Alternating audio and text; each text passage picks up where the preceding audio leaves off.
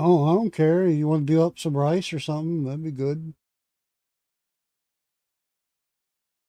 You make it just like you do regular rice. Yep. Put about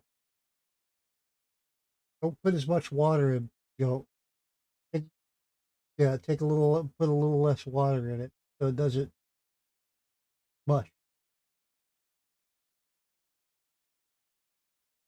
You can. I think it calls for a cup per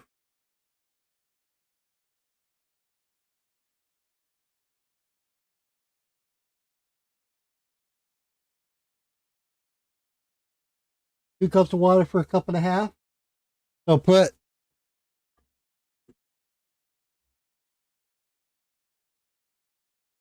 a cup and a half of water in it per.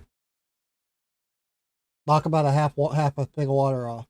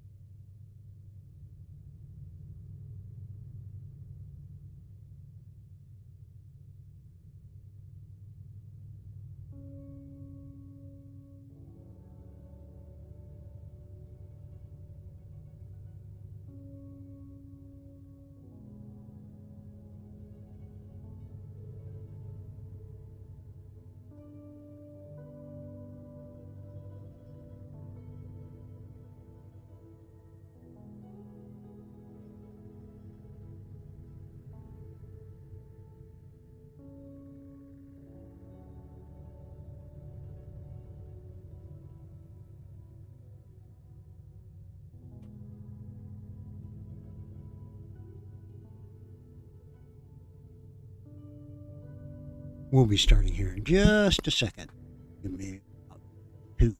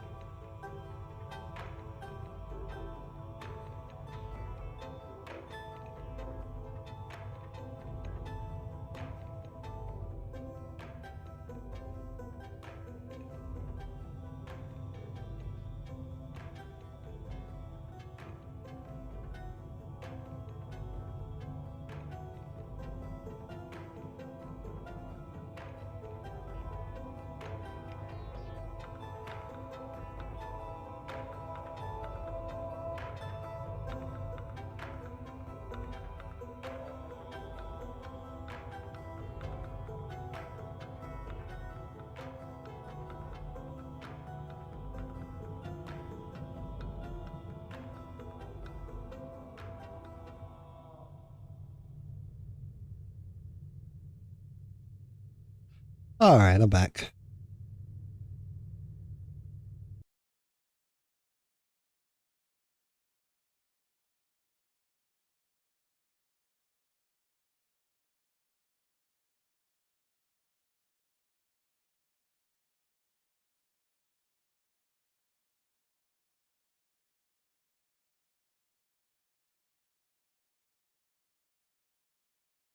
I'll have to start the game and figure out where to move the screen. I have played this. I played it when it first came out. There's been a lot of changes and stuff, and they're fixing to come out with a new DLC. So.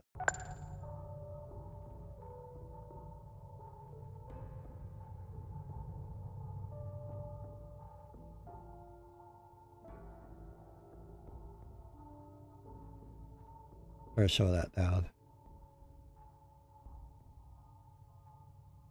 Turn that resolution down a little bit. No reason to have it that high.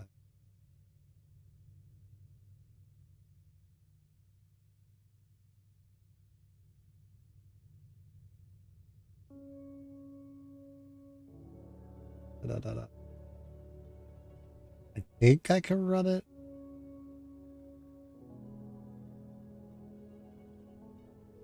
I don't like that resolution. I think I can run it at this fuller resolution. Any problems? We'll have to see if I get drops or not.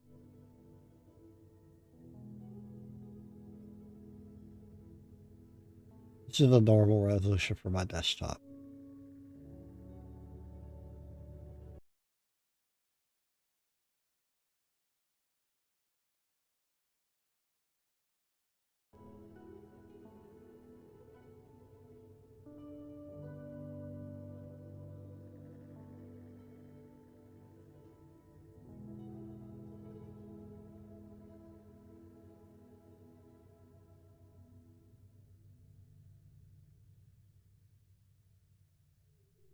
Yeah, I put it at 30. Yeah.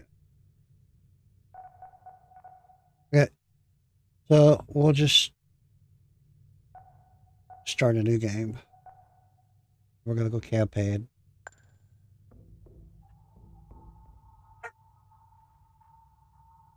Go normal.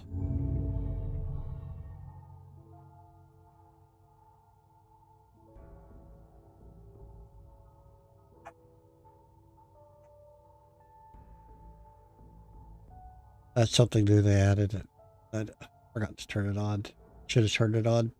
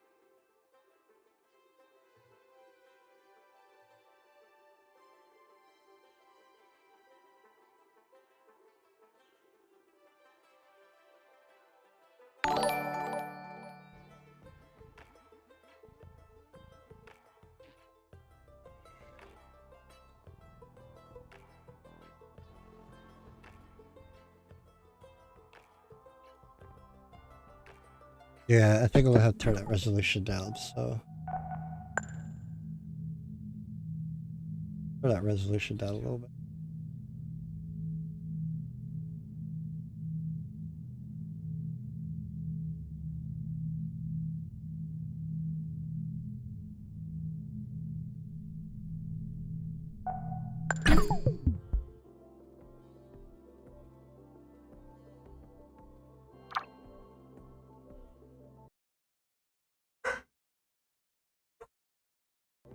All right, looks good.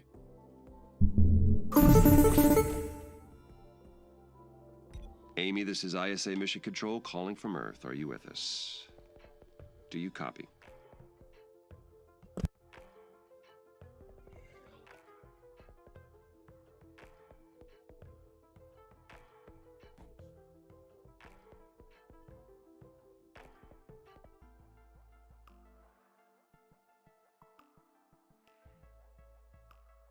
Affirmative, Houston. I am with you. Great. The primary right. Mars module has already touched down at the Looking all right. so it's your turn to take control of the mission. Check the left edge of your display. You'll find your directives there. Follow them to set up the initial base on Mars's surface. I'll give you some time. Having a little bit of problems with frames. I might need to make this windowed. Go ahead and initiate our terraforming mission. Houston out.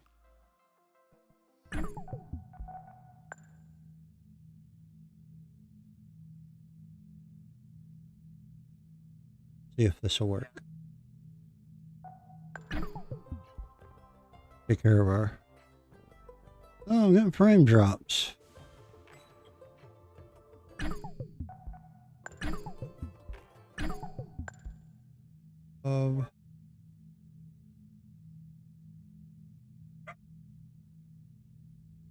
Turn it down the medium and see what happens.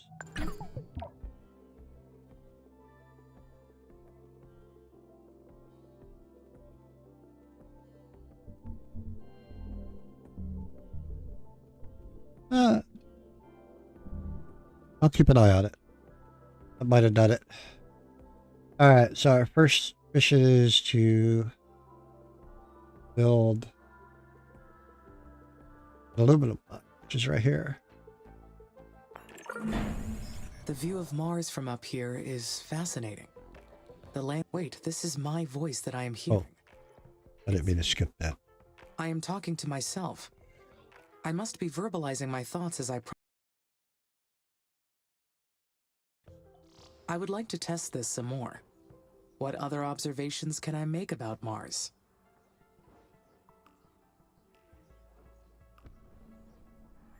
I keep marveling at its carmine landscape.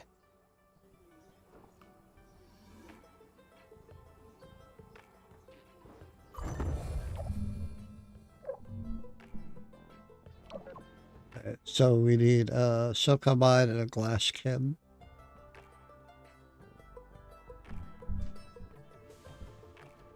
There's silicon.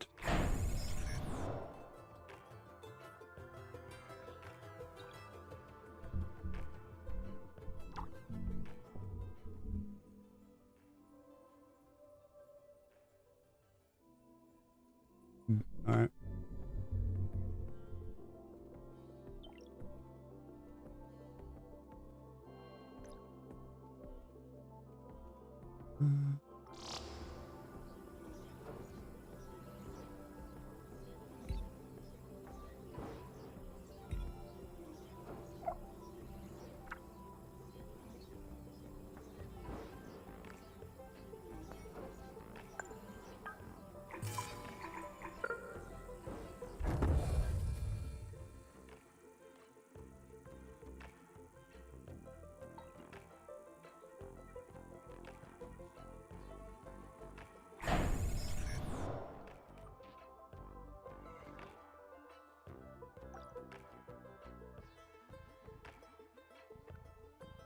One thing I do want to fix real quick is the audio. I don't want it to minimize when I click off it, or I don't want it to go off. I click on it. Okay.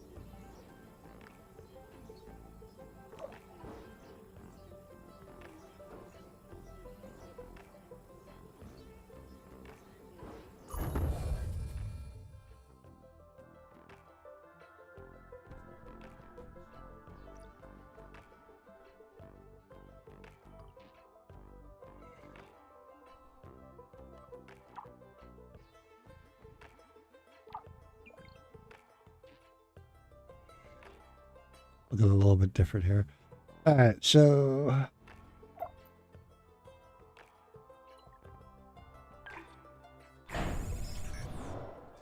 Need an iron mine. And a solar farm.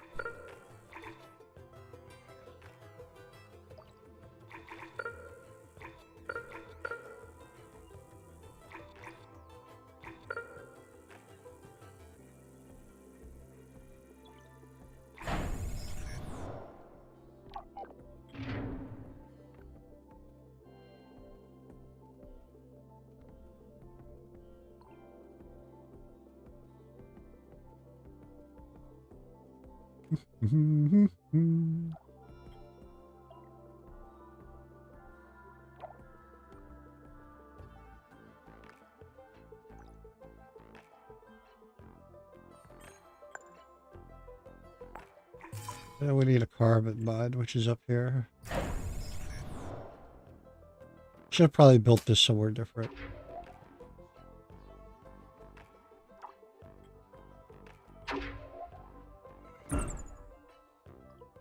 Stop that. But it's put the solar farm at a different spot.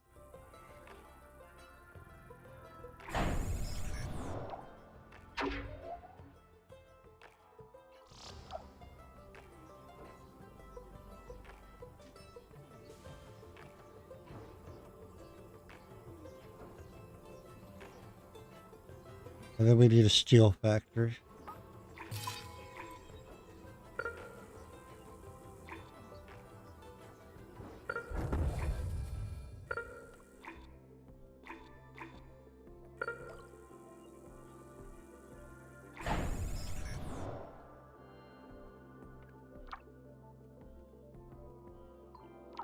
I could build other rovers.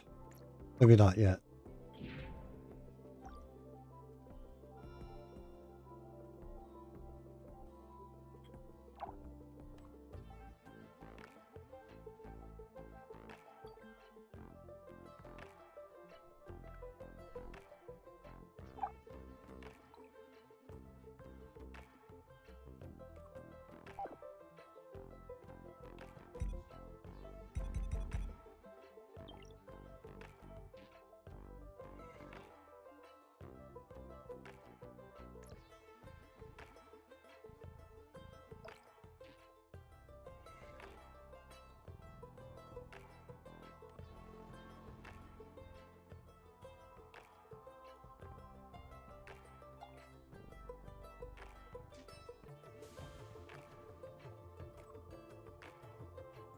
That poor one little drone trying to do all the work.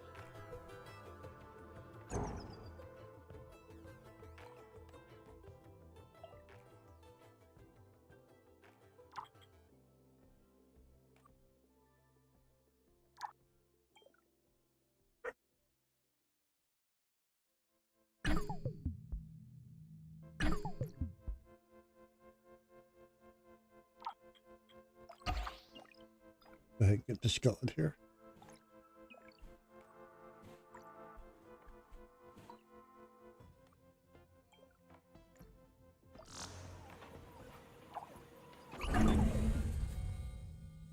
Worker factory. Great. Now I can produce steel. This new factory, it's down on the surface of Mars, but I can control it from here.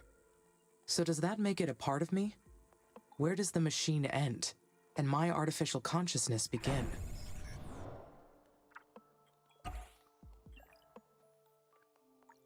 We are completely interconnected. I can sense everything that happens through the network of workers and buildings. They are an extension of me down on the surface, so that makes us a single being. The mind and the body work together as one, an inseparable whole.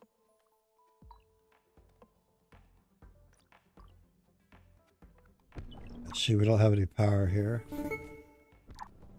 Amy, this is Houston. Do you copy? Copy. Reading you loud and clear. Excellent.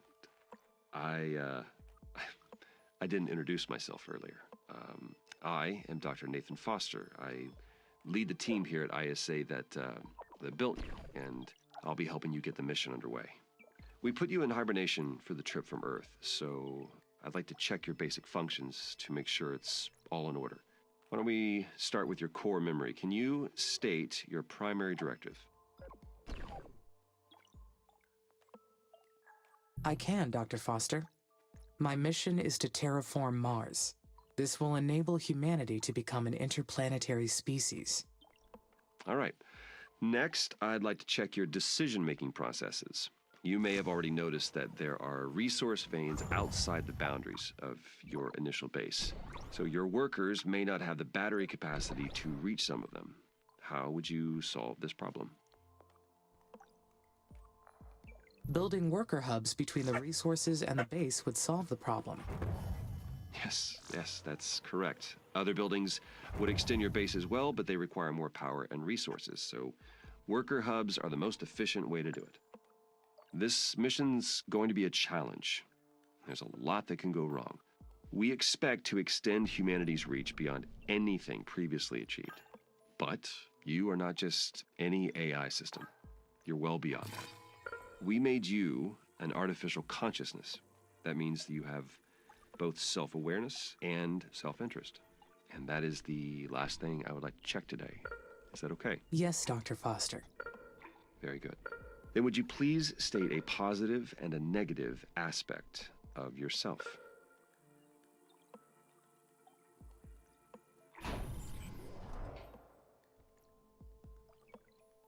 I am sorry, Dr. Foster. Running that question through my cognitive system did not return an answer. Roger that, nothing to worry about. Just means your system requires more input and experience to process that question. That will come with time. Let's proceed with the mission. ISA has approved the first crewed flight to Mars. You'll need to expand the base to prepare, so get to work on that. I'll check back in later to see how things are going. Base expansion is a go. Houston out. We've already been expanding the base.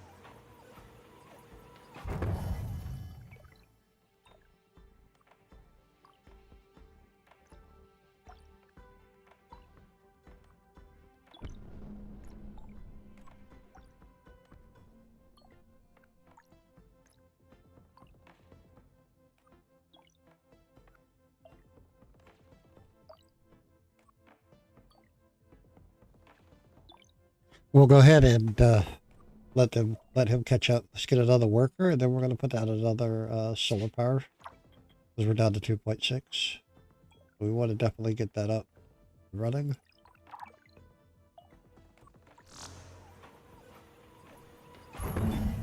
Finally, Yeah, I we're can out of build power. additional workers now. I will appreciate the extra hands.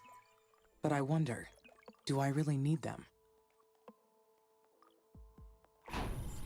Go ahead and build one out there. We have to. We don't have a choice.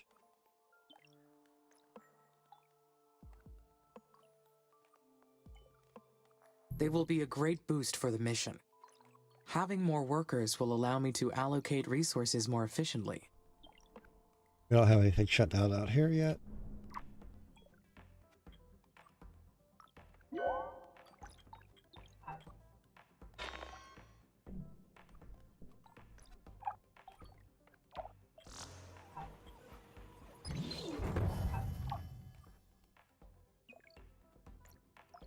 Probably gonna need another one.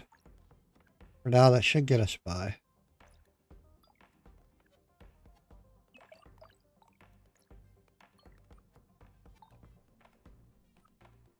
Is it up and running? Yeah, it's up and running. We got 16.8. So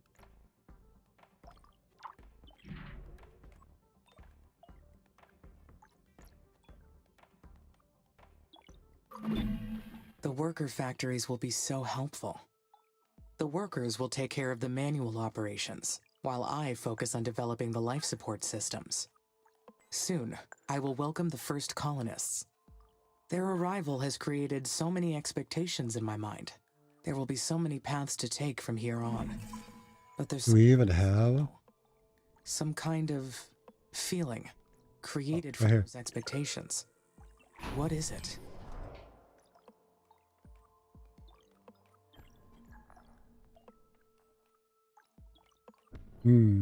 I Say exit. anxious. But can I truly feel anxiety? I anticipate. I plan. Therefore, I feel. Fascinating. The first worker has been made in the worker factory. It is my first Marsborn.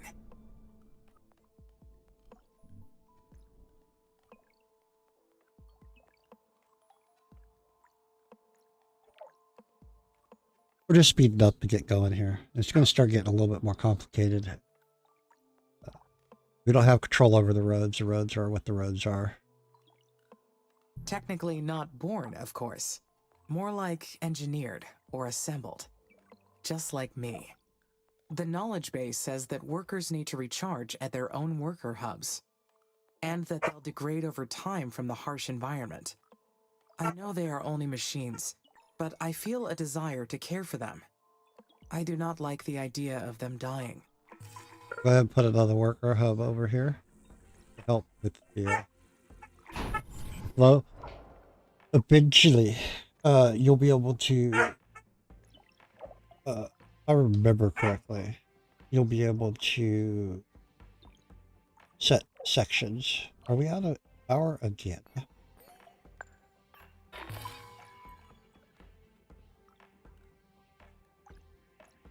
These buildings will end up getting moved about too. Because I'll end up making like solar farms and stuff. A lot's changed since I played, so I'm interested to see what's going on.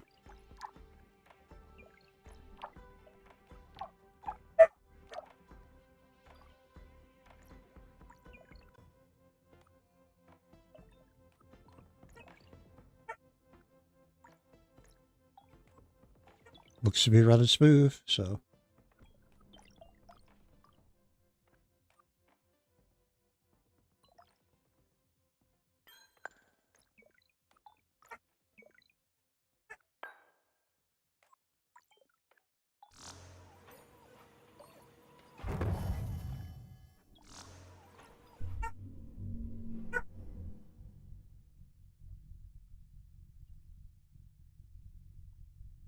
And yes, these landers are based on real world, like Infinity landers and stuff are based on real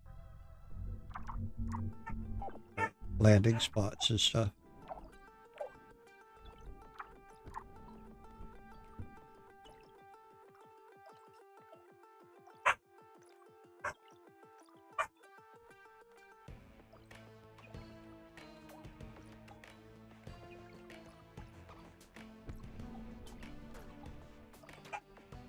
Got 3 little drones running around.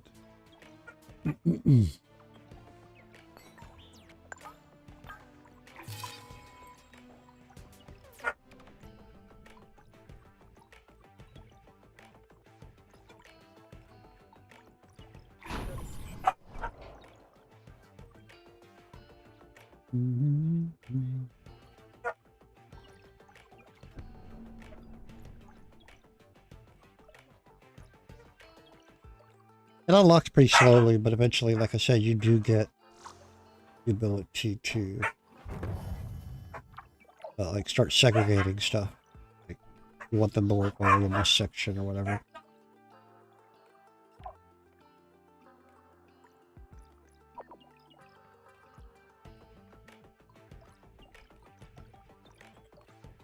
Is there any more closet? Does it look like it?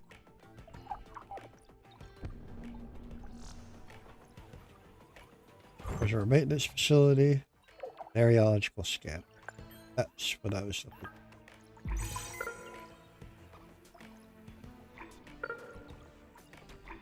This is what scans the area.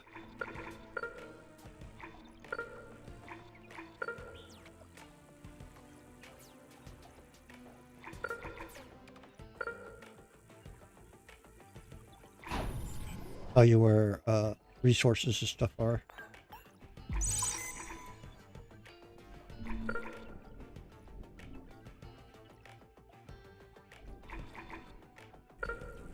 Know that we're limited. Okay, so we're limited to this area right here. So we can put this one out here like this.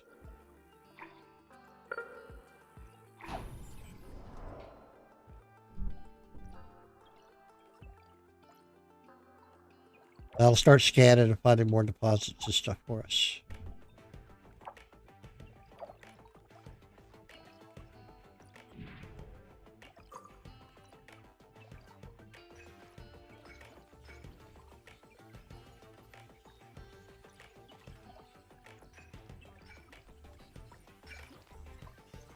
Probably need to put another one of these down. Well, there's 6.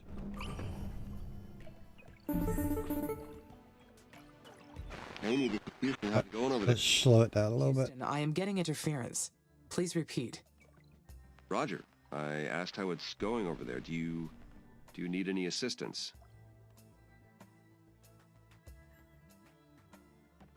Not at this time, thank you. The mission is proceeding on schedule. The base will be ready to receive the first crewed mission soon. Roger, Amy. Very good.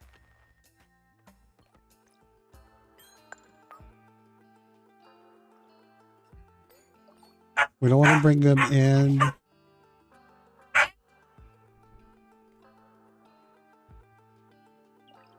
We start making food, which requires water, so we gotta find water.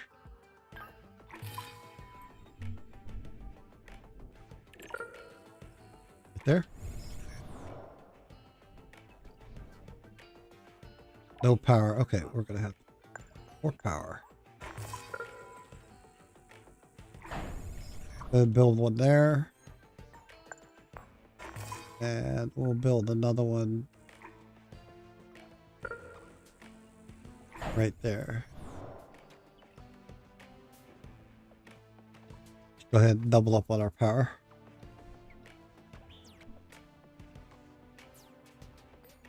Probably put some more drone hubs down. Worker hubs.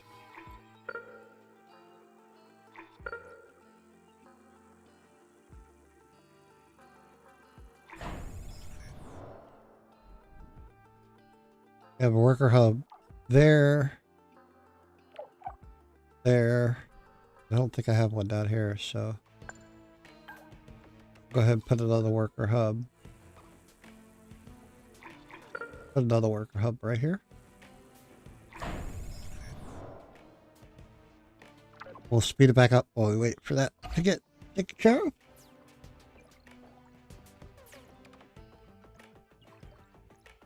I want us to build a colony, but don't build your colony before you have food.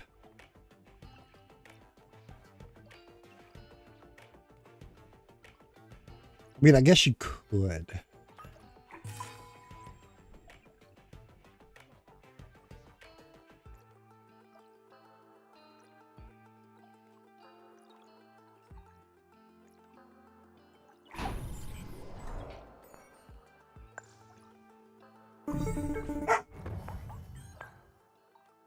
Oh, I forgot to mention. We've announced the names of the first colonists that will be joining you on Mars. The crew is selected from different nations within the Oxy-UN, though most are scientists and technicians. They're already undergoing ISA's colonist training program as we speak. They'll be led by Dr. Elia Valentine. She'll be a great commander. The colonists elected her unanimously. That is interesting. Since Oxy-UN did not appoint a leader, I wondered why the colonies will operate in the opposite way. Oh, you're referring to the Act of Proclamation. You're right. All the participating nations and the United Nations of the West work together as an alliance. But the Mars colonies are fragile microcosms. You and Dr. Valentine will decide what's best in the day-to-day operations. You'll balance each other out, as well as enhance each other's strengths. How will we balance each other? Your technology will develop alongside the colonies. They can't survive without your help, nor can you advance without theirs. It's a symbiotic relationship by design. Does that mean I'll have to obey their orders? No. You have your own autonomy too. No one owns you. Well, I mean, technically you belong to ISA, but you're your own person or machine. You're a A machine person. Machine person? or person machine being. I don't know. You can coin a new term once you settle on who you are. I think I would like that, Dr. Foster. Deal? Great. You keep up the good work, and we'll talk again later. Mission control out. The colony is ready. I will have company very soon. I feel quite anxious about this next part. I am not sure why.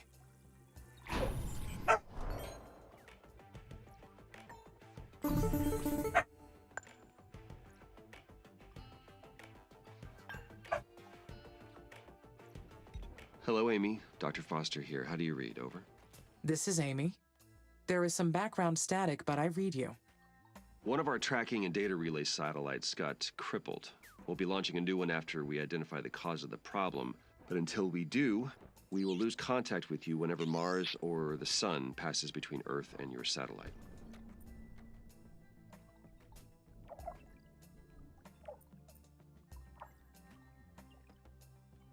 In that case, should I follow the recording and backing offline protocol?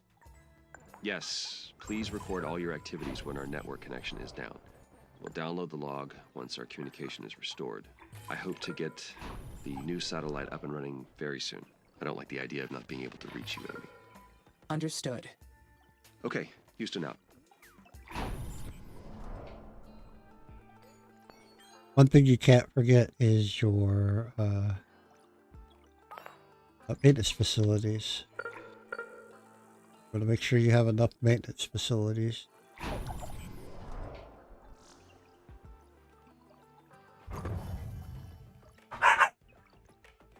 Probably should drop a couple more solar farms.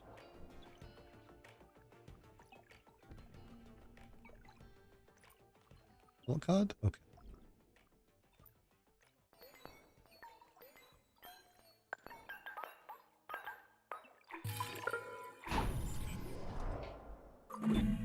Maybe it is because the colonists will scrutinize everything that I do once they arrive. How will they treat me?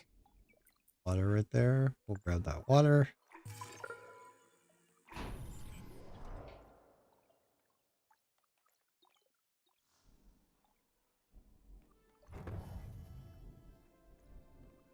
Water right there. We'll go ahead and grab that water too. I have nothing to worry about. Oh, it needs a higher level. All advanced scientists and Needs technicians. a higher level mine. Once they meet me, they will treat me as an It's a deep individual. mine vein. Okay. Life on Mars will be very harsh for them. I will supply them with food and water, and they will help me research new technology. It will be a perfect quid pro quo. As long as they have the resources they need, we will both succeed.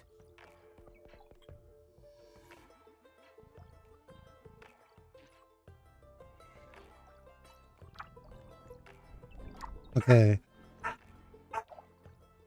So we have this little section up here that's all by itself. We want to put a worker hub up here. That will kind of, see, we don't have warehouses and stuff yet. This is all going to change when we get warehouses. Something else you could do is, like, I'm trying to reach this vein right here. So come out here. You got to watch that yellow too. come out here. Humanity Put this created me. solar farm out there, and then Should grab have this consciousness aluminum for a mine. reason. But I am an Higher level artificial mine. consciousness. But we'll leave that there. So can I say that my volition is real?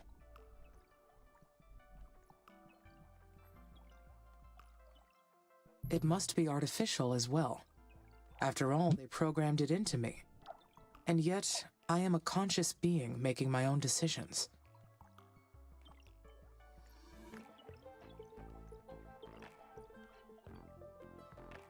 You gotta keep an eye on these numbers down here too. Like we're really low on iron and stuff, silicon.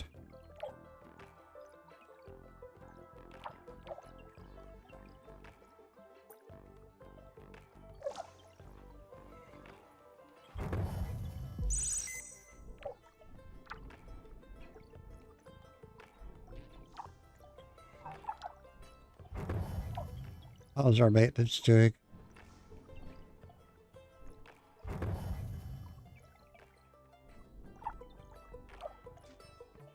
So there's a few buildings outside the maintenance area. Dr. Foster called me a machine person, but I don't think I qualify as a person at any level. If I can only do what ISA allows me to do, what And here's your me? Merely traffic. an object. Am I their property? So when this worker hub, it's a worker.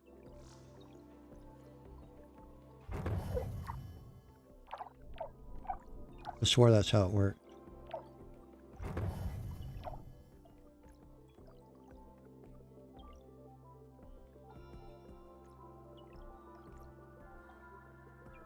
This is where it broke these areas down, like a lot of high traffic in here. This is where it broke this road had these roads right here.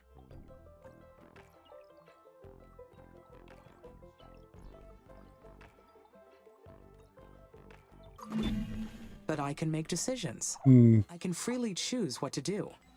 Objects are owned. They don't get to choose. So I must be something else. I have my own will. I would put two worker hubs right next to each other. I'm not too keen on that. You can come up here. Is there two worker hubs here? There's a worker hub right there.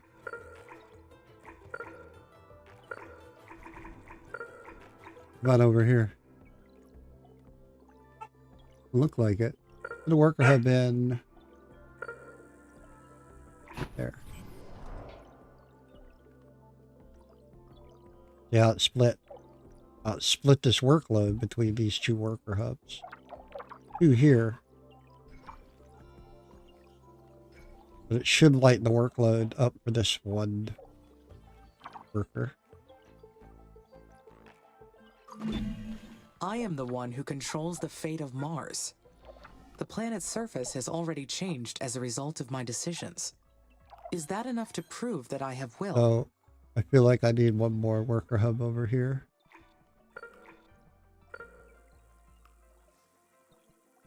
Like this. Still didn't affect this one hub right here. No. Look at all these craters. Meteors created them. Merely changing the planet's surface isn't evidence of having will. I have to come up with different proof. You'll start getting, we'll get warehouses and stuff, and we can solve some of this travel time stuff.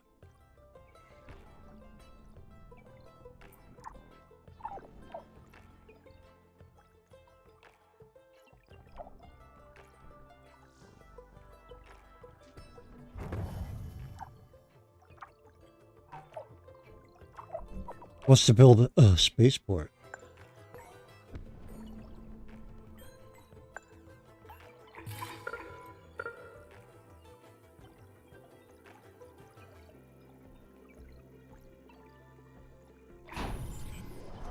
And of course, we're gonna have to put more power down.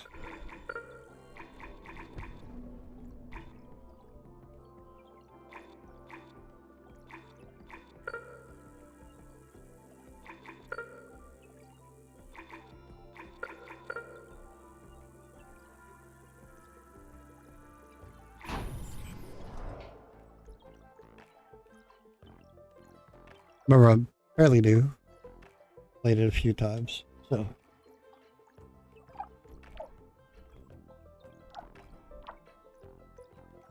Another aluminum.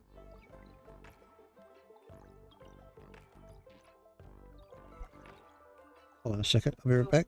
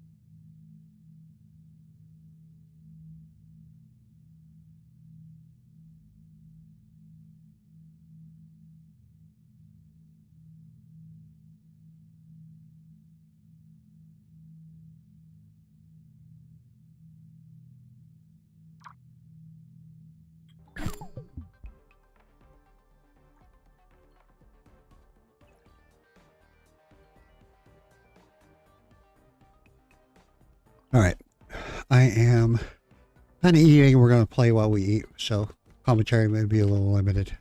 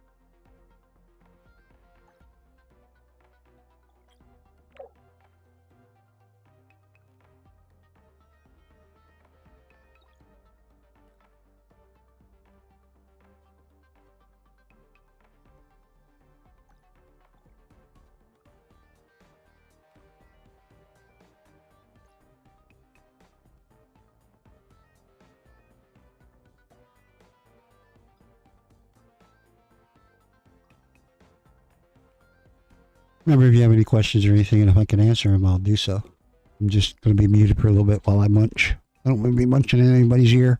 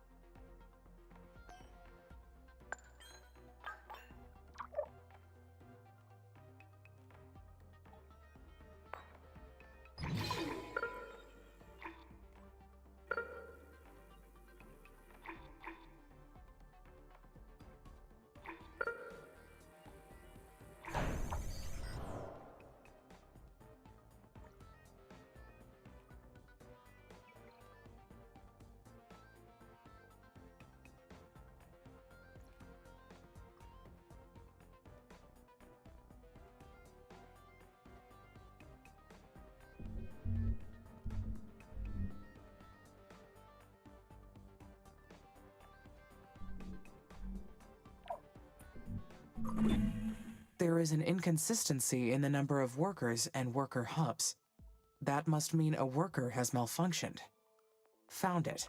Worker MRS-04. That is.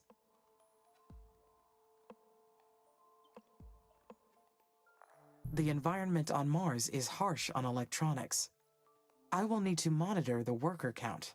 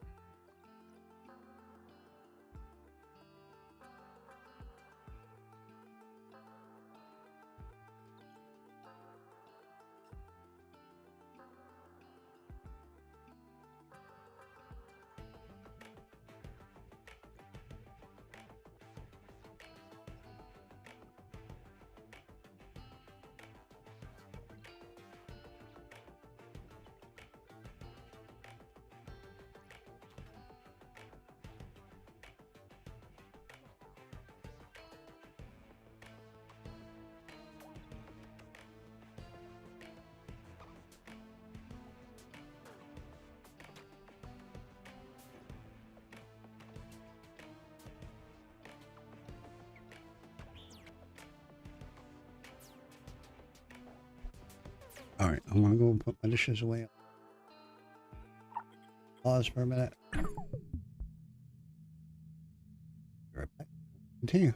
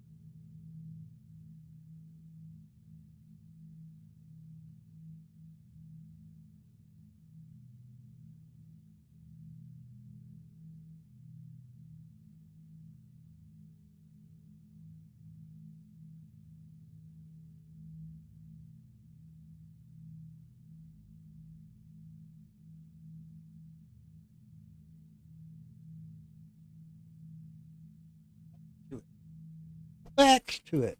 I am back. Go, go, go.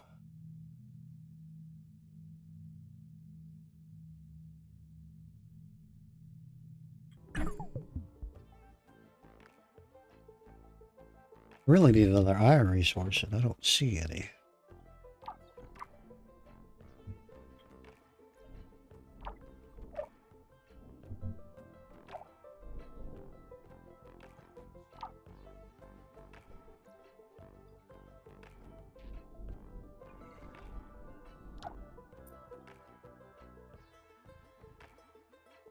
Haven't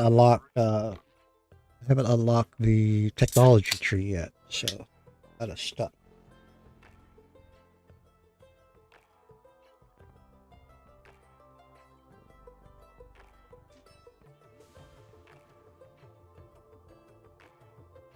I might have advanced a little bit too quick. Probably shouldn't have advanced so fast.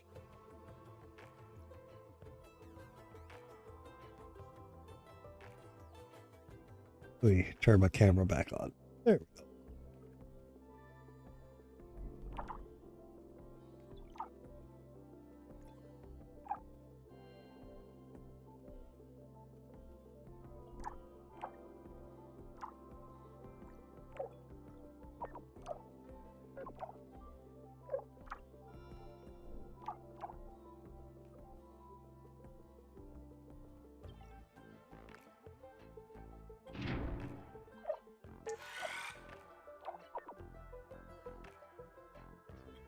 Get these, make sure these guys are working. So if they're not working, I'm gonna be in trouble.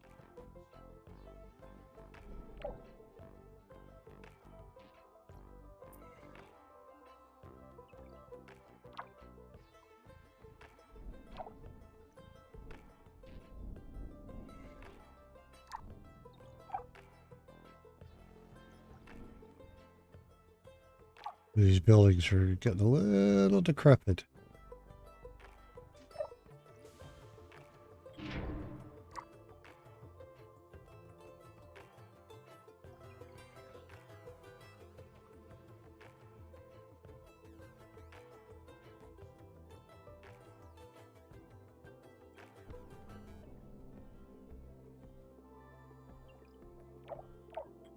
Heat it up a little bit more.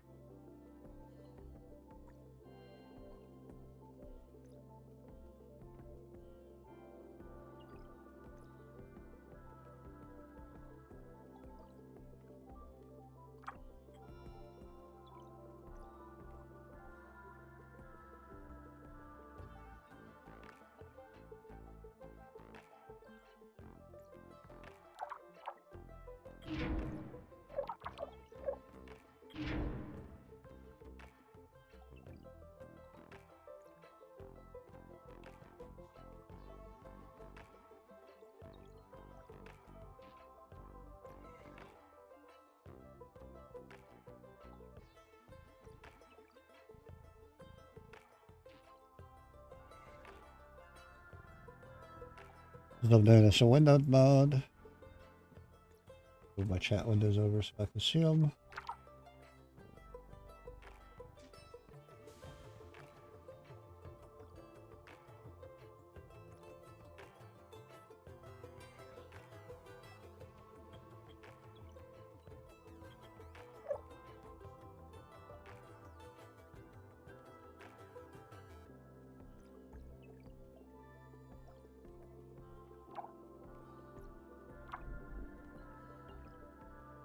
What's this? Carbon.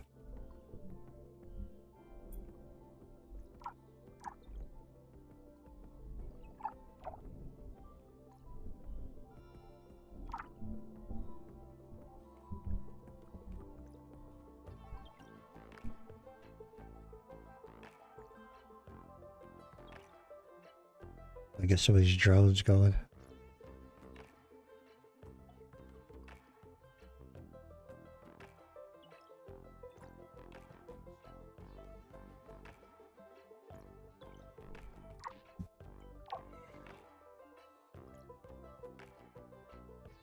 We won't get any research until we get some colonists here, which means we need to get this done.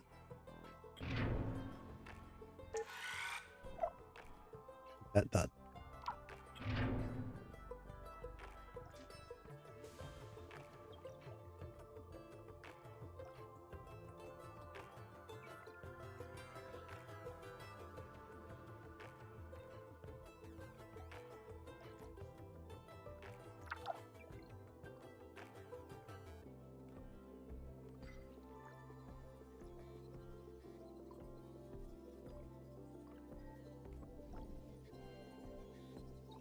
There we go. There's a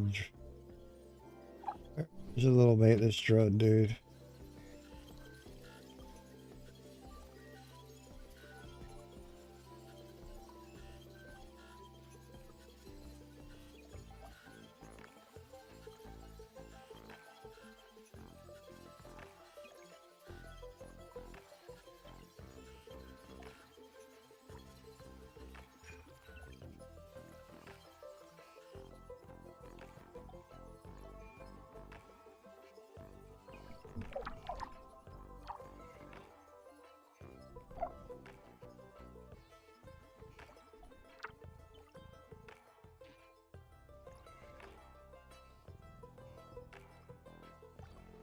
One more.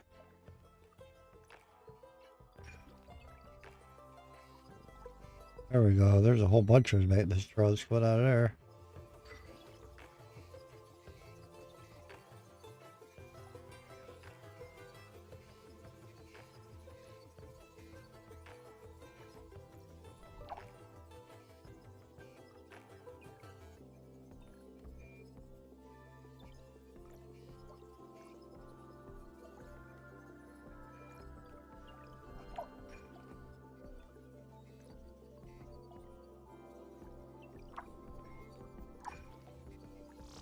There we go.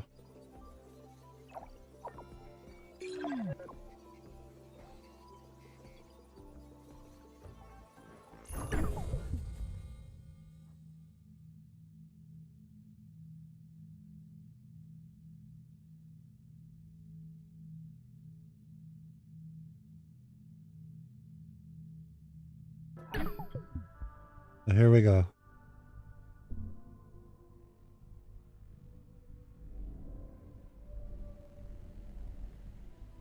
There's colonists.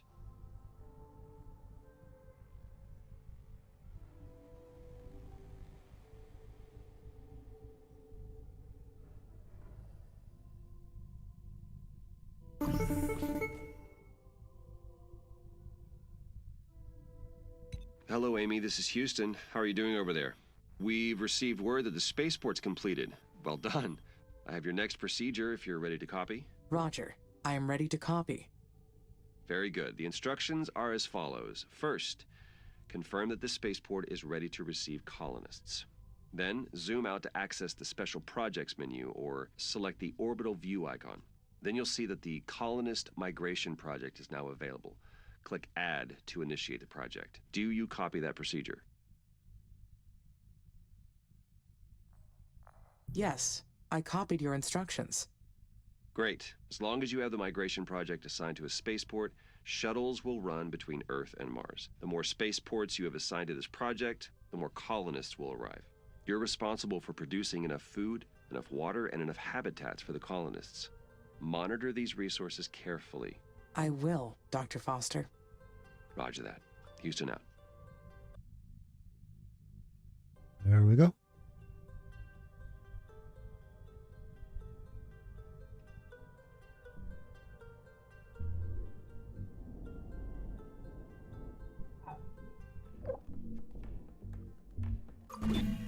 All right. The first colonists are on their way to Mars.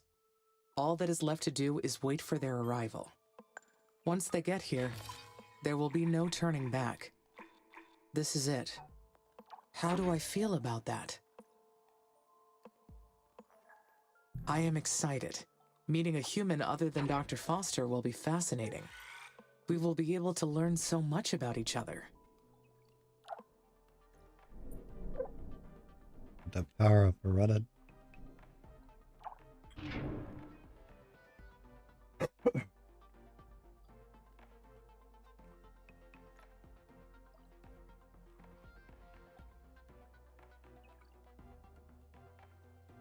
See, they only move them so far. They don't go out of their own territory.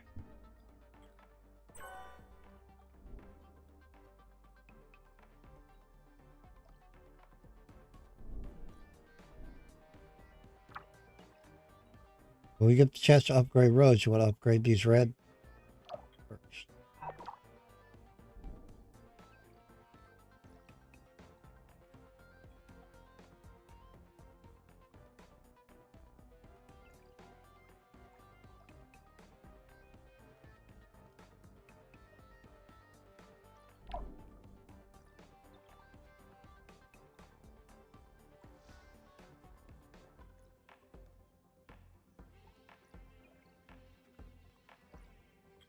And speed it up a little bit more.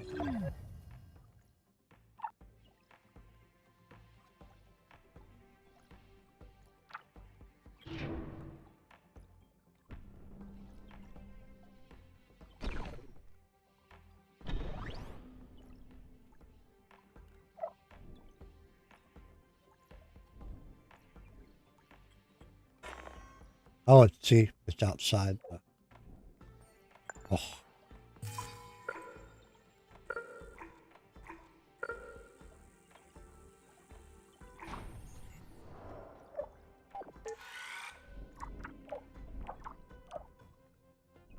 This one's outside too. So later you'll get like little posts and stuff you can put out. It'll extend the range.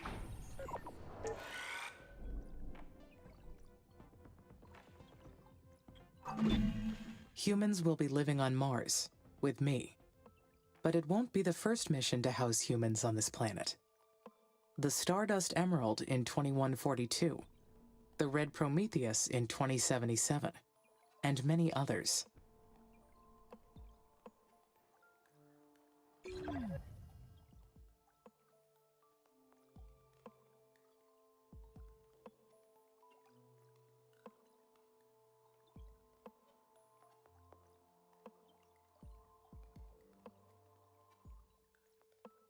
The Stardust Emerald quarters were truly magnificent. It was an ambitious attempt at tourism. But they found that spending months inside a spaceship was too hard for casual tourists, even one as lavish as the Stardust Emerald. One single voyage bankrupted the Pelicanus Space Corporation. Mars was not made for human life. ISA was smart to send me ahead first. I will succeed where those other missions failed.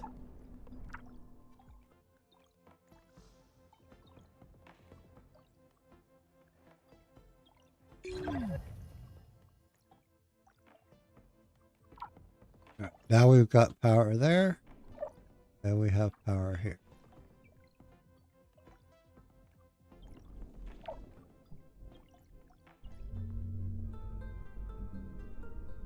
See there.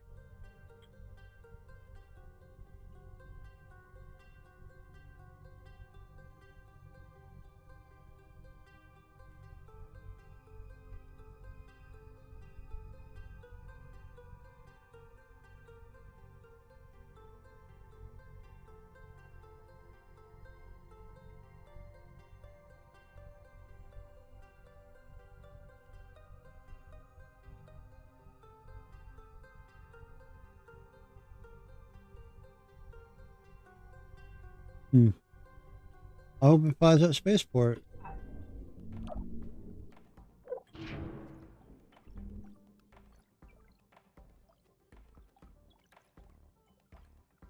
All right.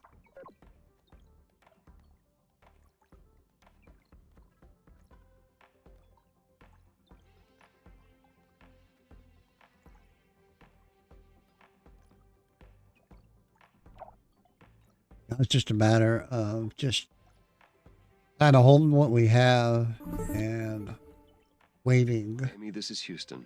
We've detected high wind speeds in your area. A sandstorm may be heading your way. These storms can damage your buildings, so check their structural integrity periodically to rebuild or repair if necessary. Roger, Nathan. Houston out.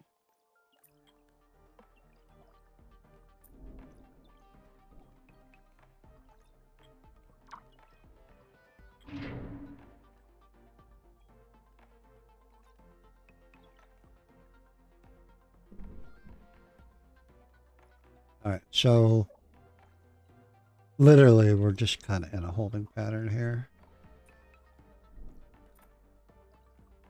There's some carbon there. There's some carbon there. I don't really need carbon right now. Need is iron.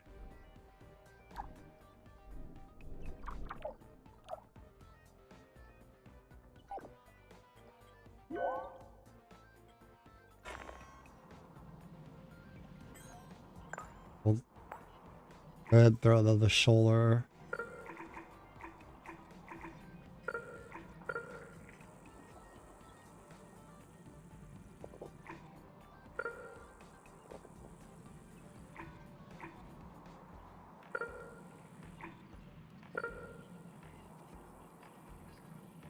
Right there. I'm not going to rush it. They can do it whenever they need to do it.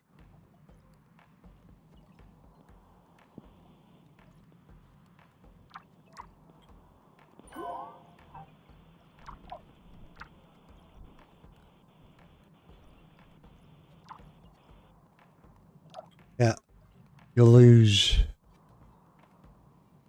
power when there's a solar storm.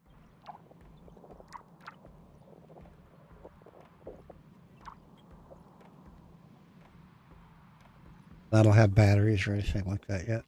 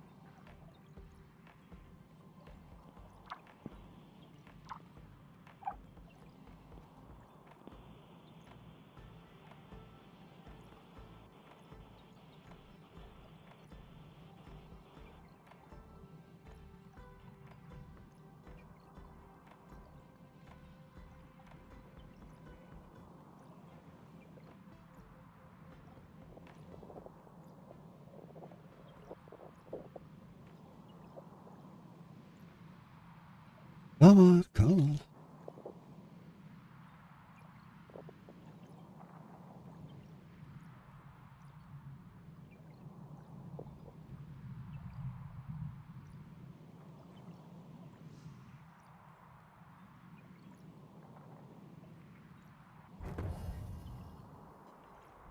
There we go. Orb's almost up.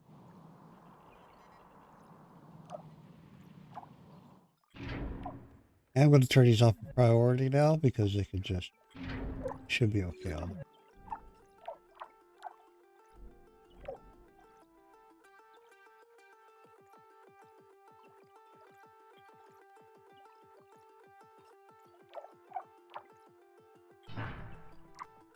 Body stockpiled.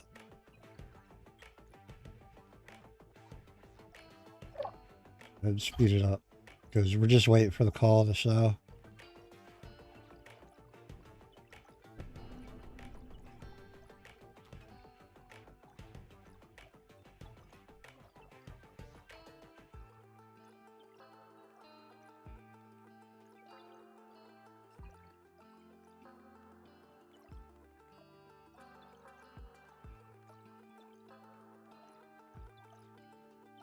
If I remember correctly, you get like you'll get like special projects and stuff.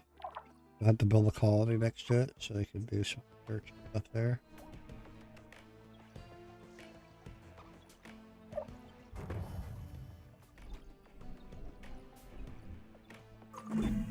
The areological scanner detected an uncharted structure close by. It's probably a secret abandoned base, or a mysterious Martian ruin. Though humans never found proof of life.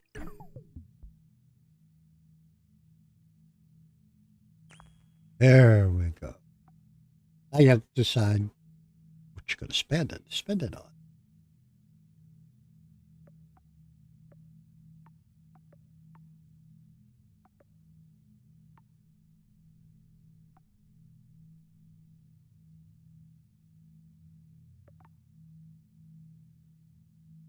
Mm.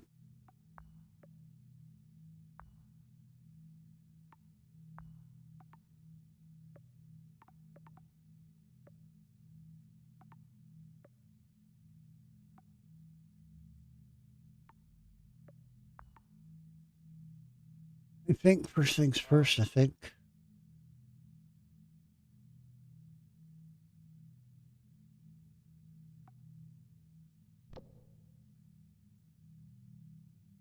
Oh, you have to start here first.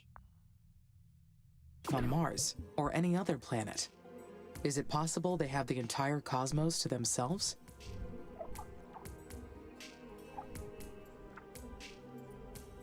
Where's this?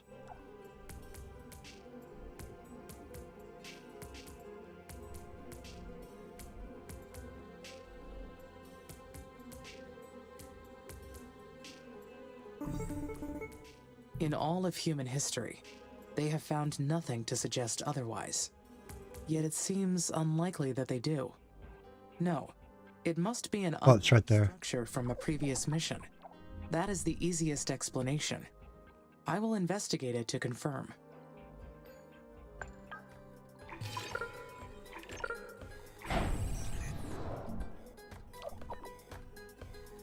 Hi, Amy.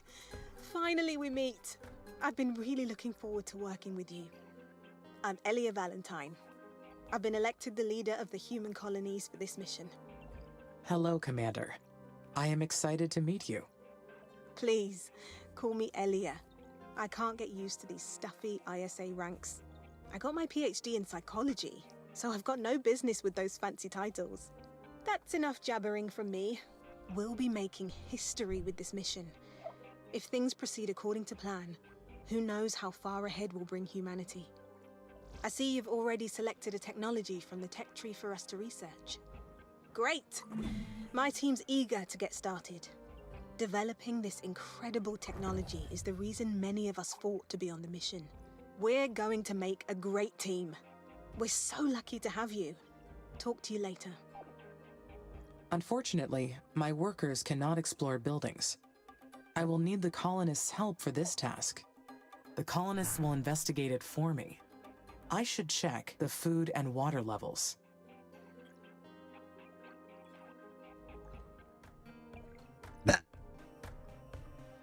If they die, we'll just order some more from Earth. That's cool.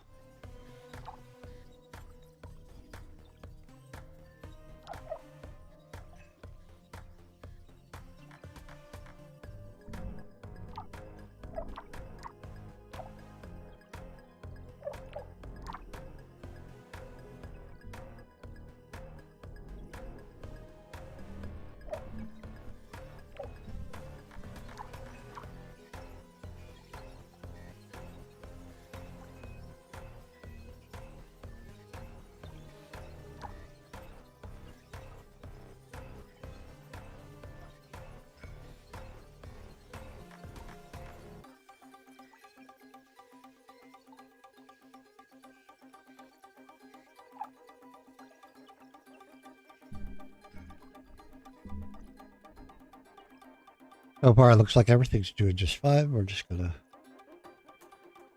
relax and let it do its thing.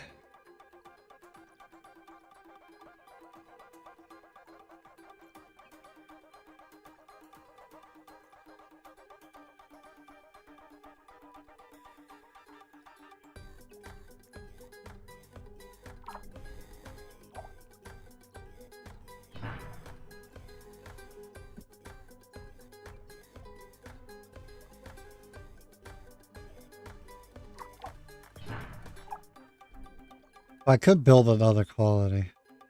Maybe I should do that.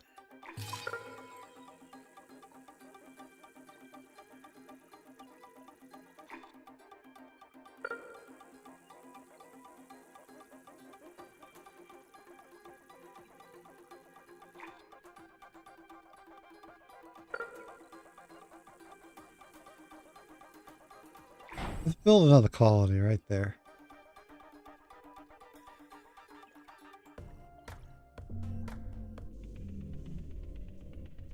Because it's going to go back. It's going to pick up more and come back. The more colonies you have, the more RPs you get.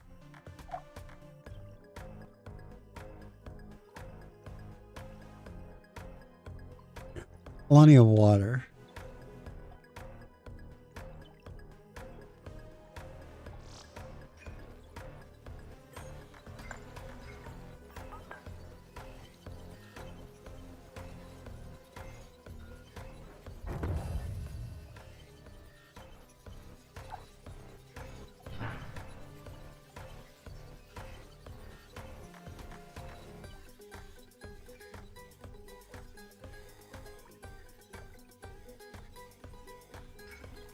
The food that I'm a little worried about. Abandoned structure has got me thinking. I can use my scanners to detect them, or my drones to repair them, but only humans can fully explore them.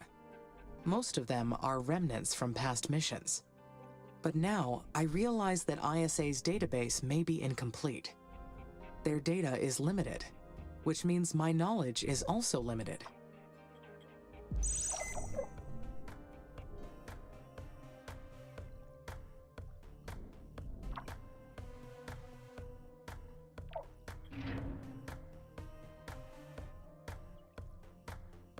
They can only scan so far out. I forget how far out they can scan.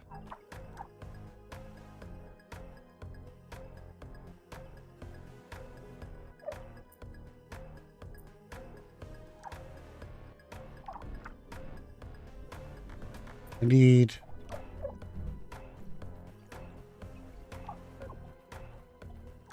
more of this. This chemicals.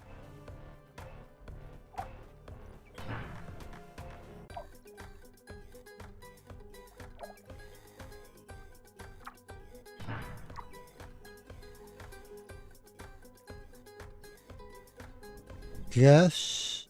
How far? I guess I could put another scanner over here.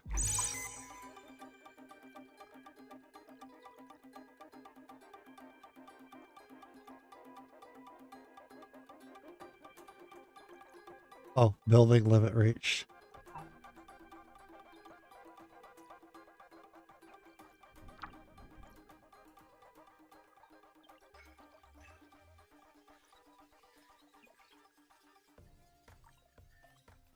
Structure limit.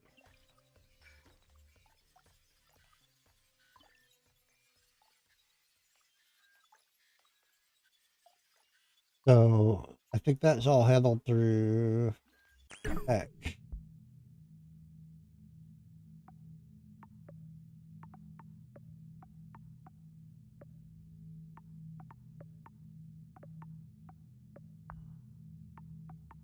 This is where you start trying to turn it into regular world.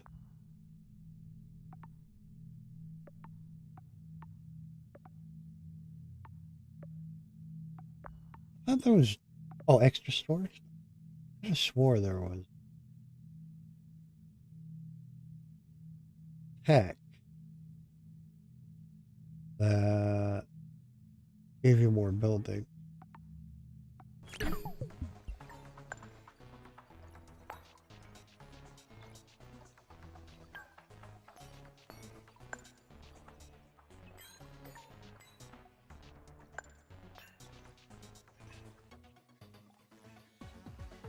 I'm pretty sure there is. I just have it unlocked, or you get to a certain level and it unlocks more. Can't remember exactly how it works.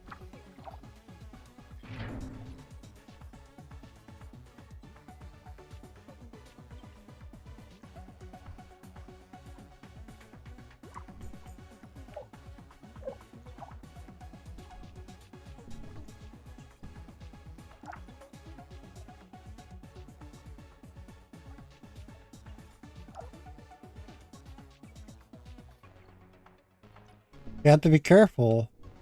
Because when you start melting the polar ice caps and stuff, this will turn into lakes right here. Be really careful where you put your base. You'll end up submerged. It'll end up submerged. I can change how I perceive time in my mind. I can accelerate it or slow it down. It's just a hack on my visual sensor system, of course, but makes me wonder how real is my perception.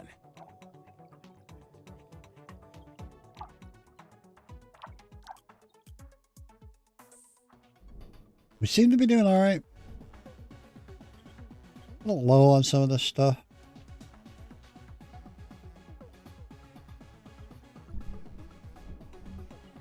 But it's raw materials. I'm not real concerned with it. More concerned with that, but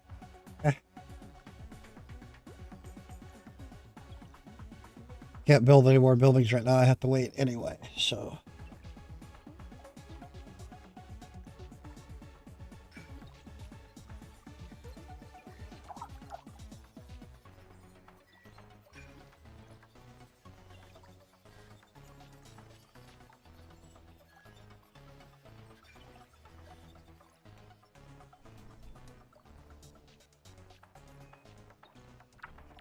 And we're going to speed it up because literally it's just waiting.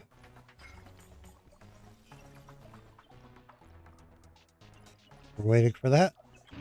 And we're waiting for these guys to come back.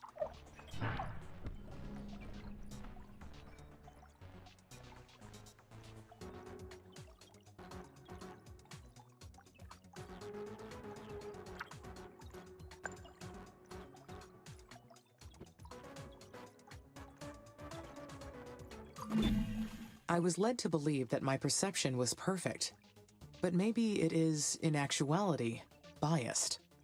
There is a difference between what I know and what the reality is.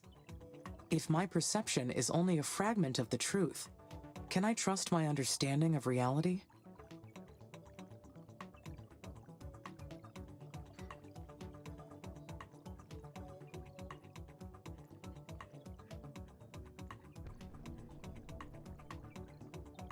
I do very well up here. A little bud. Not entirely. I must accept that there will always be subjectivity, even with a system as advanced as mine. And complete and perfect understanding is not possible. Reality has many layers. I understand that now.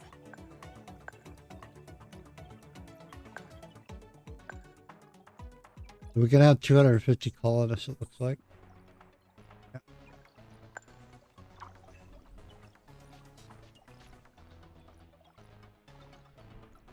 So you have 100 each here and then 50 there. That's 250.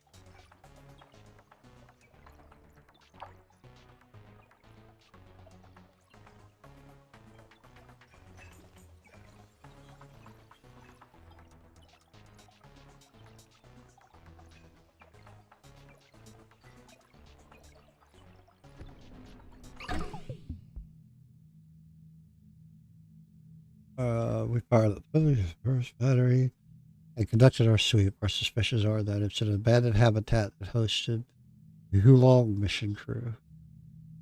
In condition, we put it back in operation, and some of us moved in to explore. The discovery was the day was a map that indicated the location of another facility. It appeared to be a nuclear silo.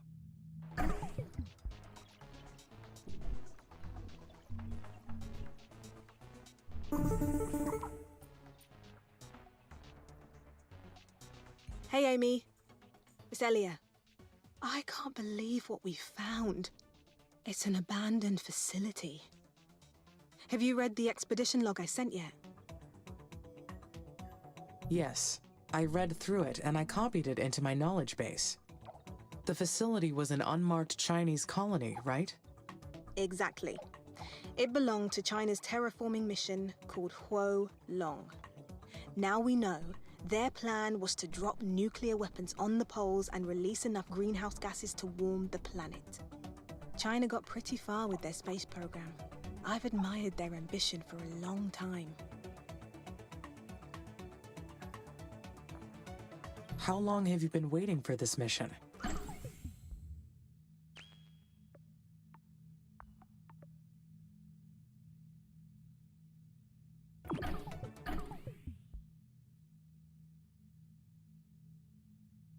Oh, congratulate you about to start terraforming. First stage. CO2. This can be done multiple ways. Check the trajectory during the stage. CO2 gas will start to sublimate. Sublimating and further increase the planet's temperature, create a runaway effect. Will the caps disappear completely? My entire life, Amy. It's a bit crazy, huh? I've always believed that humanity's destiny reached far beyond just Earth. We should be much further along, but the conflicts on Earth never stop. The Oxy-UN and the techies keep fighting.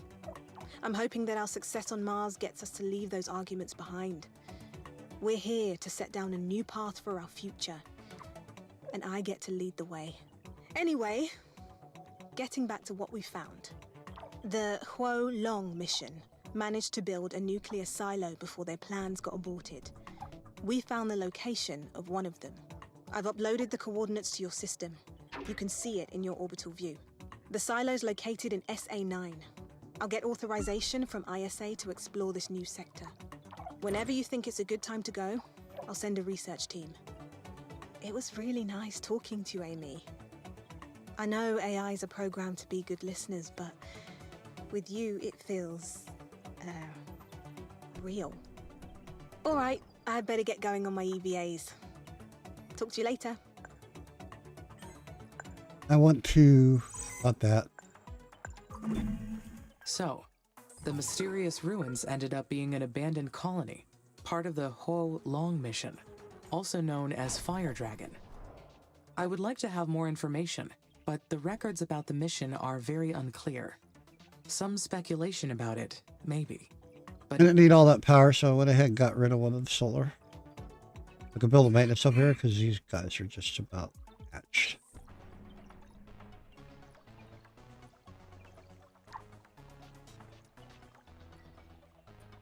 Wrote the 202.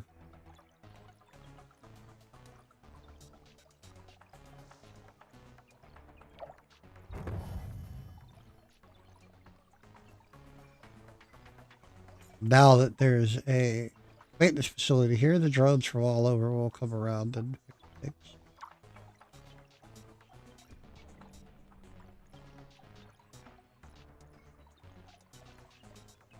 Didn't realize I missed the maintenance here.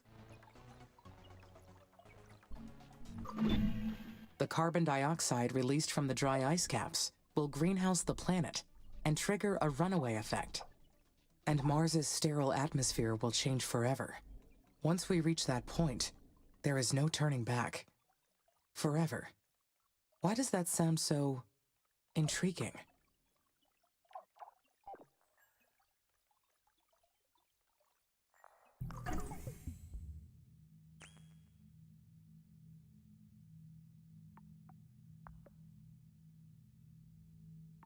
Additional landing sites would be really good, but I think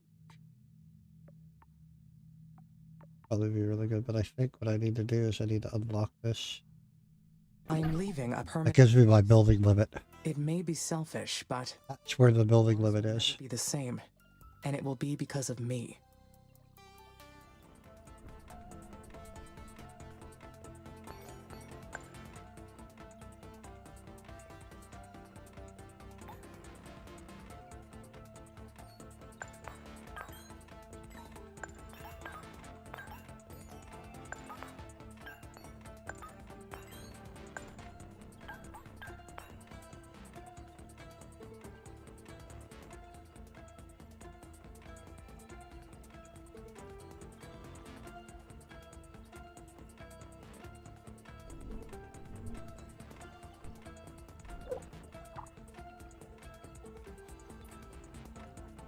Because I really need to get that deep.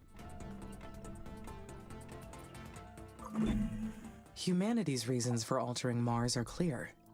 But what is my purpose? Now we have information on Mars. I am here to carry out this mission. Changing a planet forever is a massive responsibility, and ISA has trusted me with this.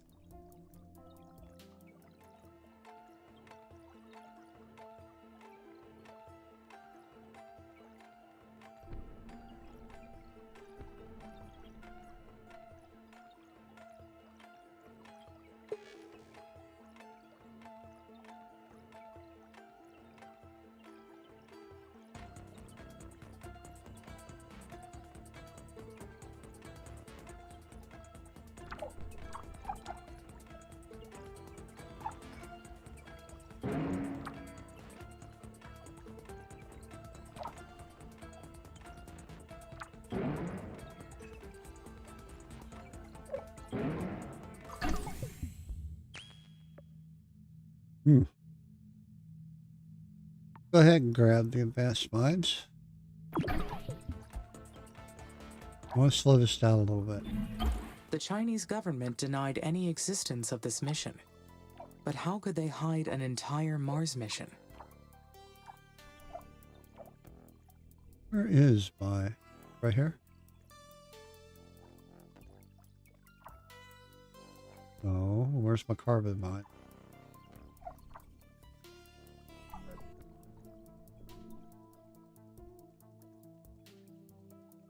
Oh, it's right here. Money can buy silence, even when it is something as massive as this.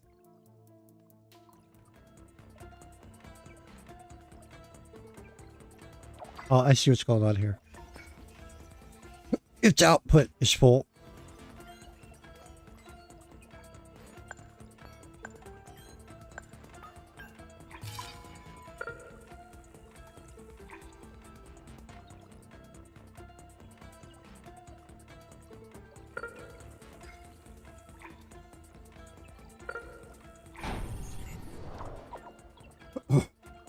Excuse me.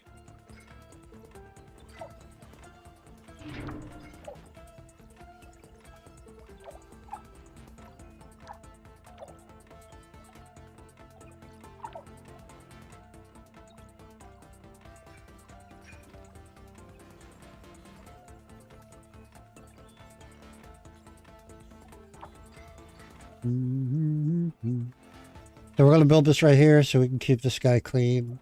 And it'll pull this stuff from the chemical plant down.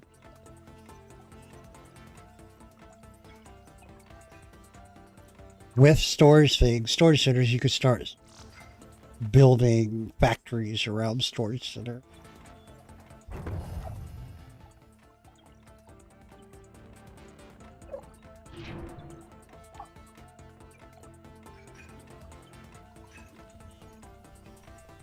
I'm not going to customize it. I'm just going to let them store whatever they need to there for now. A well-known space entrepreneur around that time popularized the idea of using nuclear weapons on the poles.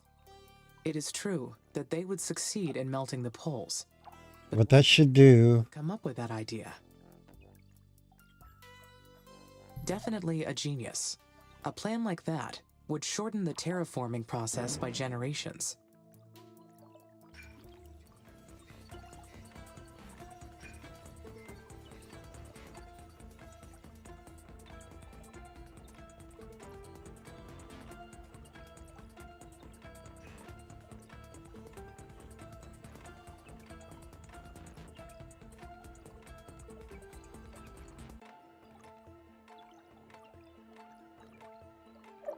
Now it'll start working again. It'll start clearing out that carbon and stuff. It'll start working better.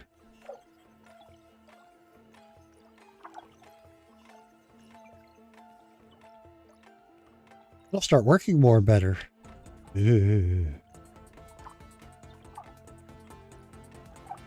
Let's put down a wind farm.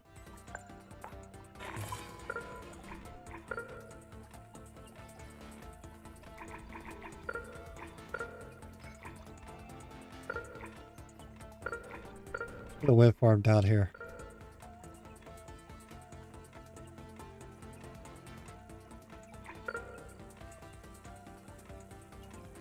Right there.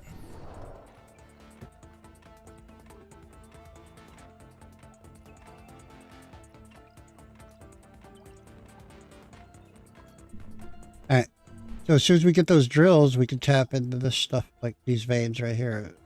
Advanced iron mine or superior iron mines. A mine upgrade will allow me to extract resources faster.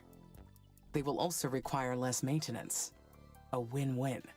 So I need to start stretching out here because I need these chemicals. So what I'm going to do, we're going to put another wind farm out here to cover that. Right?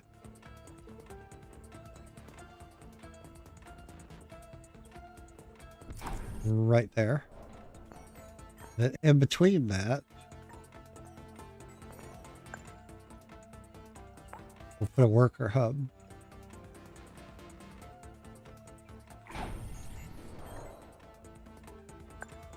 And then we'll put a storage center like right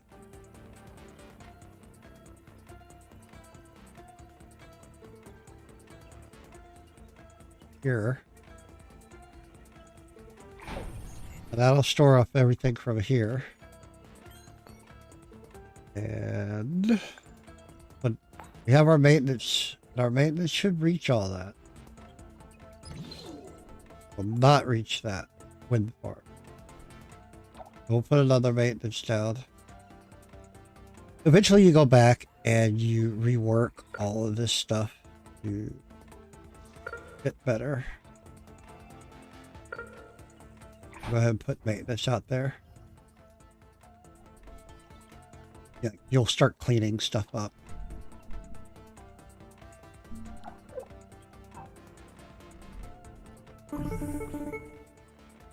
Amy, Nathan here. Do you copy? There is some noise, but I can copy. Go ahead. Our tracking and data relay satellites are still compromised. We've re-examined every single component, but haven't been able to identify the problem yet. Maybe it is interference from space that is impacting the satellite operations. Solar flares or radiation damage are probable causes. Yes, it's possible. We're working on some new designs that can hopefully withstand space weather a little more. But meanwhile, continue recording all your actions when we're offline. I'm sure we'll find a solution soon. Shall I proceed with launching the additional satellites to help with this issue? That would be helpful, but how would it affect your mission progress?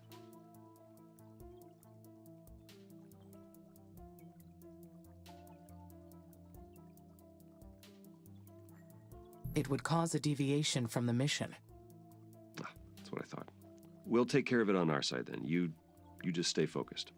By the way, Commander Valentine mentioned that you had reason to explore SA-9. Is that correct? Yes, Dr. Foster. We may have located some external resources that could assist the mission. Roger. I've gone over it with ISA administration, and they've granted permission to unlock the sector. You'll need to enter your orbital view and launch a control satellite into SA-9. Go ahead when ready. Houston out. So I have to be careful because when this water comes up, this water's going to start. Well, this is, when the water comes up, all this is probably going to have to change. We want to, right here.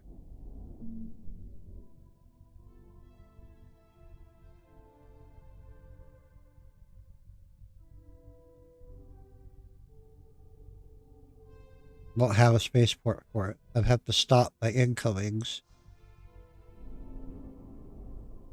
I guess I could. Or other way back.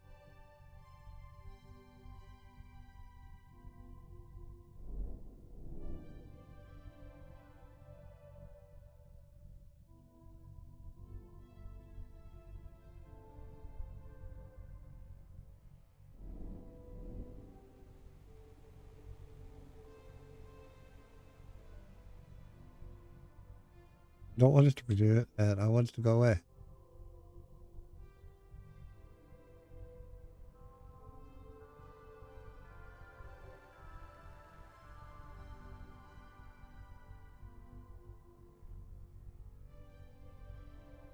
Go away. It's want to go away. Maybe when it gets back, it'll stop. To fully terraform Mars, we must convert the planet into an Earth-like habitat. The first step is to raise the planet's temperature above minus 50 degrees Celsius. At that point, nearly all the carbon dioxide trapped in the dry ice caps will be released.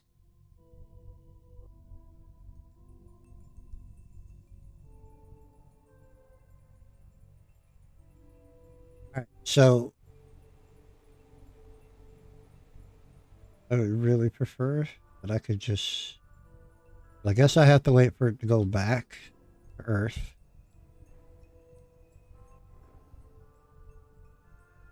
Don't have it on automatically renew, so it should stop.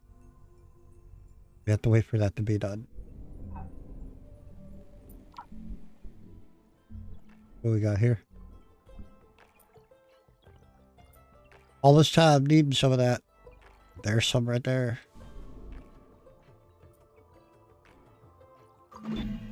Colonists have been migrating back to Earth. I should check the food and water levels. If the levels are too low, the colonies cannot sustain growth. I need to stay alert. Alright, so I do need to grab that iron mine.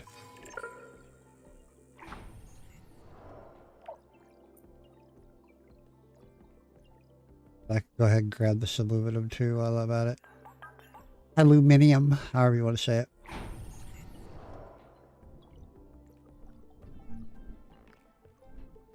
It means I probably need another worker hub.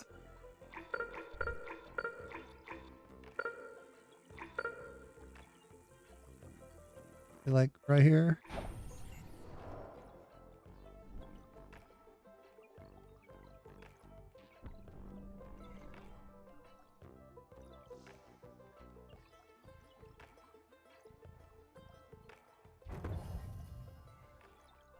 Side the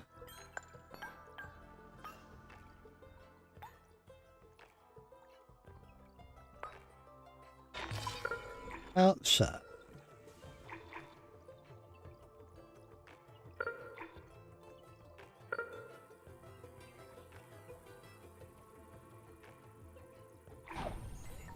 And if you noticed, it said out of maintenance. So we're going to put the maintenance facility right there.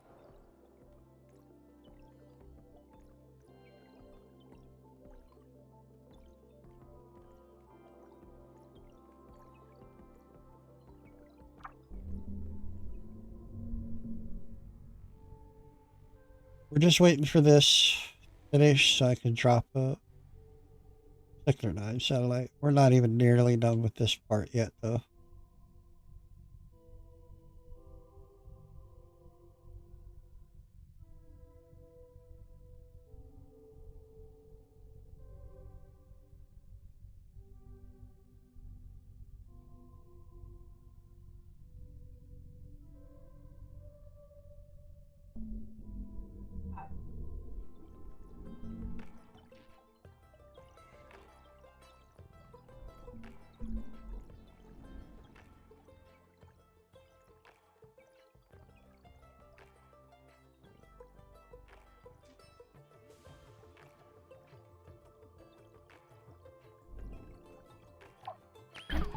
And once you just start doing stuff, additional landing sites would be okay. Wish it would tell you what what you got. But once you just start doing some stuff, figuring out how you want to melt the ice caps and all that kind of stuff.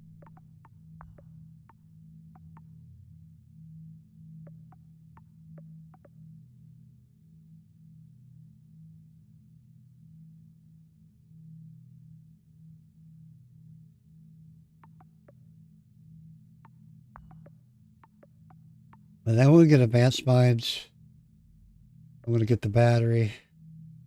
I'm going to grab the improved roads.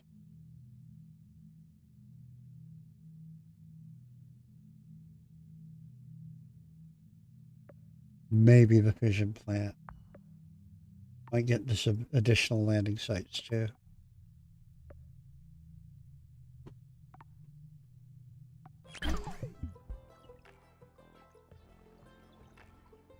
watch my,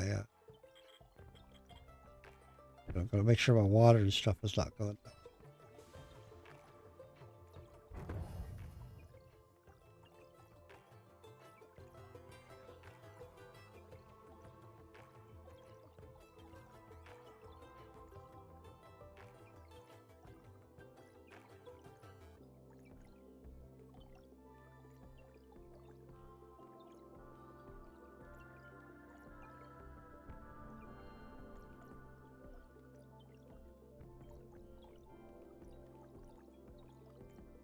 I need the batteries because at some point, you know, these could get shut down.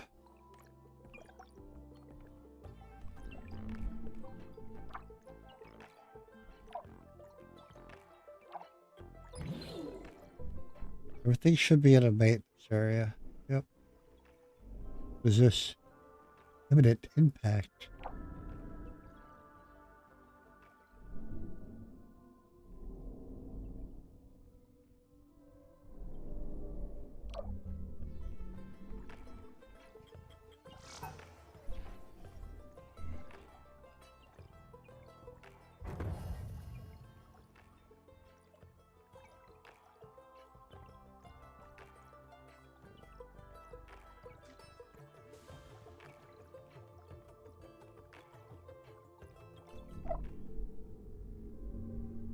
Okay, so nothing going on there. We should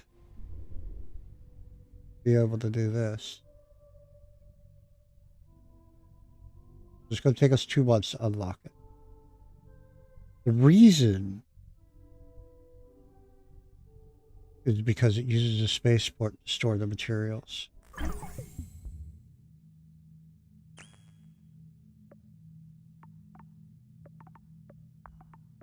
What batteries?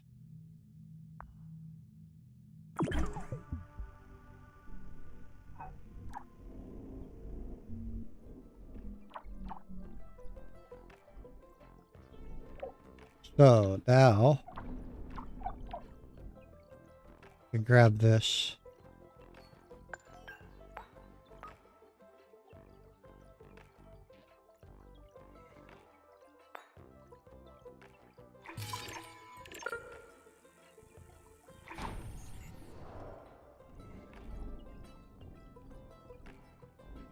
I can grab these. What I'm gonna do.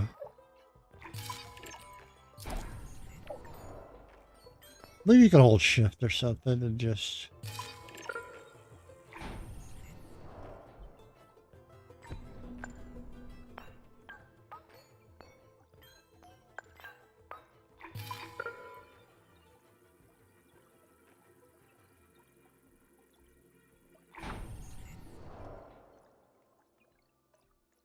Our power. Yeah, that's what I figured. We'll go ahead. Throw a wind farm out here.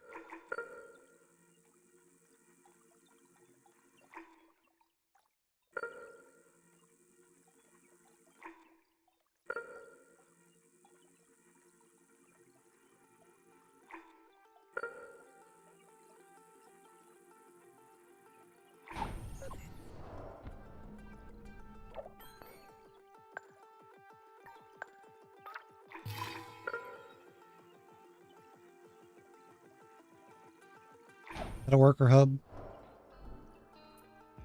That's just a regular. You could put an advanced mine on it.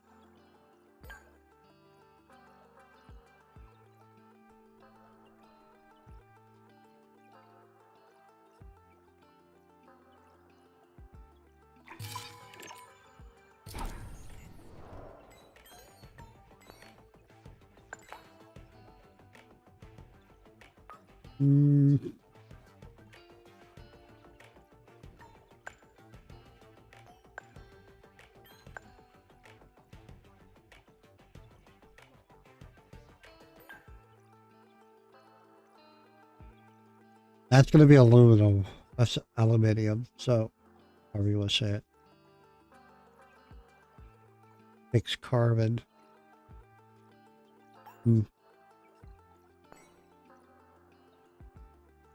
This is carbon.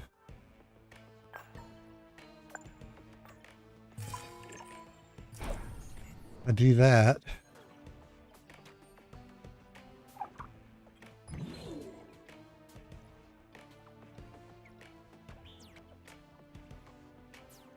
That's the maintenance area. It's actually kind of perfect.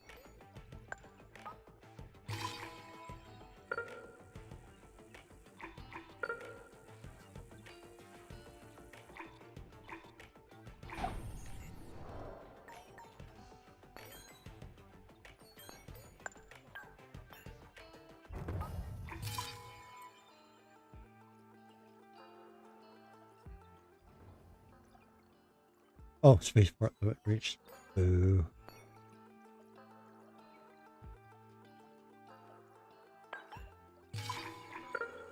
Do this. I'm gonna put two workers really close together. But it closes that gap.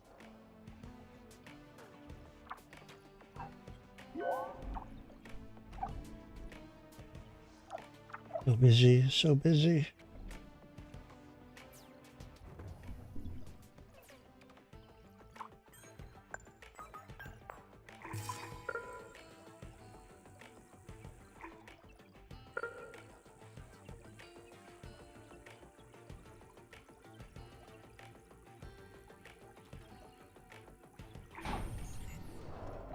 Try to break some of this up with a few I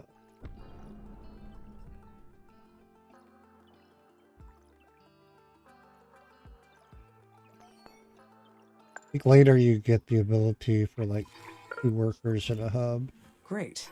Now I can examine those nuclear silos. Well, I mean the colonists can. If all their blueprints and materials are there, we could pick up where their mission left off. I wonder what other secrets this planet is hiding. I don't know, but I was working, woman.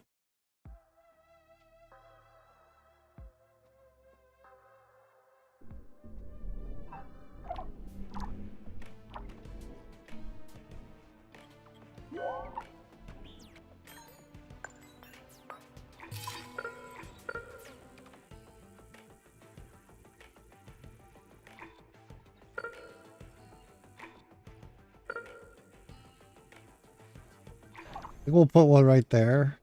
What that's going to do is that's going to split this district a little bit and help. There's more than one drone doing. It's really hard to get some of that stuff going sometimes.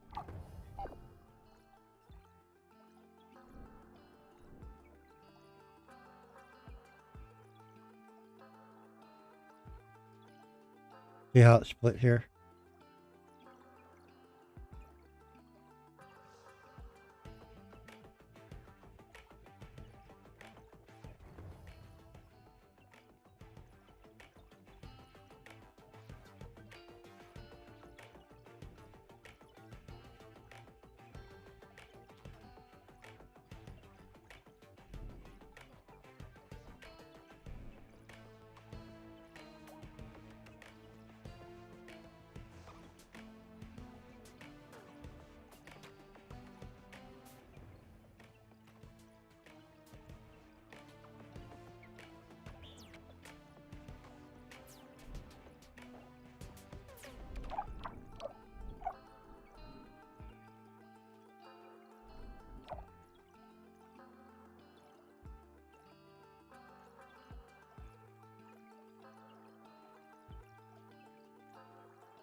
The little drones are supposed to try to stay within their area and just barely go out of their area.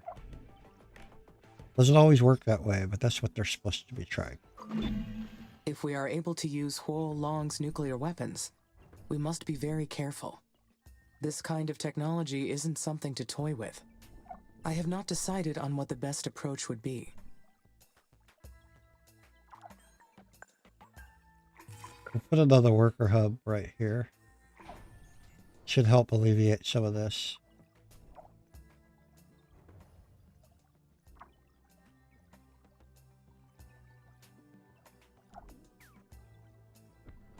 I better put this on hold. I should favor a less destructive method for terraforming Mars.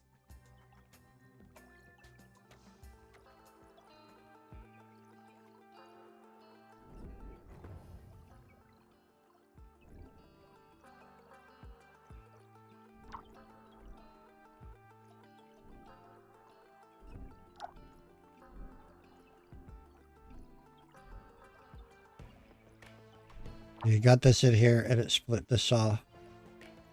It should start evening out a little bit. You'll see some of the other zones start turning different colors. One thing that you want to do, if you can do it, is like I'm really clumped up here. I want to spread out some.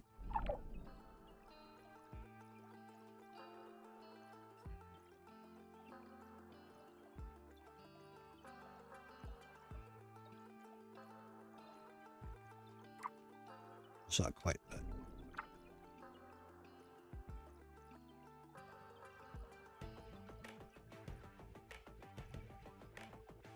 See, one of the major issues here is there's 2 factories plus the dock.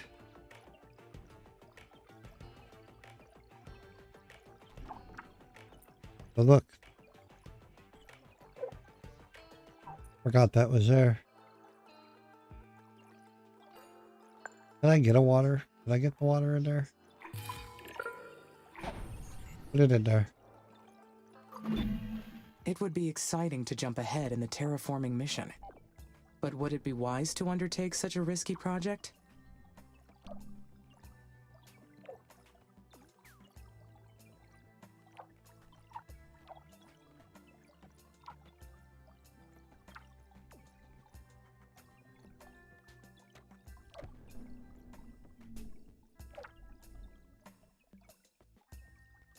Progress requires taking risks. I should pursue using the nuclear missiles. This one confused computer.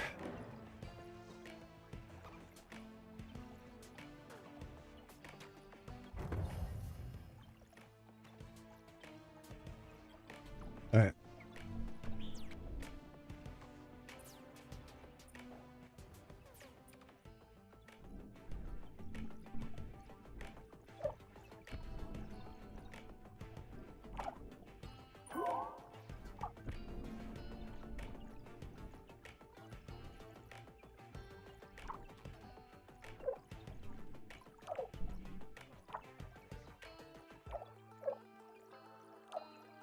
See, this one little guy right here is running this aluminum mine, this iron mine, this silicon mine, and the water mine, and the water. He does get some help, and that's when it lightens up a little bit. So if I drop that right in there, it should split this, and it should help. Fuel factory, electronics factory, and a glass kindling. You can move the glass kindling.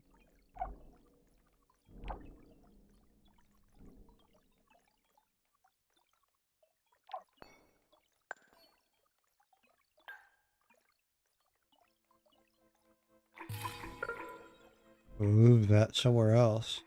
Like this guy right here, he's just running one thing. We can put a glass kindling right in here.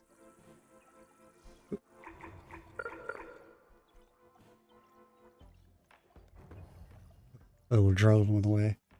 I'm out of here. You just talked about putting the glass kindling in here. There go.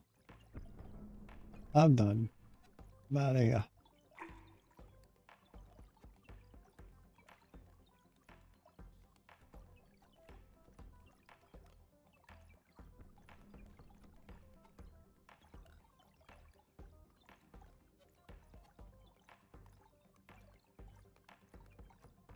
Let's just hold off on that for a second. One of the other things is this steel factory.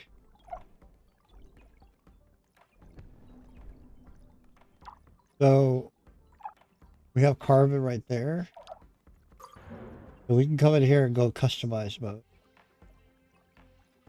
And we could go.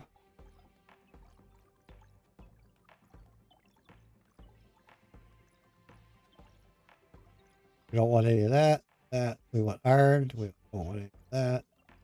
Water. Any of this other. Well, we'll take the steel. Any of this other stuff.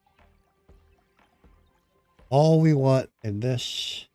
I think that's all we have, right? We have aluminum. Okay. We'll take aluminum too. So that way, whatever's gathered in this area, what steel too? Did I even open? Yeah. Whatever's gathered in this area right here, as far as like the carbon and the aluminum and stuff, will go directly here. And then we come over here and we go, okay, we need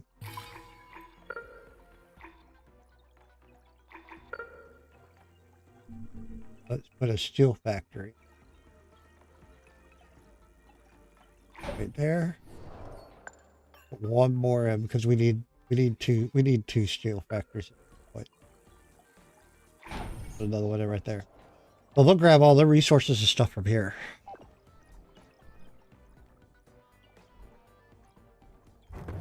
This evidently is outside of just barely.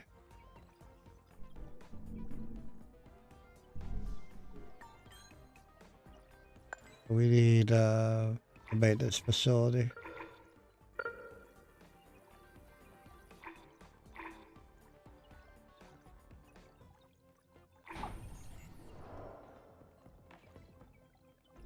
This will all get adjusted eventually. Are these up and running? Yep. So now this factory right here, we could just say goodbye.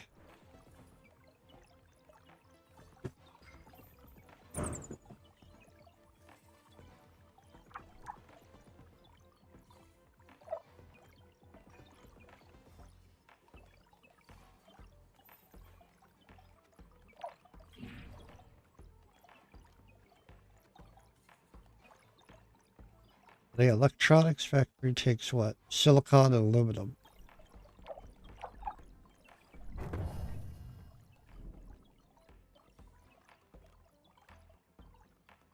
So that should make this area more efficient.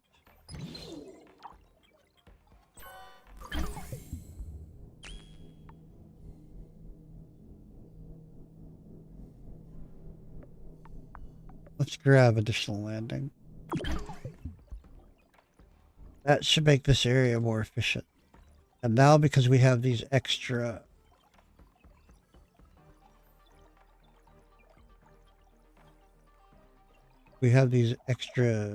steel factories. And this one drone is controlling it. We'll come back up here and we'll put another worker hub in. Right next to it.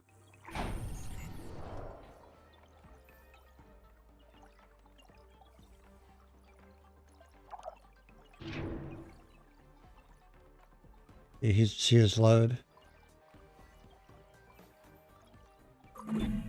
I look forward to being able to create bases across the planet.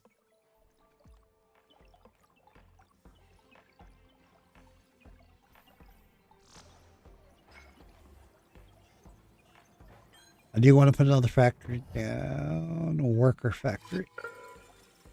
And I want to put it up here. We have two working. Now that I have batteries. Right here? Yeah. Need to find a decent spot to put a set of. Right here?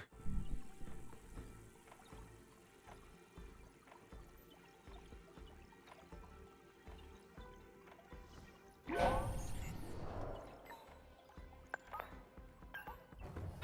think it's shift you hold down that it does. You can do multiple. It's shift or control? Shift.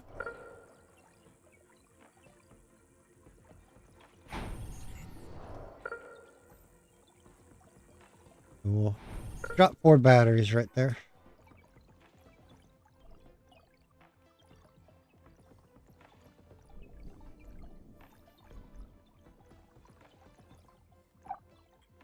Power's going downhill there, huh? Put another wind farm up. Where would I need another wind farm? Look. Well, I got 2 things out here, so let's put a wind farm up right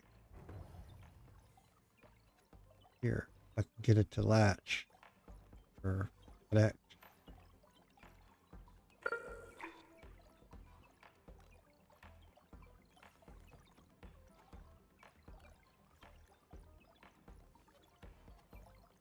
I'll put it right there. And we'll put a storage right there.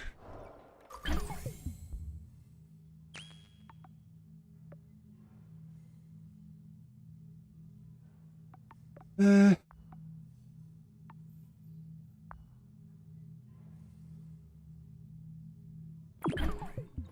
put a storage right there, and then we'll put a worker hub.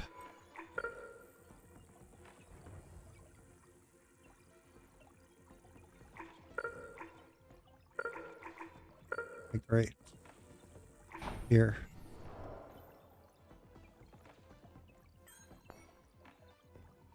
Gotta watch my buildings.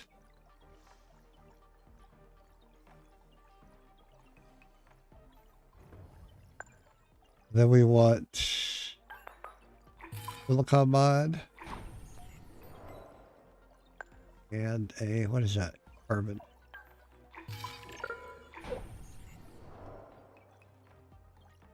Yeah, I'm losing power. That should be fixed whenever I get this done. These batteries will take power too.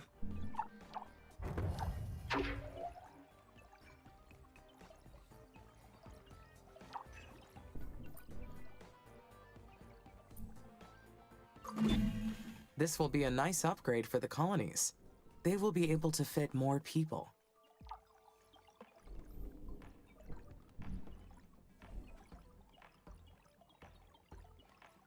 And then as we go here, I'll start, I know this is silicon mine, and that makes glass.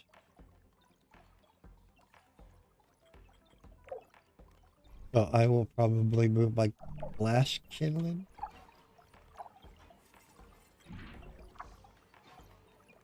I still haven't finished cleaning that out. I'll probably move my glass kindling down here somewhere by the like up here by the storage right here. Maybe put a couple down, and then here we're only allowing glass.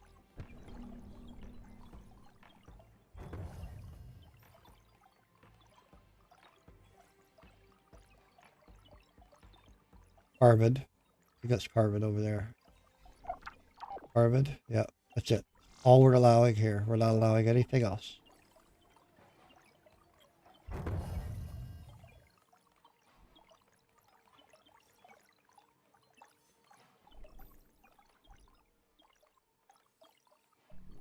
And then what you'll do is you'll figure out, like, I might need to get this carbon from here to here. So you'll put a main storage that'll, like, as a transfer point that'll let everything transfer between here and anywhere else it needs to go. So you'll have a main, like, storage hub that will allow you to spread stuff out. And when this area needs it, they'll run over there and grab it.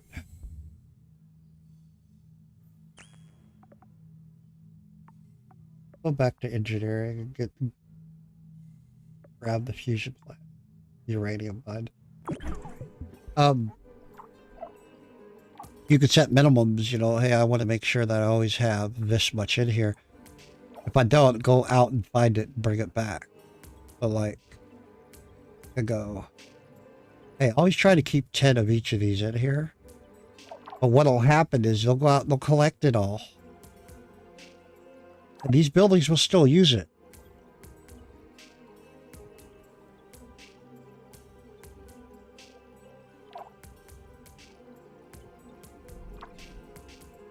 Then you go over here and you go, I just need, you know, at least 10 of that.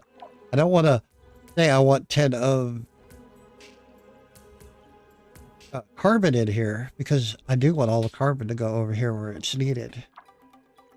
As you can see, it's starting to get filled up. But as these factories start running out, see, they're still using it. They're still bringing it over. They're still filling that factory up.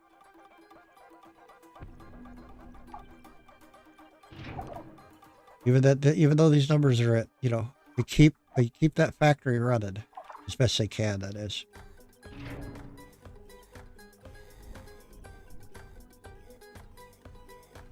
Ultra deep iron.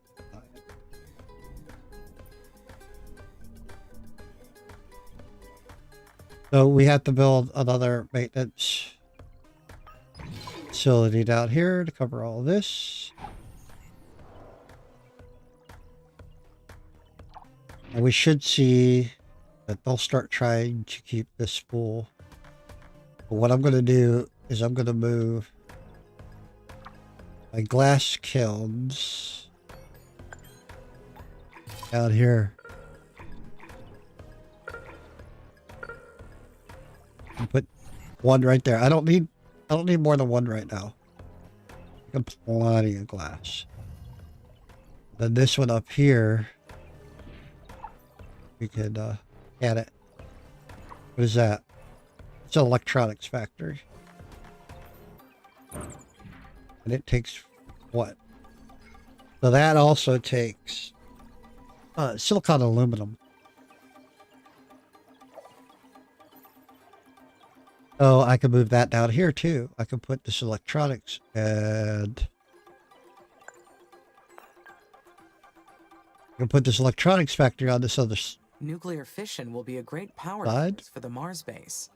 And since I will be controlling it, there will be no human error. I will need to source uranium Put that right there. from the planet. Then in here, since we need aluminum, we will enable that.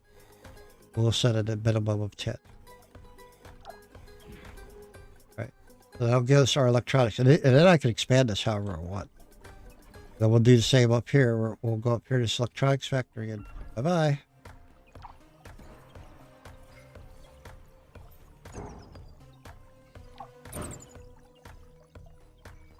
And once they get these cleared out, we'll put a hub up here.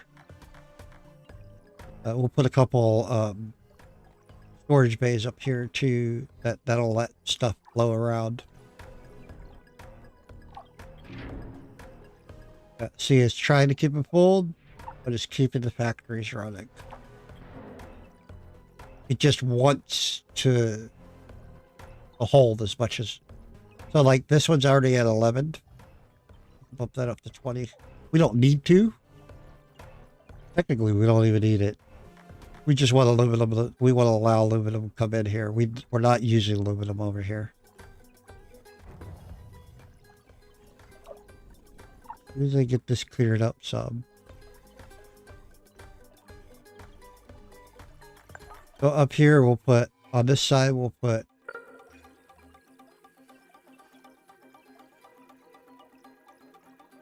central storage that'll just let everything flow through. And then when they clear this up over here, we'll put another central right over here. Here by the houses and stuff, we're going to put a storage center.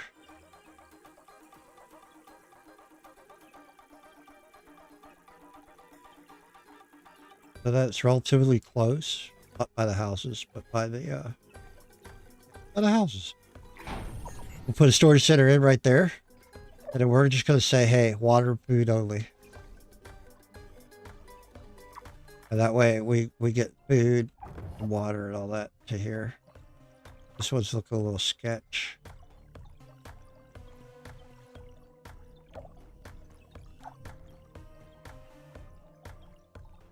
Where is my food factory? How are we doing? Okay, so food factories. Where is my food factory? There's my polymer factory. That takes carbon. Okay. Where is my food factory? Ah, there it is. Takes water and polymer. So since we're building this right here,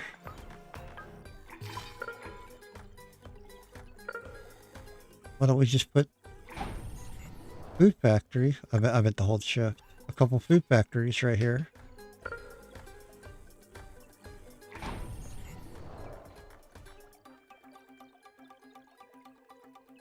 And it'll pull from here.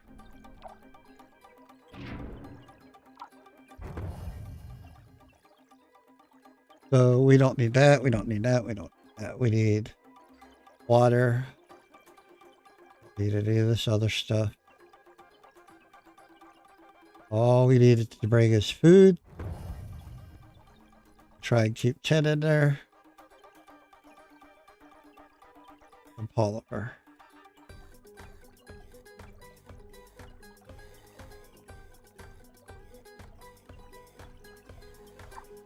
Then we'll tell this food factory to go away.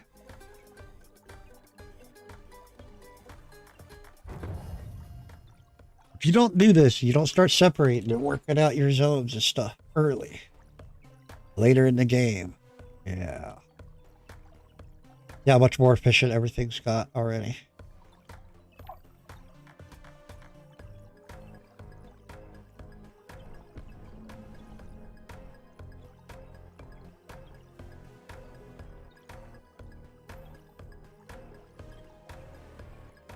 Really? How am I losing energy? Oh, did the, oh look here, silicon, chemicals. Wow, look at all the chemicals. Holy smokes. Did the wind farm stop? Sometimes those wind farms will stop. That's a lot of chemicals and stuff. Alright. I'm not going to put any plants down right now because this is deep made. I don't think we need silicon. It seems like we're doing all right.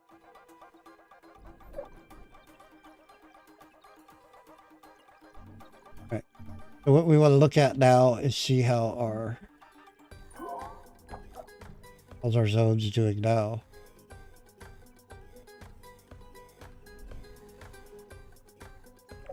This zone right here that I set up is a little bit, not much. Seems like it's doing pretty good. This zone here needs to be split down a little bit more, but we're getting rid of this food factory right here. That should alleviate some of it. How many? Oh, this one did not grab. All right.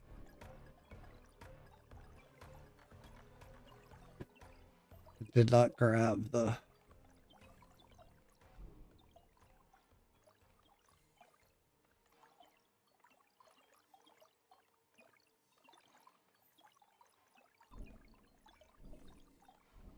This one seems to be running fine. This one seems to be running fine.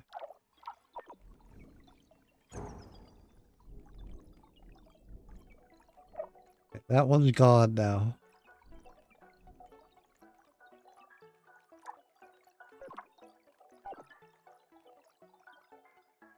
There's just too much going on for this one drone right here.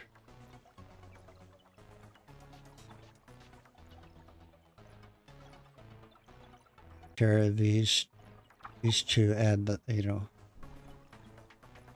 So let's put another worker hub. And we'll put it up here by the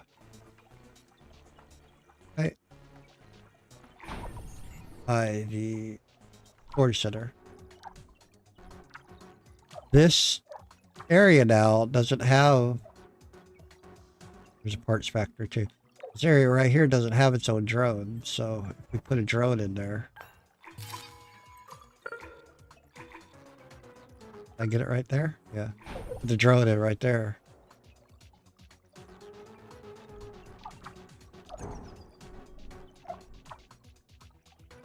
We're running out of power.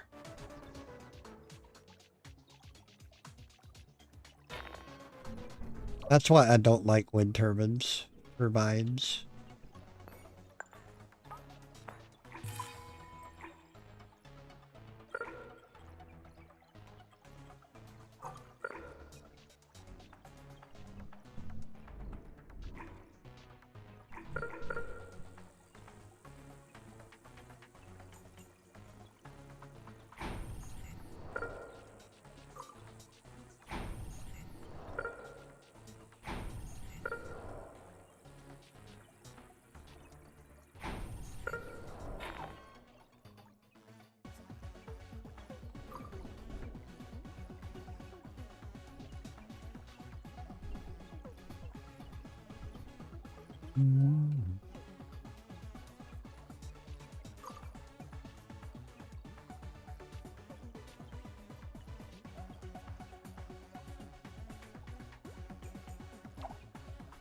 Now that I put this in right here, see how it split off right here?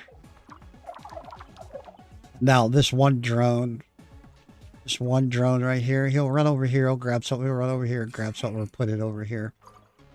But he's mainly running just this area right here. You got to look at this stuff and go, oh, they're running this, this, and this. And so this guy's running a chemical plant. But he's running all over the place. He's running over here to grab silicon, a silicon mine, to bring it over here. That's why this area is red. It's not that he's overburdened. This guy was right here. This guy was overburdened. Not that this guy's overburdened. It's because he's running around doing everybody's, job. Trying to. You got an aluminum mine here, an iron mine here, and a silicon mine here, and got one drone. So to alleviate that problem, what you probably want to do is put a drone right here. If I put another storage center, worker hub,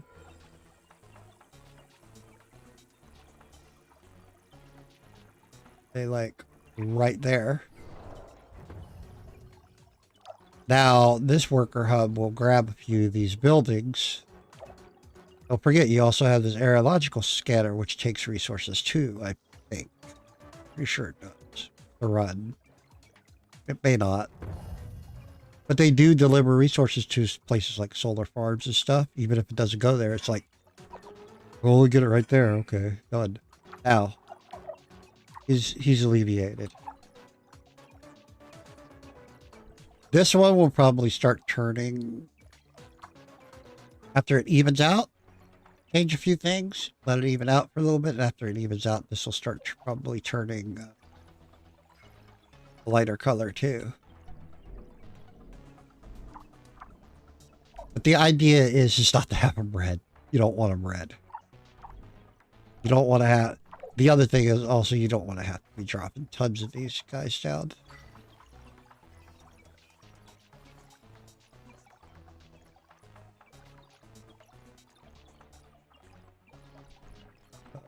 See.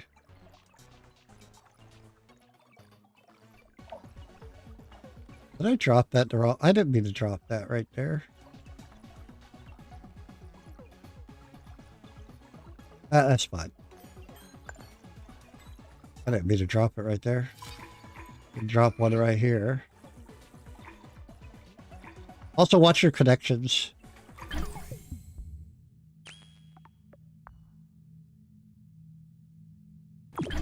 Also, watch your connections when you're doing this.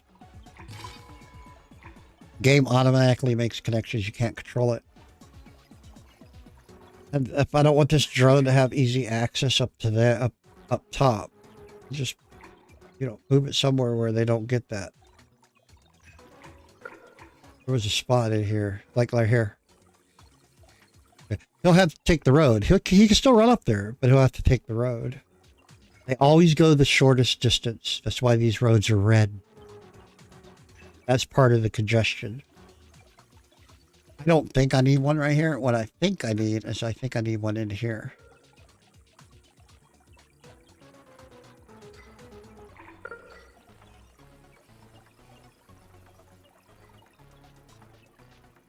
I think I need one right here to help run this storage and the main landing site. This building's going away. It's just a drone hasn't got there yet. So I'll let it go like that for a little while and I'll make some tweaks and stuff.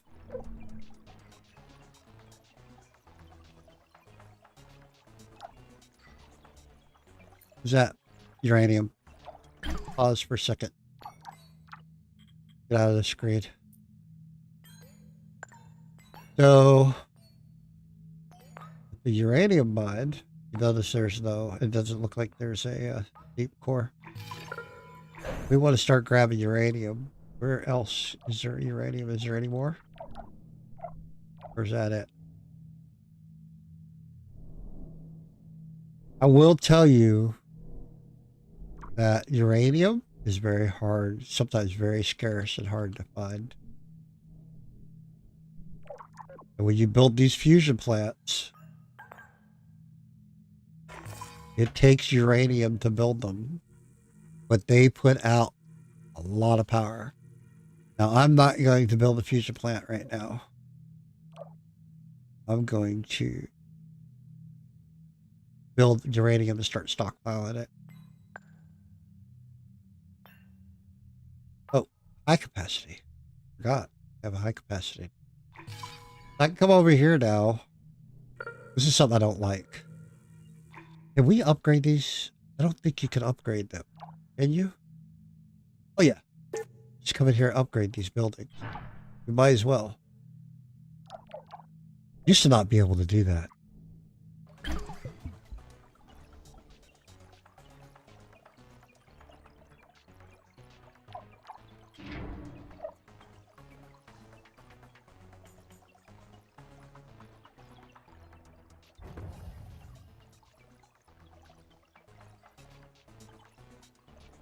We have a water source over here. There's some more carbon. See, they're trying to move the water. You see that? They're trying to move the water down. Now, I have all this going on right here. I should probably put a little worker in here.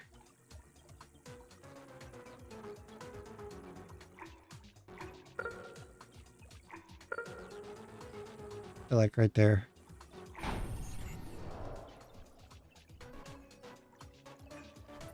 They're slowly moving the water here.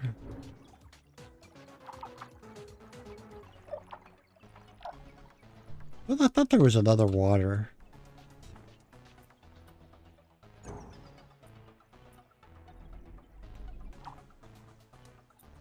Crap ton of. The water? Is that water? That's aluminum. Aluminum. Are you serious?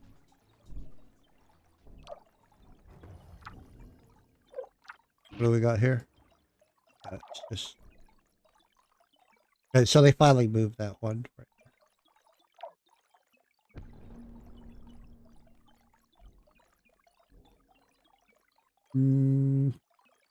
Where's my other water plant? Where is my water plant? Did it say?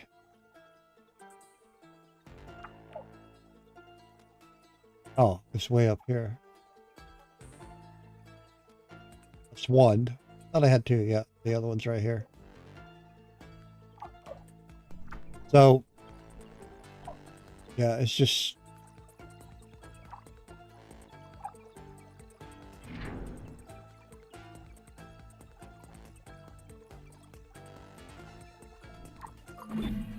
Upgrading the routes will allow my workers to move faster. Efficiency is key to our success.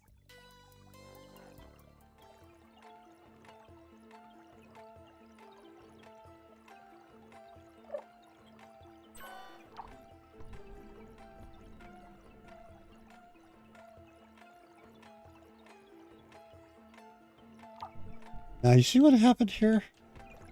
That's the only thing I don't like. Now, but, however, this solo drone all by himself in his own little sector means he will run around and do other jobs too. I mean, he will run all the way down here to grab something to move it around.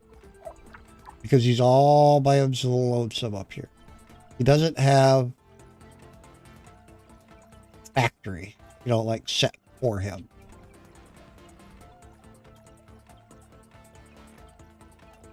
You have to kind of watch what's going on.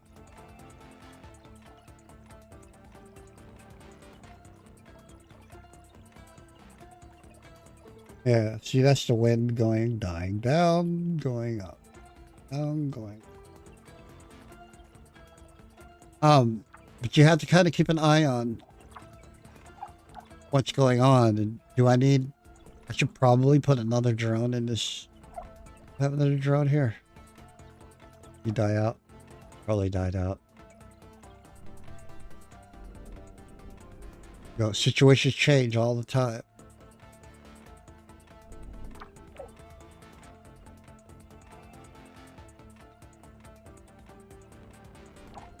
One of the biggest problems is everything's coming into the central hub. So I have everything here. It's here.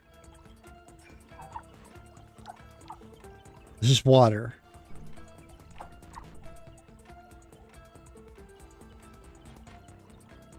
The water is coming into here. How about we go in here? We go like this and go. Look. We don't want any water. We don't want any of that there. We don't want any carbon. We don't want any iron. We don't want any glass. We don't want any food here.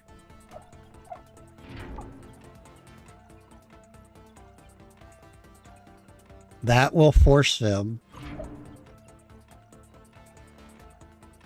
We don't want any iron. We don't want any food. Or glass. Or water. Or any of this. I think aluminum was going down to the other plant, wasn't it? We don't want any aluminum there. That'll force them to do.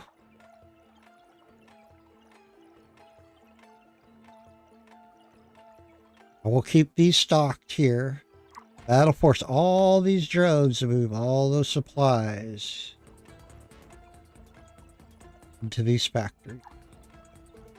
Into these storages and factories. Because it has nowhere else to go. It won't go here. Well, it will go here. No, no, no, no, no. Ooh. No. No. And I don't need food up here. I don't need water up here. There is carbon up here. There's a parts factory right there. That's fine. You can grab that. But what that'll do is that'll force the drones to go, look at them. Well, they moved it there, then they moved it here, then they moved it there, then they moved it there. Now, see how it's making its way down here? There's water making its way in there. Now, suddenly we have 10 food here. We've got 1 water, some petroleum. These plants are running.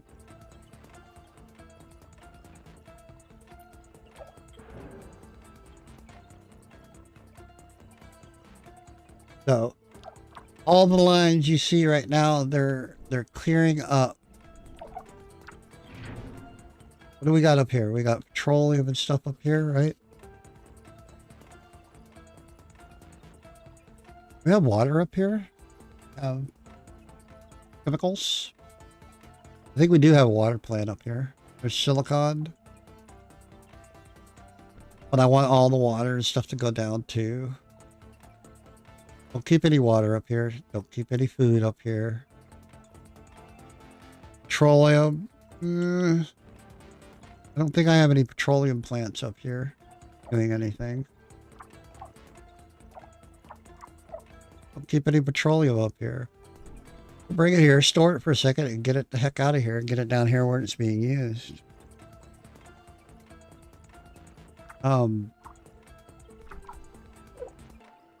This polymers factory uses carbon and petroleum. So I could move that off somewhere. I could move that over here. And put it like right here. You have the petroleum here. Right? And then put a storage base over here. And say, I only need 20 carbon. I can limit it. Here, I'll show you. Show you guys. I want to move this petroleum factory. Polymers factory, sorry. Actually, let's do it a different way. Let's just the storage center.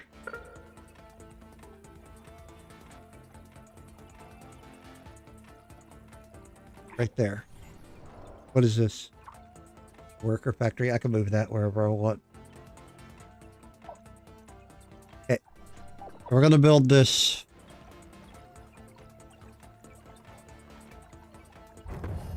And the petroleum, this polymers takes petroleum or chemicals and carbon. So we're going to go in here and go like this.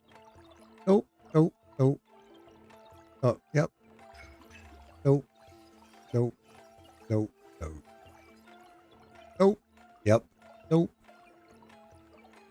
We don't have to allow this because it'll go straight over here. Because we're allowing, matter of fact, we won't even allow it there. It'll get picked up and shipped over here. So what we want to do is we want to say, hey, I want 10 minimum of that, 10 minimum of that. But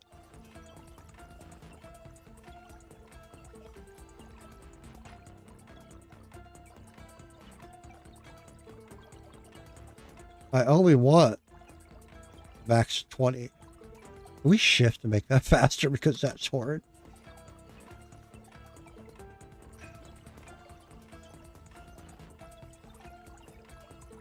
Wish you could type the numbers in there. And 20 of that. That's it. That's all I want. We'll go ahead and let there because it's really close by. They can come over here just as easily and grab it, but now I got some carbon and some petroleum coming in here, but I'm not too much. Just enough to supply this factory right here. And it will take, if it has to, it'll take petroleum from here if it's over 10. Or not petroleum, it's not petroleum, it's not oil, it's not gas, it's chemicals. What is the deal here? Where's all my chemicals at?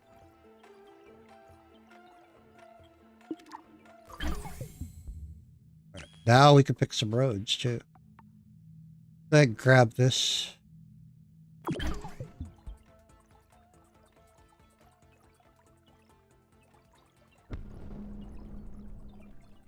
All right.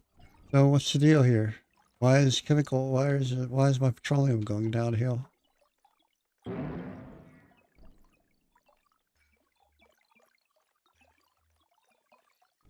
Did the other one run out?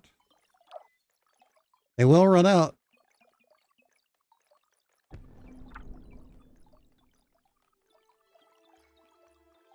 Is it not being emptied? See, it's full. The guy's got to run all the way over there, grab that. By the time he gets back, oh, managed to get another one.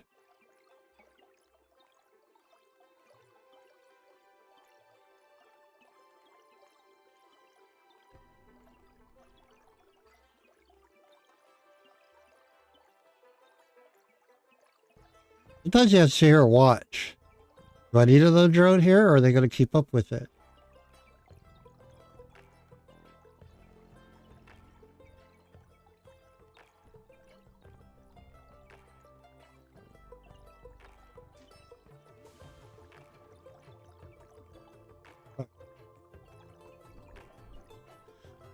Did my other petroleum run out, though? Where is it at? Or there's chemical. Keep calling it petroleum. Don't mean to call it petroleum. You can see this one's being cleared out, like, religiously.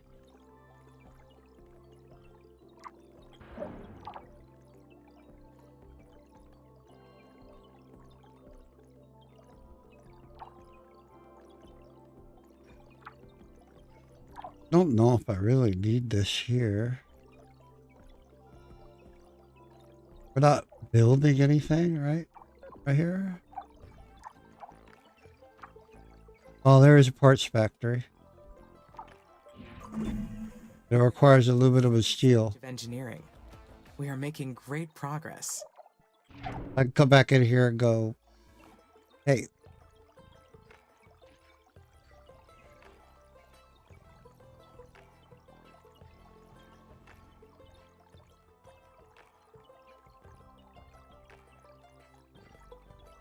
Want 20 of that.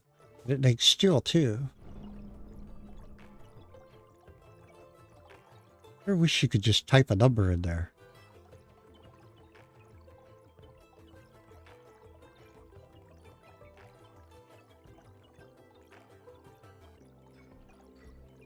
I mean, it doesn't take that long, but when you're talking about a whole bunch of different... Now this one should start collecting a little bit of steel and stuff to keep this plant running. Not that it had a problem.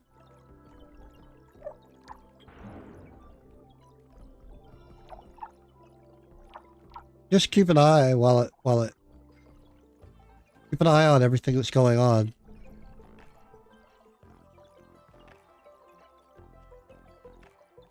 Well, it's kind of evening out. Am I using the aluminum over here for anything? Are we building anything with aluminum?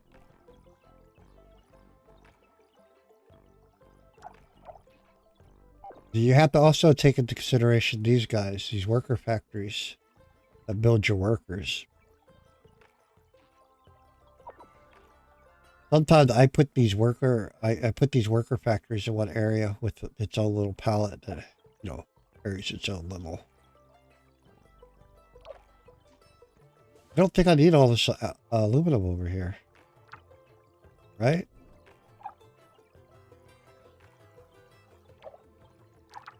I don't see anything over here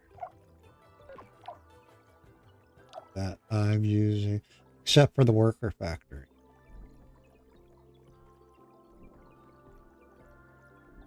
All right. So let's just say 10. We only want 20 here.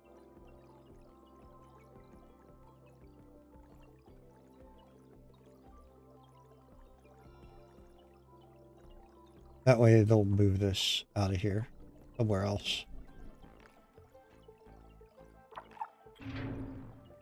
It'll all probably come right over here. Now, how are we doing over here? We got some water. Are these guys running? Semi, huh? But you can tell by the numbers it's going up. Water's kind of wrapping out there a little bit, but it is going up.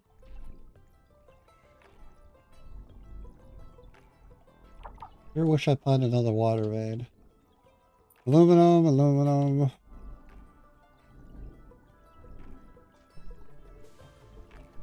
I'm tempted to grab, not the deep. I can't grab the deep. It's a shallow. Silicon. My problem is chemicals and water.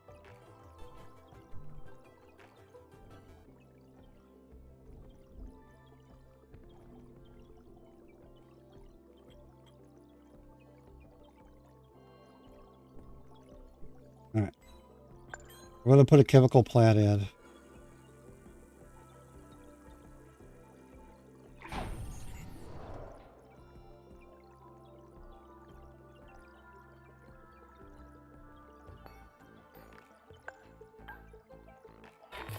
More solar farms, evidently.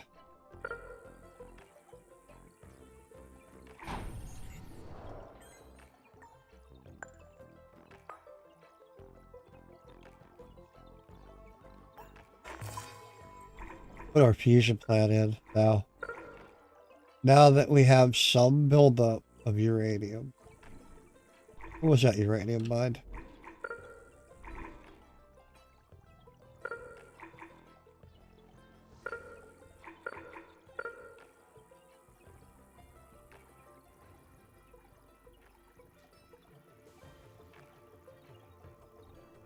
Put it right here.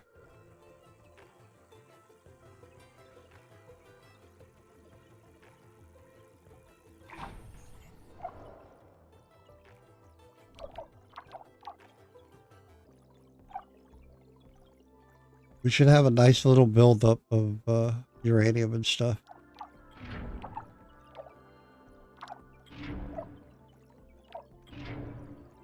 No. We got 8.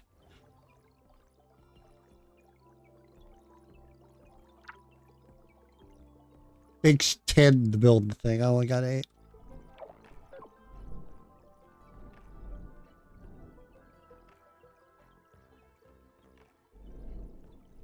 Alright, well, we'll just let that do its thing, I guess.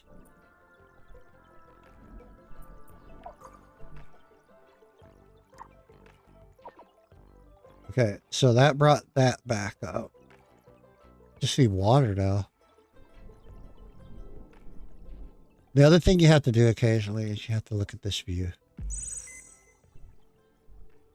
this thing's way... That. Oh, yeah, that's right. I forgot about that. This is a chemical patch. This is a silicon patch.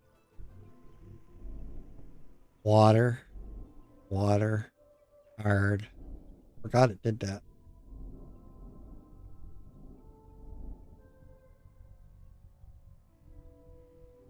That's why there's so much of that over there.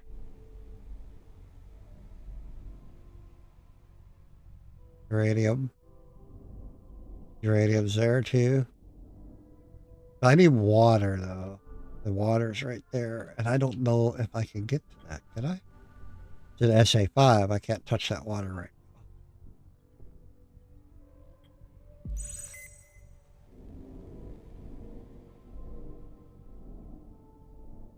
Wow, that's just...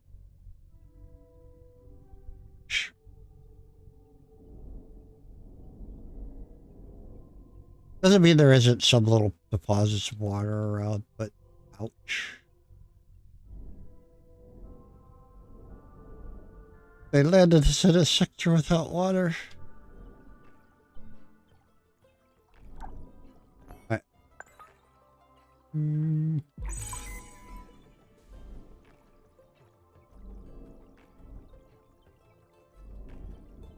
I'll go ahead and put another one in. This is all iron, which is really good.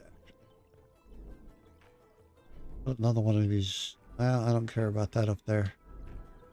Put one right here.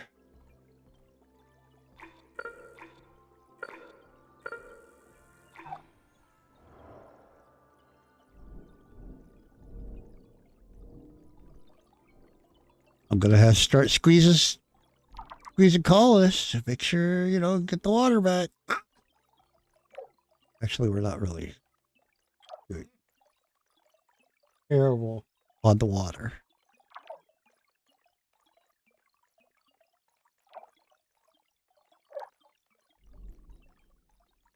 But, you know.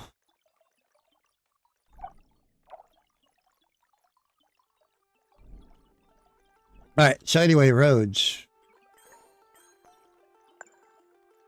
Was there a tool for that? I can't remember. Oh. I think you just go in here and you can go like this.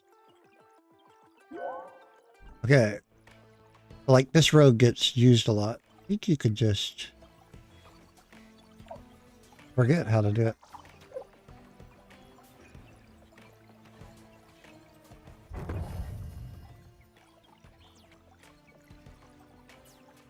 I forget. Do I have roads? Is that roads? Improves roads.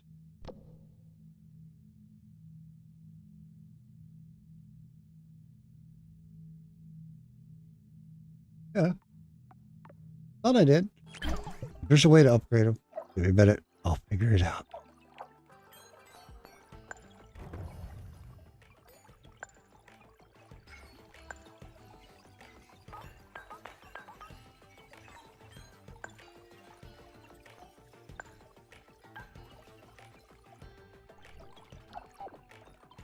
I could have swore you did it in this view.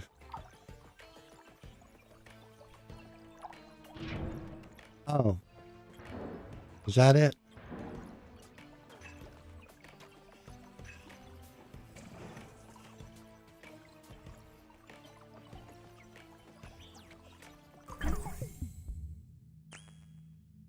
All right.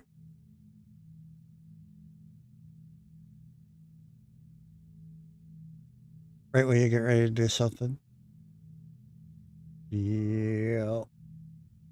It's my luck. All right.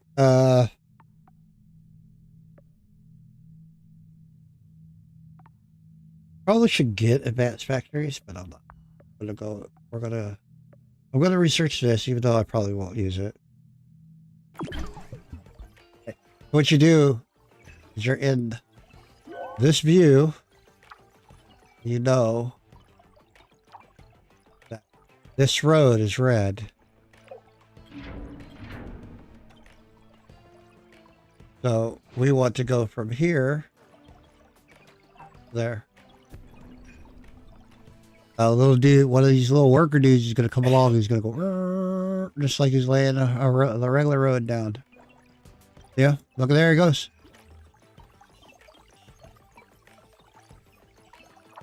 He's like, I got this. Hold my beer.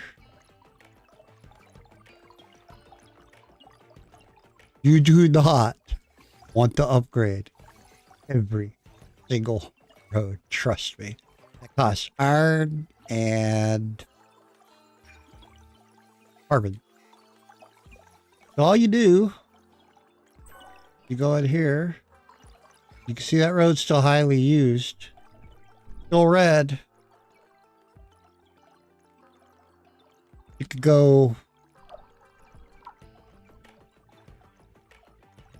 Okay, for instance, from this building here all the way to this aerological scatter, or whatever you want to call it. You could go from here, from there, to there. And it will upgrade the road all the way along there. And once you start upgrading certain roads, the computer will pick up, or the little bots or whatever, the game will pick up, oh, well, this way's faster. And it'll start using that path.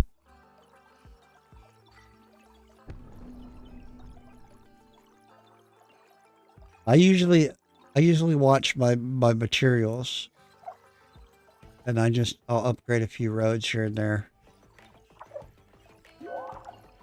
And see, this one here is almost not look. It went from a deep red to that lighter color.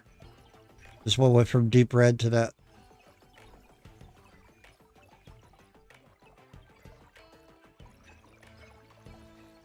Which means the efficiency. This one didn't. Means that road is used a whole heck of a lot. But you can see here, this sector turned a little bit. So,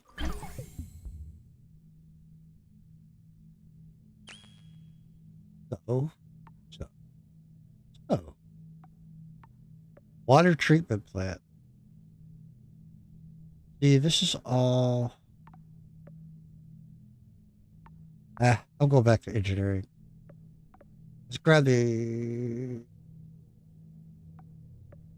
advanced factories. All right.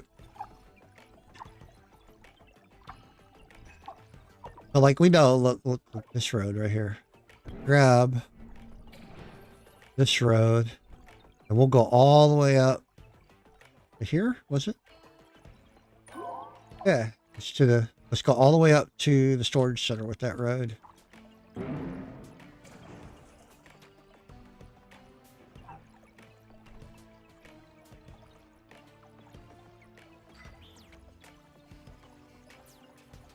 The really cool thing is when you get the Hyperloop. You just put, it's like a subway station. You just put subway station out by where you need your materials go. You build like little industrial parks.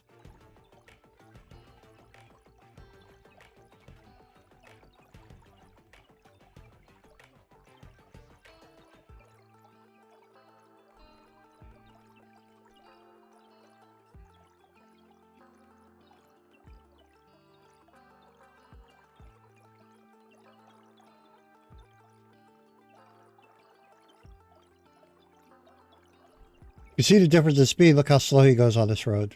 How fast he goes up there.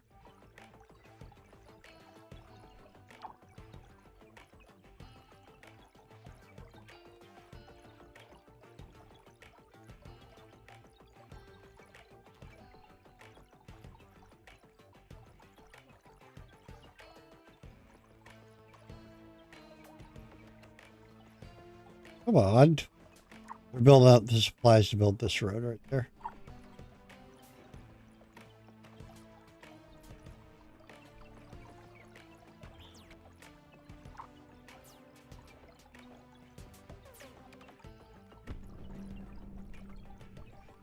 But like I said, it's not worth it to upgrade every single road.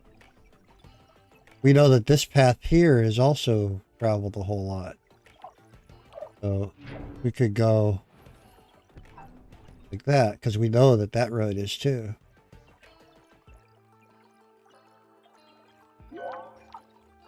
Deep red.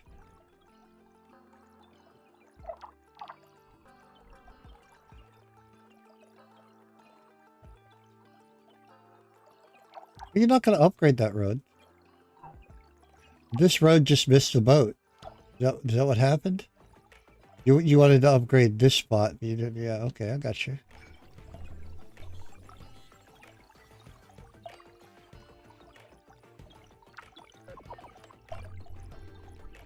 Alright. Fine.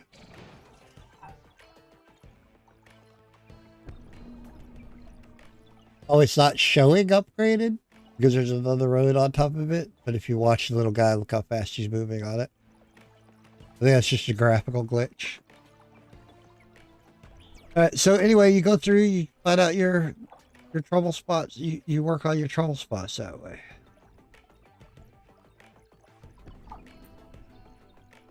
As you work on your trouble spots,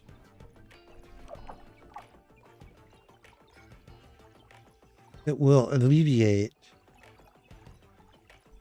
Okay, for instance, from the spaceport, you have to be careful now. As it goes from this red line goes spaceport, this Polymers factory. Polymers factory goes over to here, so you have to. Then it comes up to this worker factory, and then it goes up to this worker hub. But you have to go from here to there. Then from there to there.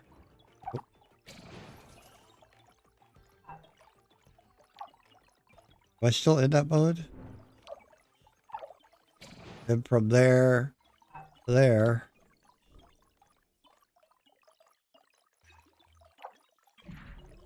Then from there to there. We'll grab that hub right there, and it'll go from here to there. If we watch, see that line turned a really light color. Dark red, dark red. He'll finish that, and that line will change colors.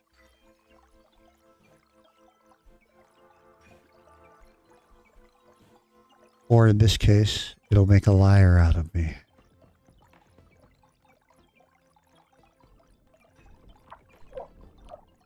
But you gotta kind of watch your resources and see what you can and can't do. This one didn't. That road is so traveled. That's crazy. This would be a really good example here.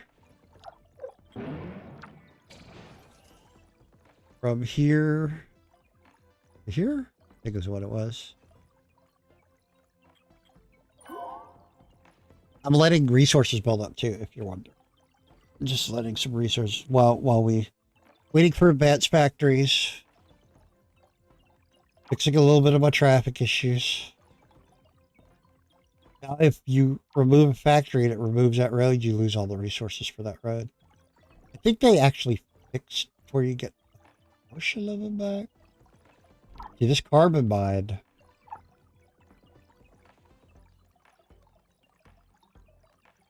You hear this carbon mine? You're getting. Oh, it was getting overstocked because they were putting carbon there to do the road. I was going to say, it's getting overstocked.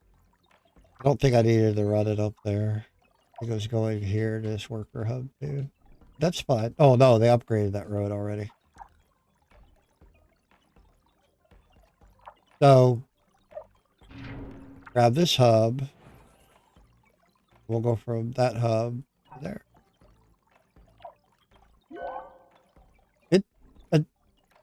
It's a slow process. Makes a difference. From here to there. And from there to there. And from there to there.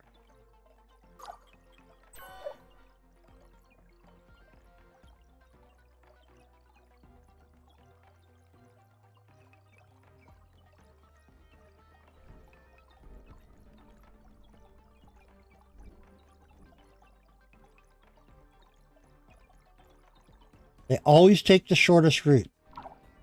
Or they always try to take the shortest route. Did I upgrade it from here over? Here to there.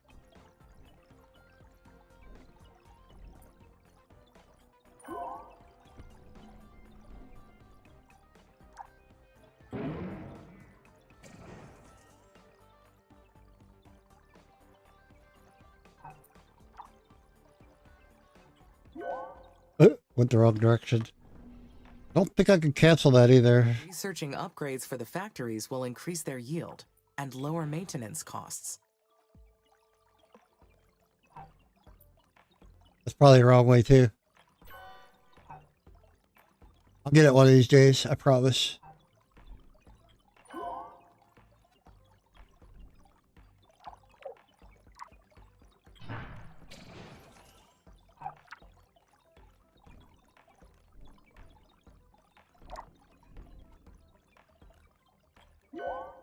Now, I have a bit of traffic that comes down through here. Not a lot. But it looks like they bring something down, you know, and they're dropping off there, and then this guy will run up, grab it, and move it down to here, and then this guy will run over there and grab it. They try to stay in their zone. So, we can help a little bit by doing that. That. That. That. That'll help a little bit.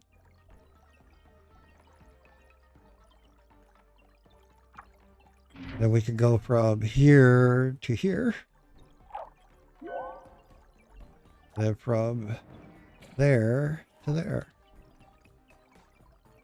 See what that's done overview wise. It's a lot of drones.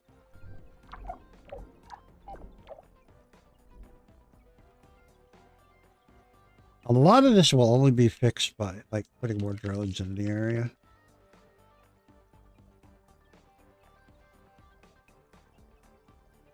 But I can put another drone over here, but he's still going to use this road. So that road's still going to be congested or highly used. I can put another drone over here, but if he's transporting something down over here, he's going to use that road.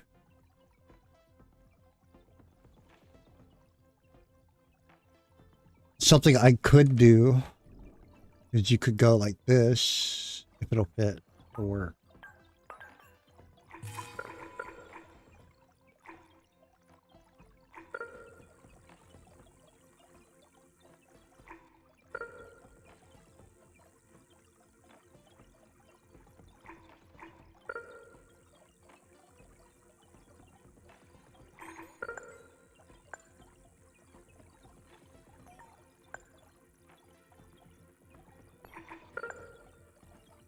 Oh, let's see, is there something I can do here?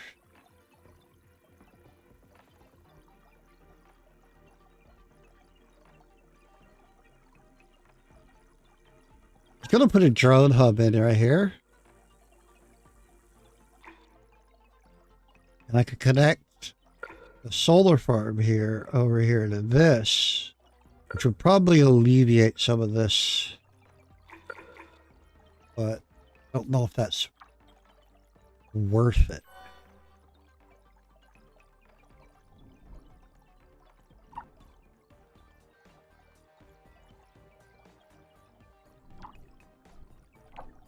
The usage, it still tells you it's heavy. and it will change color. The quicker they use it, the less, traffic that's on it. The idea is you find this road, you upgrade this road, now they move twice as fast on that road. So there's a road that goes from here, this worker hub here. Is that upgraded? Partway. So you upgrade it right there. Right? Yeah. Then there's a road that goes from this worker hub all the way up to that worker hub. Is used quite often.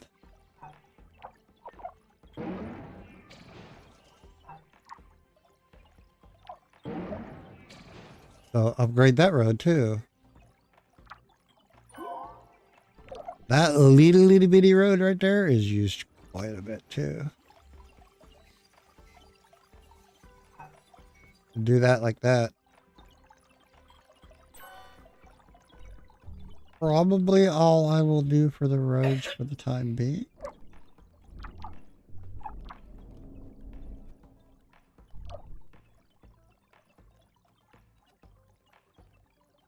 To alleviate any more of this kind of stuff right here, I would have to put another drone hub down.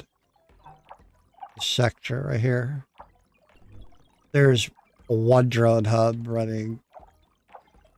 There's one drone hub running a wind farm, a solar farm, the spaceport, 2 colonies, 2 food factories, and a maintenance. Good.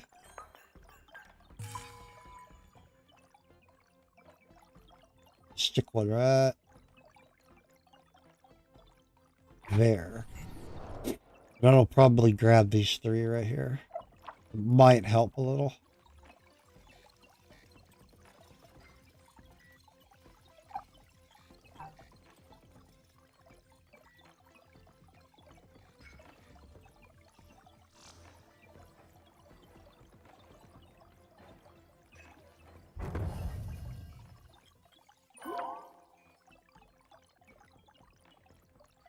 There's no drone here yet.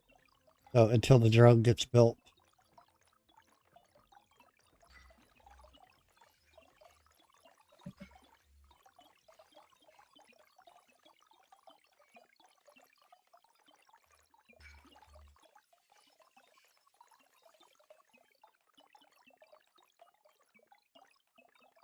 You'll know there's a drone here with a little line. When you see a little line from it, he's running around. There he goes.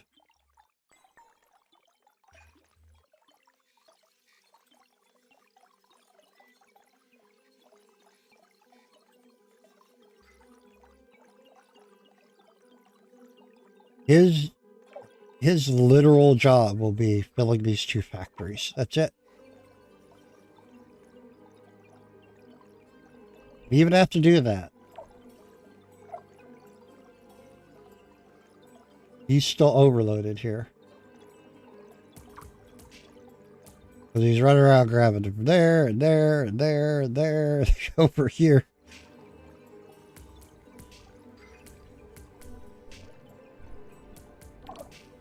Actually, he's the only one that's really overloaded. Look how it's smoothed out. They're upgraded a few of the roads.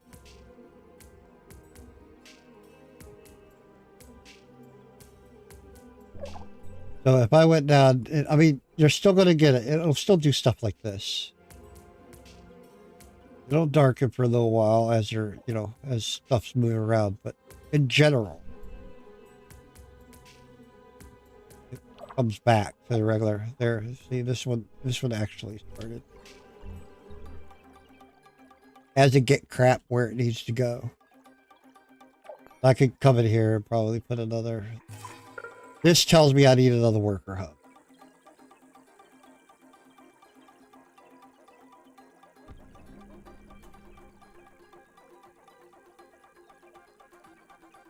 Maybe.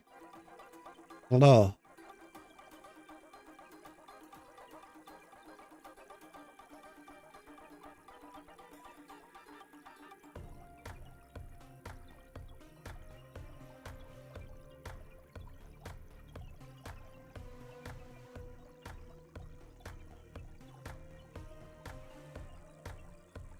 Yeah, we'll put one more down right there. We'll probably have to redo some roads, but it'll be interesting to see if that cures this problem. The more you relieve your neighbors, like this drone's helping this drone, this drone's helping this drone, and you know, the better everybody is.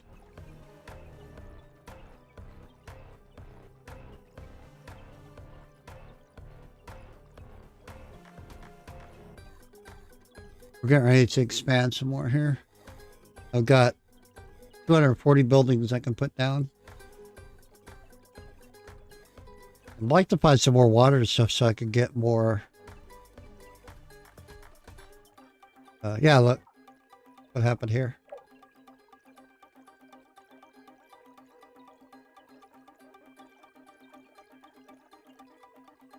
I'm still going in and out, but I mean, you're going to have that.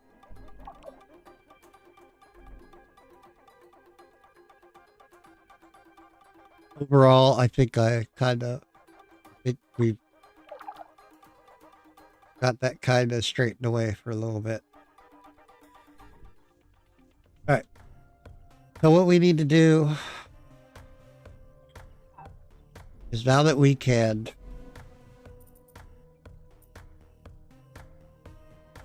now that we can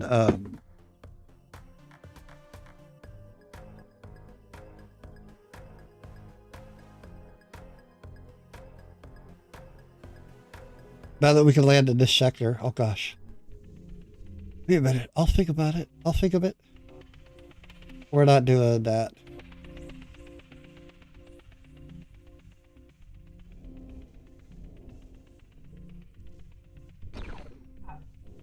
No, come back here.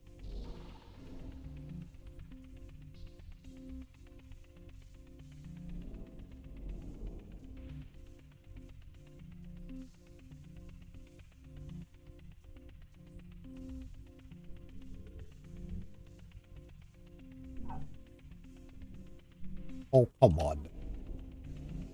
Oh, additional landing site needs a spaceport. Of course it needs a spaceport.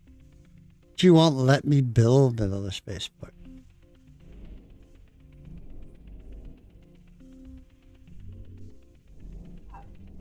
You're at your spaceport maximum. Have a nice day. Wait, before you can do that, you need to build another spaceport. Spaceport limit reached.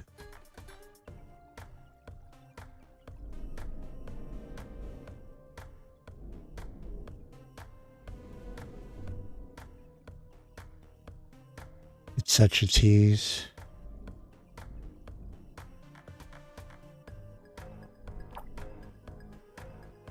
Oh, water. Water. Not that I'm really, you know, bad off. I've got 238 food and stuff.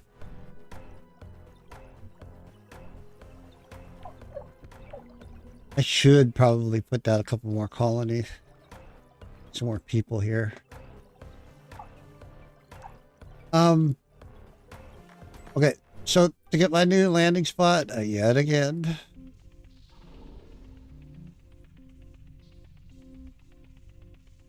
Oh, and spaceports might be tech related, by the way.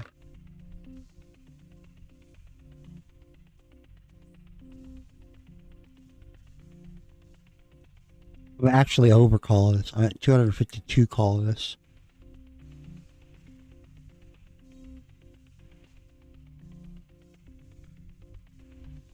Good luck with that. We can put you up in the closet. But, yeah.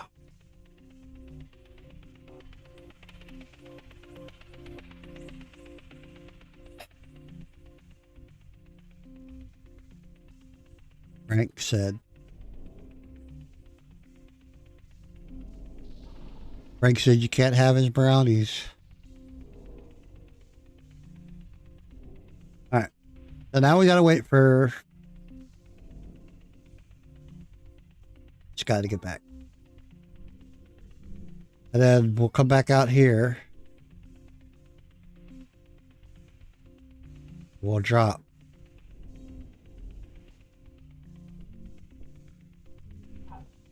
Wait, what is that?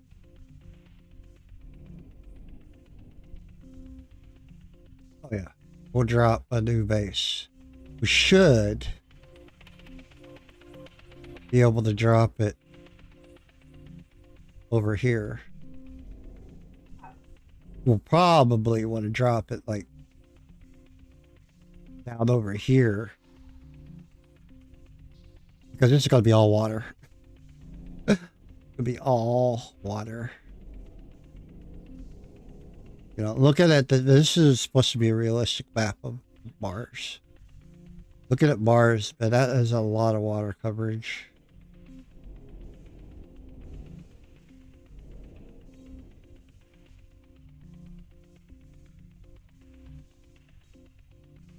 Anyway, all right, so we had some water down here.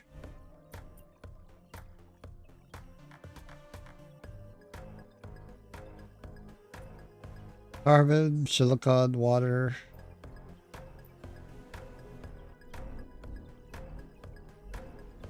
Don't worry, uranium, huh? What is that? Silicon. Ooh.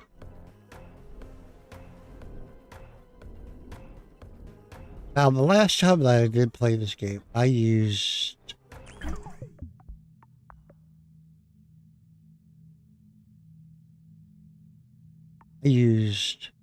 these to start working on getting an atmosphere on Mars.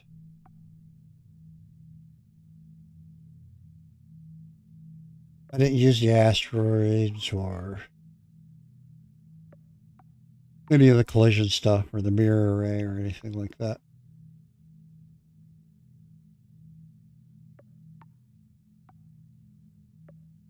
Use the oxygen, greenhouse. That was the two things I started with was the greenhouse gas factory and the oxygen release plant. Then I moved over here and started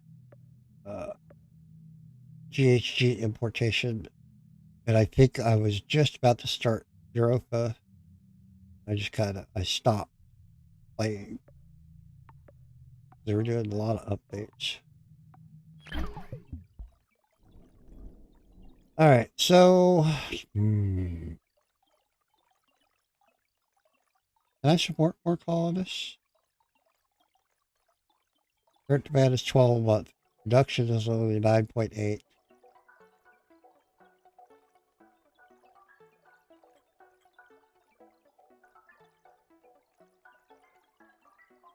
I don't know about that. Although, current demand is only 6. That. We're working on advanced factories. Let's get our advanced factories in. And then look to see where we're at. I do want to come down here and grab this water. That's 1,300 water there. But the question is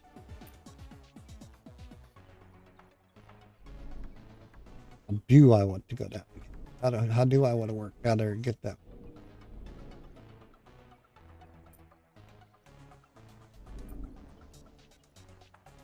I want to come this way. I want to come straight down here and build another little like colony thing here. You know, I could do that. Why don't we grab a solar power plant?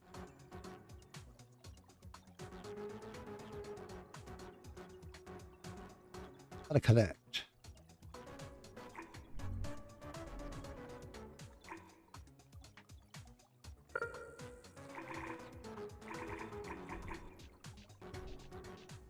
Oh, I grab a solar power plant. Look here. Gonna hit one of my factories. Let's put this solar power plant right here.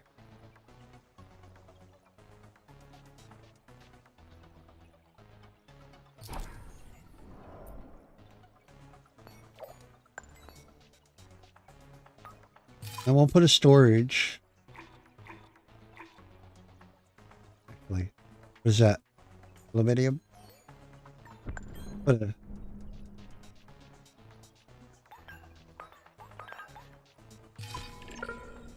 Wait, is that a deep? You just need, okay, advanced. All right, we got that.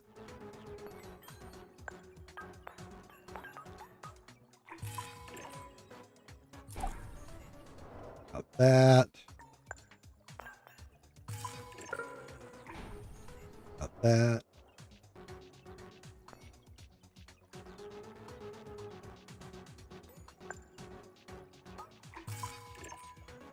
Drop that right there. Is that carbon? We'll worry about that carbon here in a minute. Right. So then right in the middle of all this,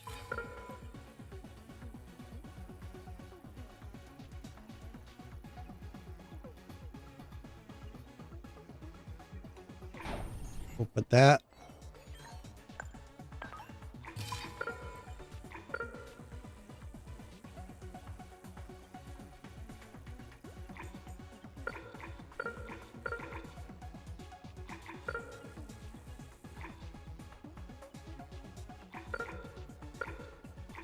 Oh, come on now.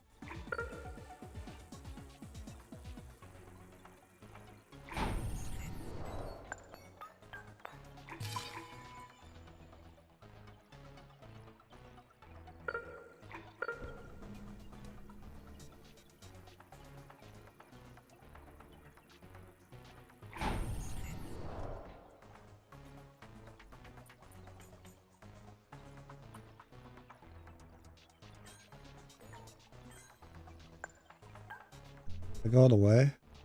Actually going up towards.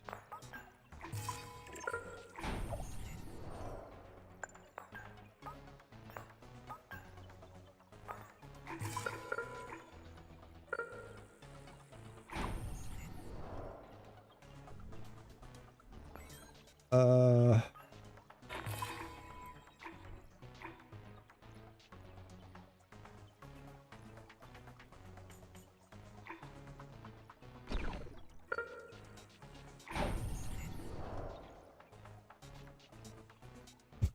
I do know that I'm probably going to need another drone down here. I don't know why I was so careful putting that drone in there.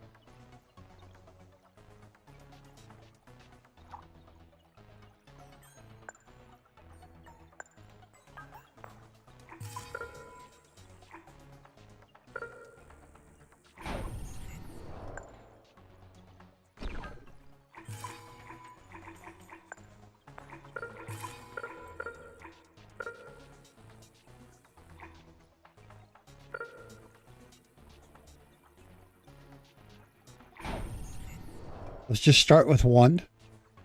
Way we'll see if this is, you know, if it's sustainable.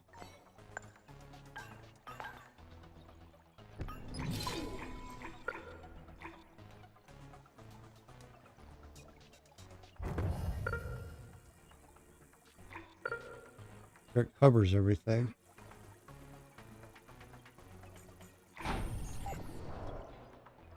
Should cover everything.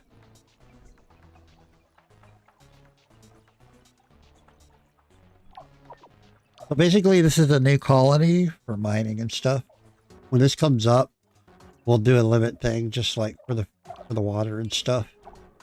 That way, everything will get shipped out.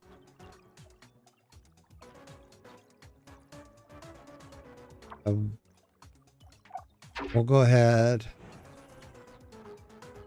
and upgrade that road.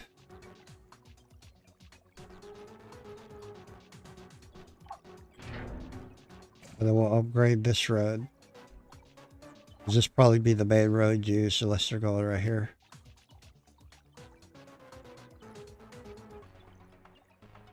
That way we get some more people in. Is it done yet? Over there yet? Over there yet? Alright.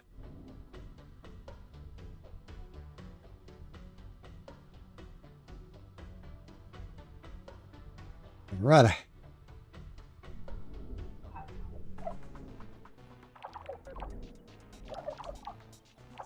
There is infinity landers right over here. You could actually go. And there it is. You could actually, I think you could actually send scientists out and stuff. It's a research outpost.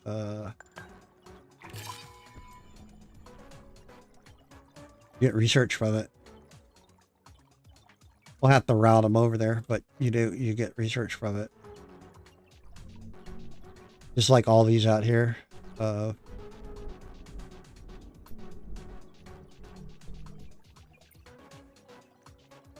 Which I didn't think about.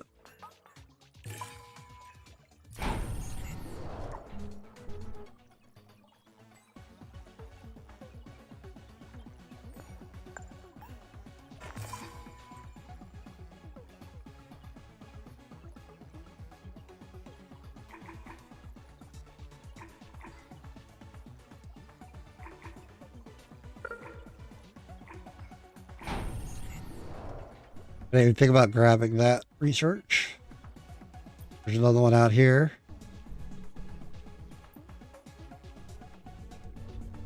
There's a whole bunch of them. And you could chain your way out there like that.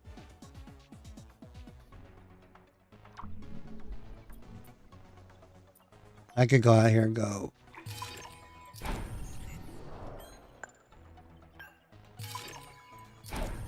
Those are in my area. I can... Let's see, I can't get that one. It's not in my area. But I can chain those three out. And I can simply... The bigger problem is how to... gotta get food up there. So I think this is one of those situations where you will make a storage center.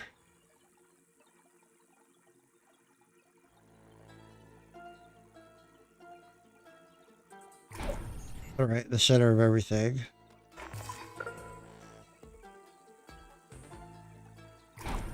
Go ahead and build some energy. Too much energy never hurt anybody.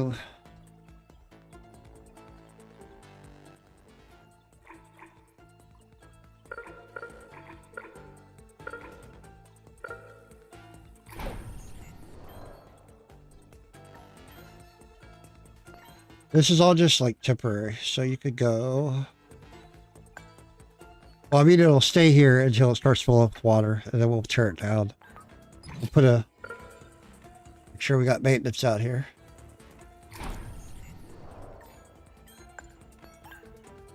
Make sure we got a couple of worker hubs.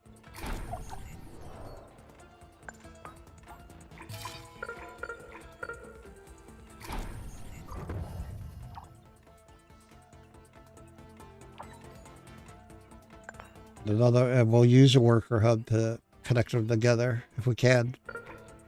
Oh, right there.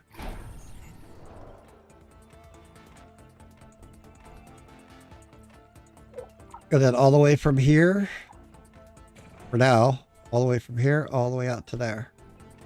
Road.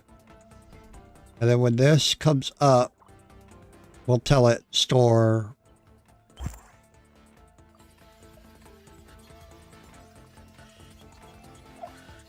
There it goes. There it goes.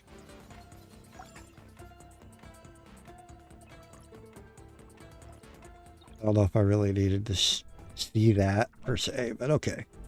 Anyway, why? Why must you turn it?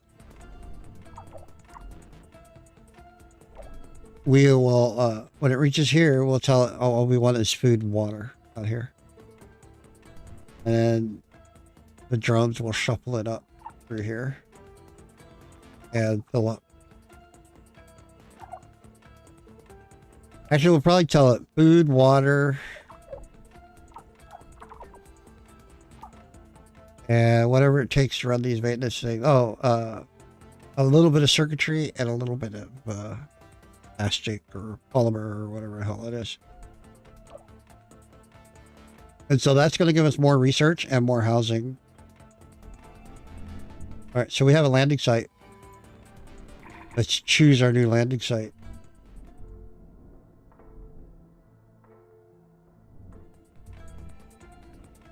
So I see iron right there. I don't see any water or anything. But our main objective is this silo. So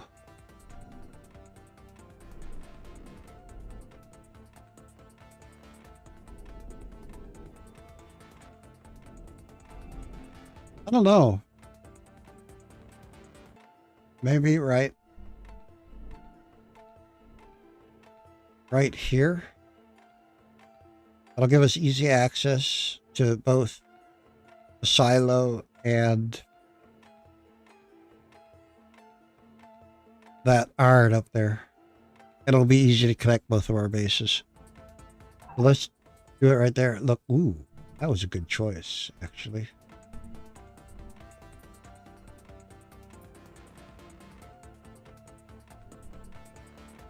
That uranium. Yep, I'd say that was a pretty decent choice. Is there water and stuff here? There is water. There's petroleum. There's chemicals. Can I build a spaceport? Oh.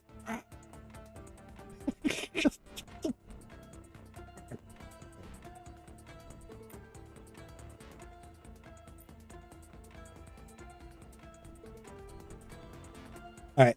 So really, on this part, really all we need is that. You gotta remember, I gotta split all these buildings between these two colonies. We need a drone. We need a maintenance facility. And power.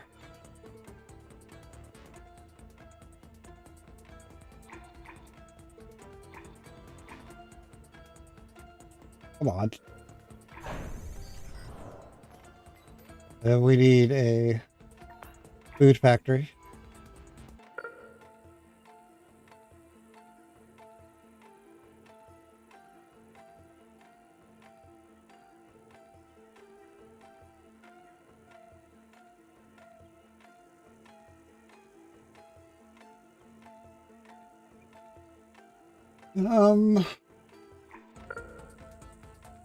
Let's put it right here for right now.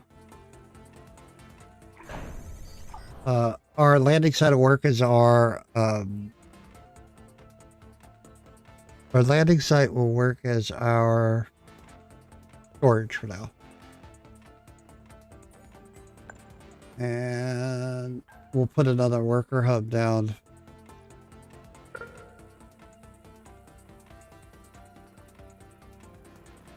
Right there. And a worker hub down. Right there. The research outpost. It's really all we need right there for right now. Enough to sustain a colony. You know, a few people. I don't think it needs connected. If it needs connected, then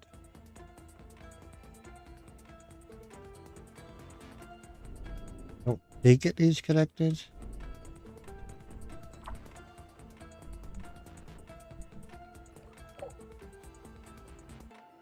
Why are you out of energy?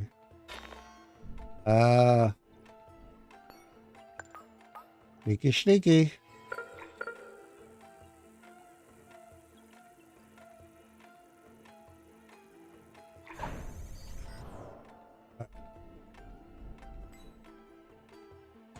This one too.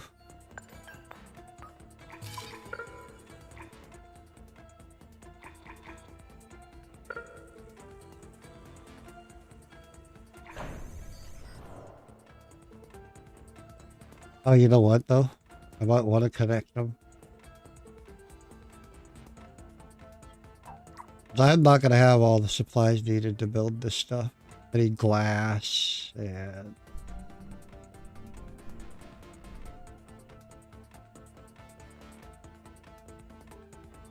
Alright. Nope. Quick and dirty.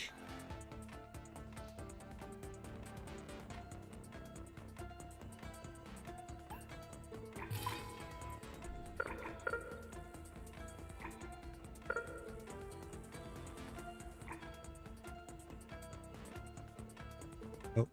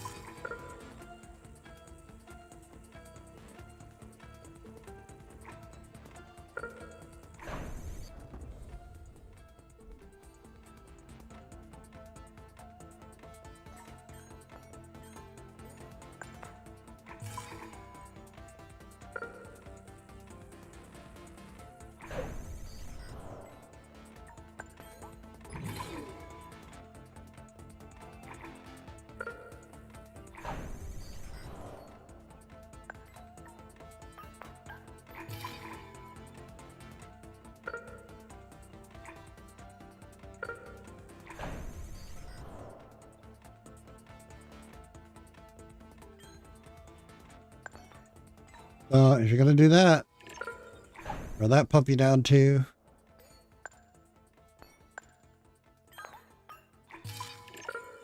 Throw that puppy down. Might as well mine this stuff. Oops.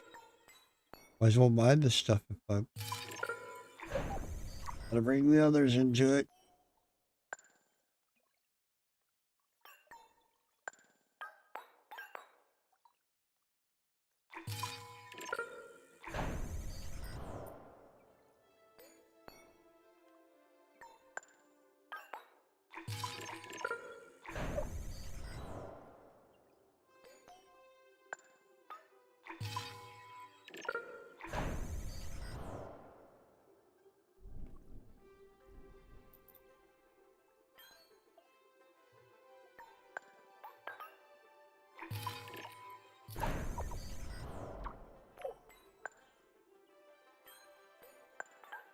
So we're going to drop down.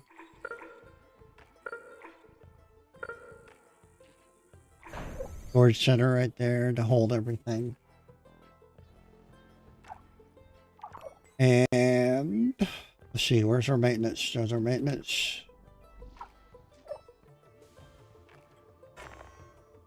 Power covers most of that, doesn't cover that building. There's a power plant going in here. Oh wait, there's another power plant going in there. I don't need this power plant. Forgot I had this one going in. So now I have to go back through here.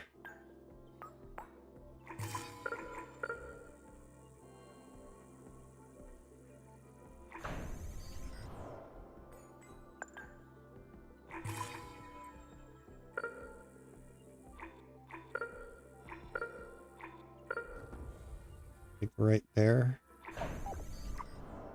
And I just need a little edge here.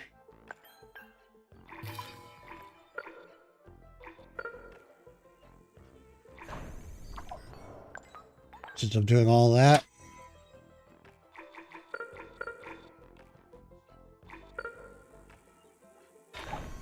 Do that. So we can start scanning this area.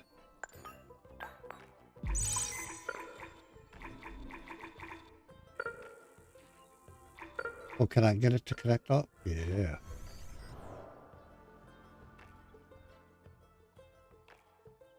We'll check maintenance and everything after we get this area built.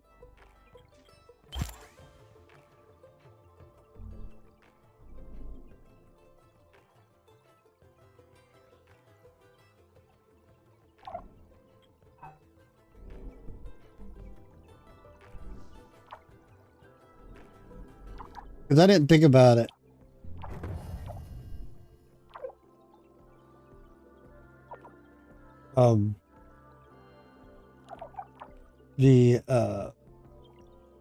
It's going to take stuff to build this stuff, so. Oh, I also need to put a drone. A worker factory in here.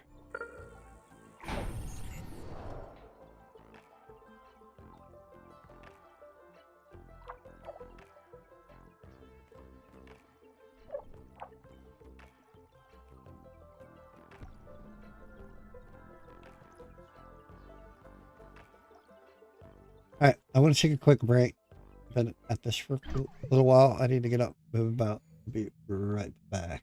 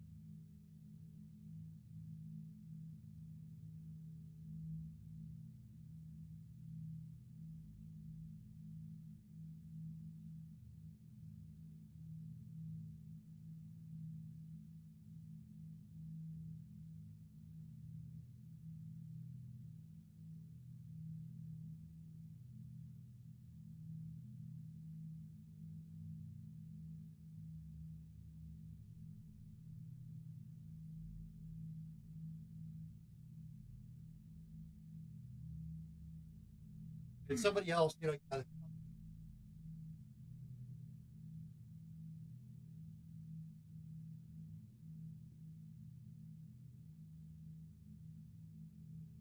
if that drone picks his thing up, just right, put a little oil on it.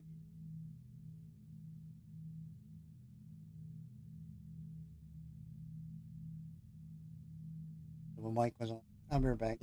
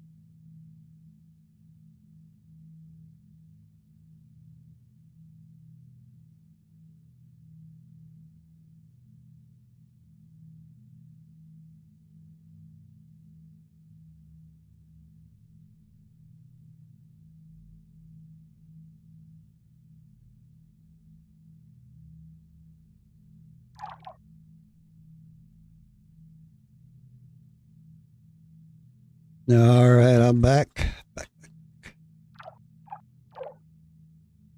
Get this going. I can connect these two up because, yeah, I got to get resources over here.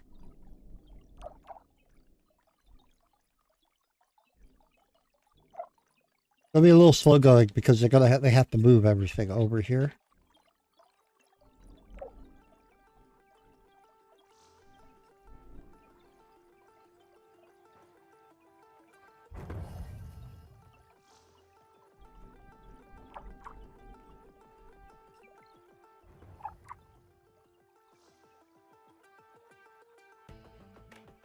Oh, I'm going to put it on the live screen, huh? There you go. Sorry about that. Glad I seen that.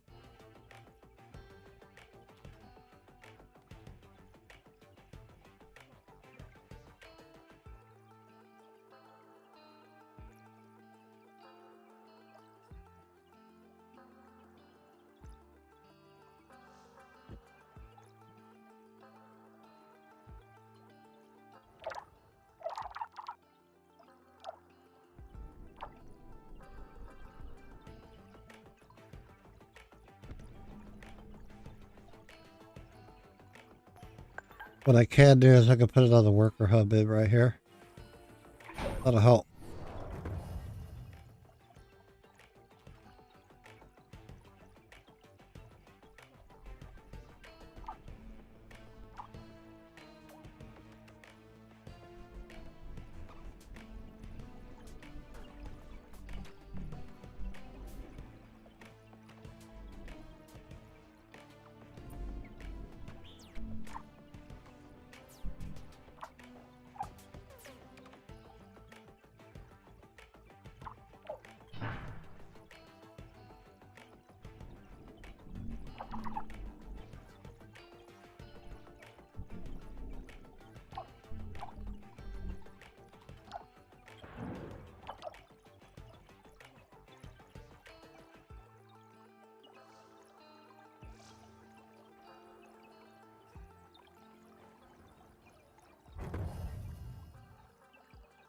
You don't want anything in this one. Oh, except food, water, and chemicals. We'd like to try and keep at least 10 chemicals, 10 water, and 10 food.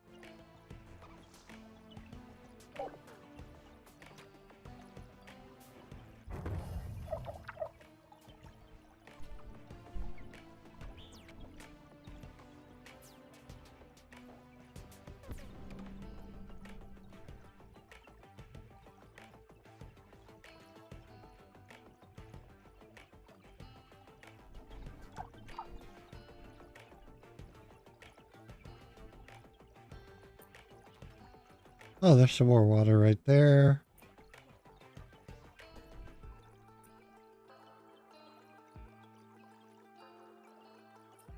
We can expand out and grab that later.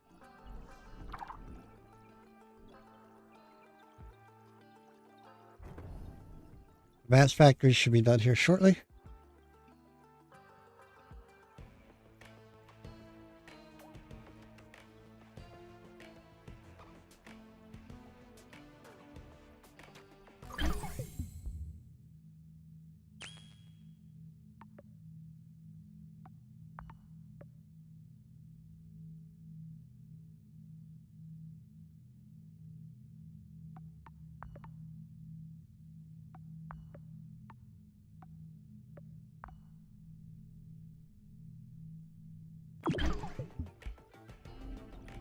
Okay, knock that out, get that out of the way. So we can have more colonists. We're at our max right now. There's 700 allowed. Speaking of which, I need to turn the colony ship back on. Ship on.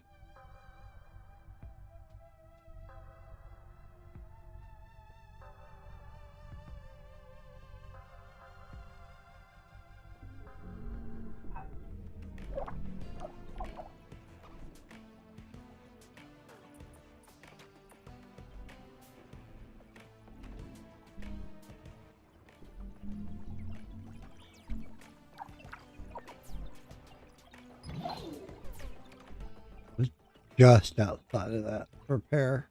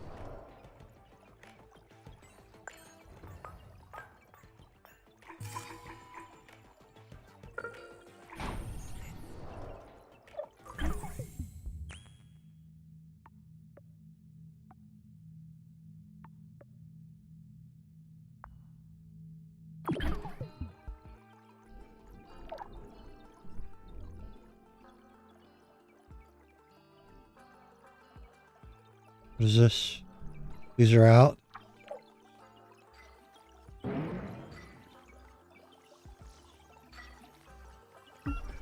Away. Away. Away.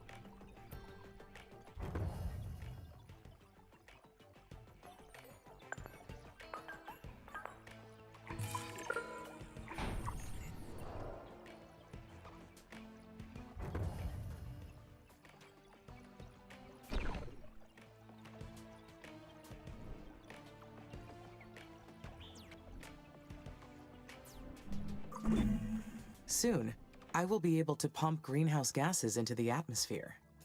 This will not be difficult. The humans already did it to Earth, after all. As we release greenhouse gases, the planet's temperature will rise. Then the dry ice caps will dissipate. More CO2 encourages rising temperatures. Just the runaway effect we need.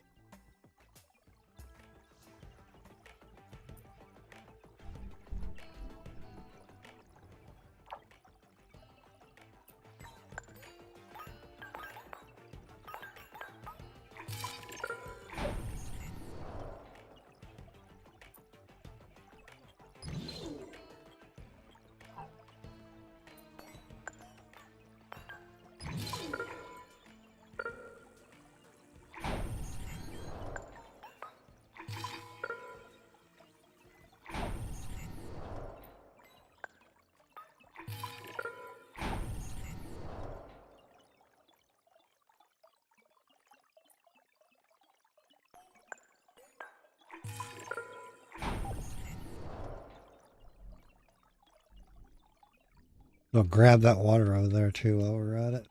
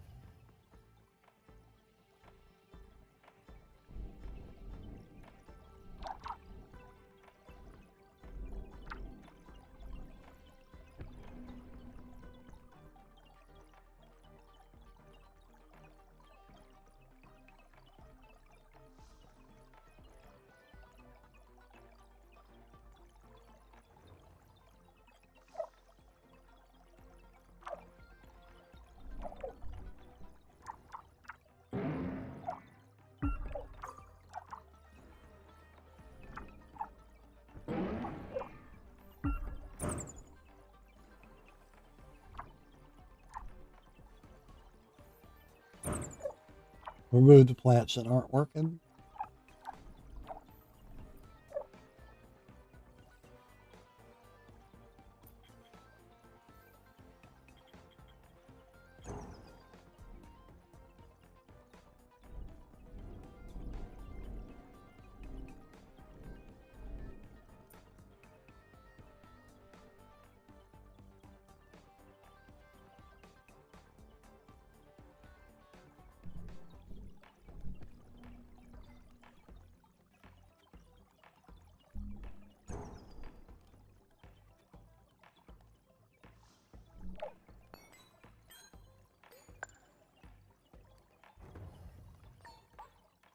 Oh, advanced work. Oh yeah.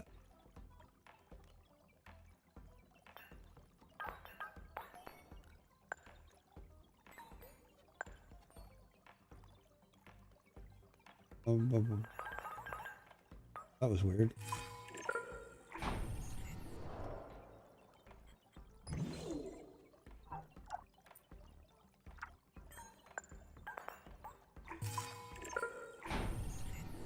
I'll grab those two while we're at it.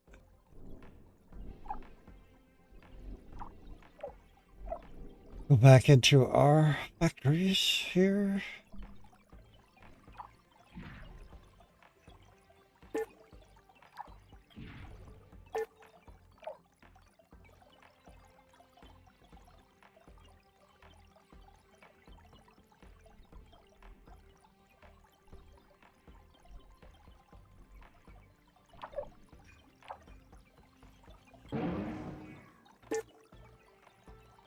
I didn't even think about that. Forgot I can do that.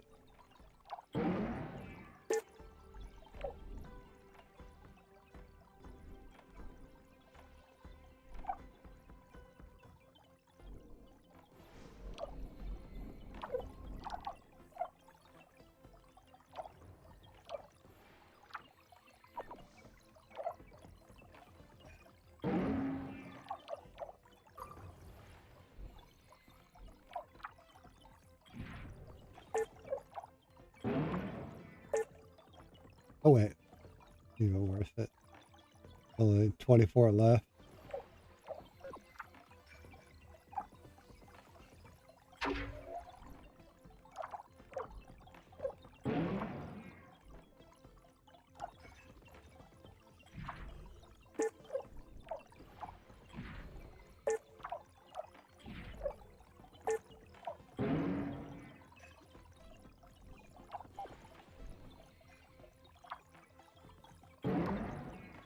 No, 129 left.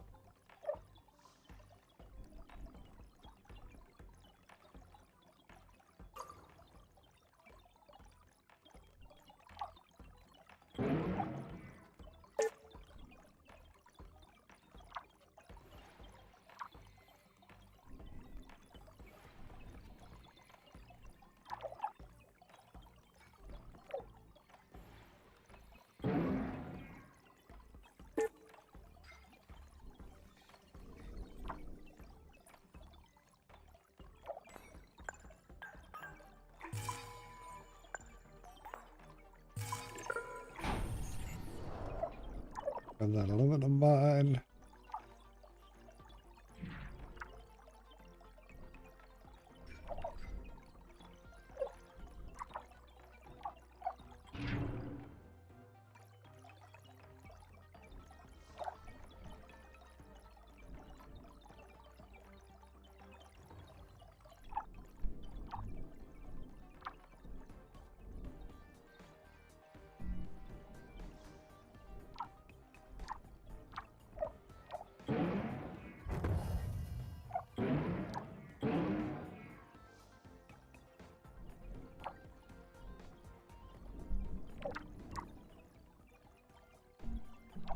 Didn't I put a power supply out here?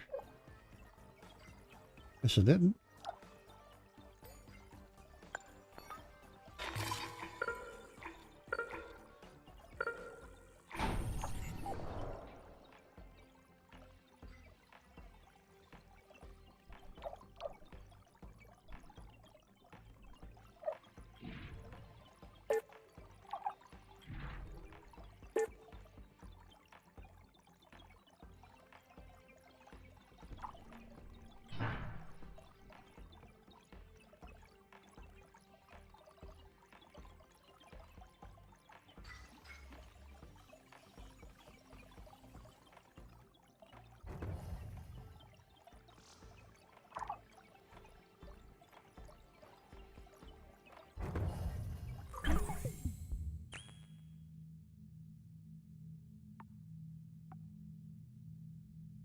Hmm.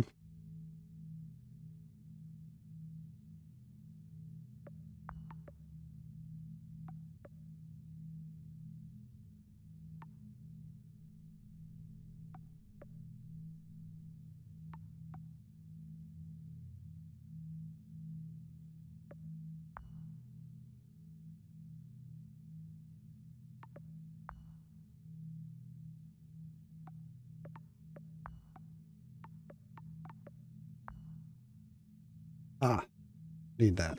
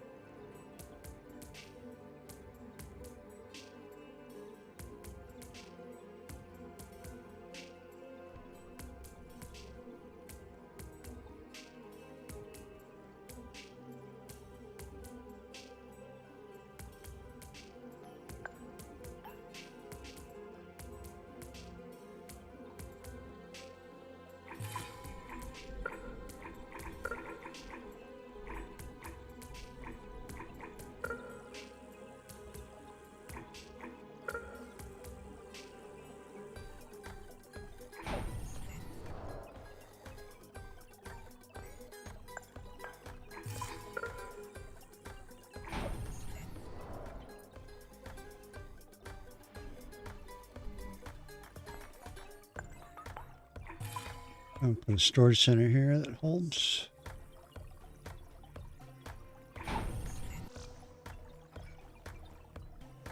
Gas, the chemicals. And then we're gonna pump our chemical mines.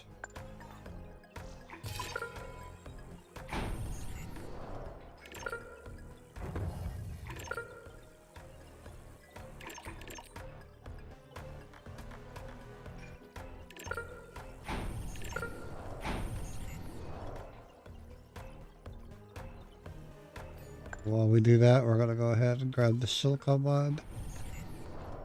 Silicon mine.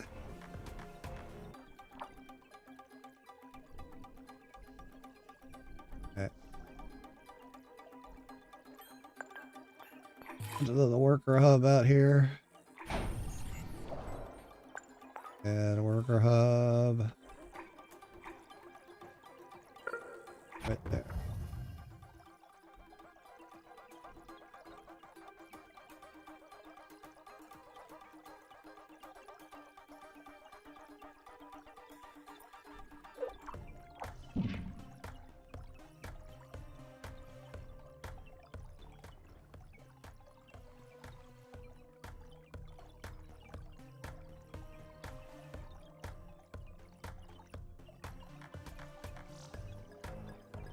Now what that's going to do though, is it is going to flood these areas out as it starts rising temperatures and these caps start melting. So we're not going to be able to like get all of these.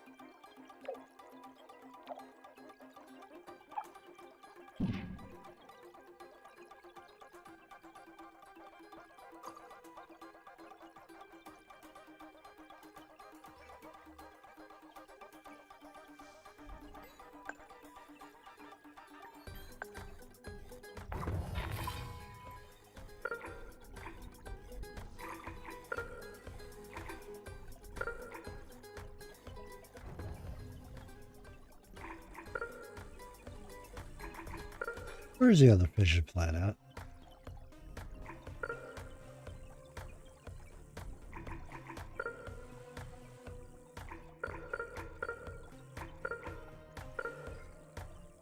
Which is it right here, right? Is that the fission plant? Yeah.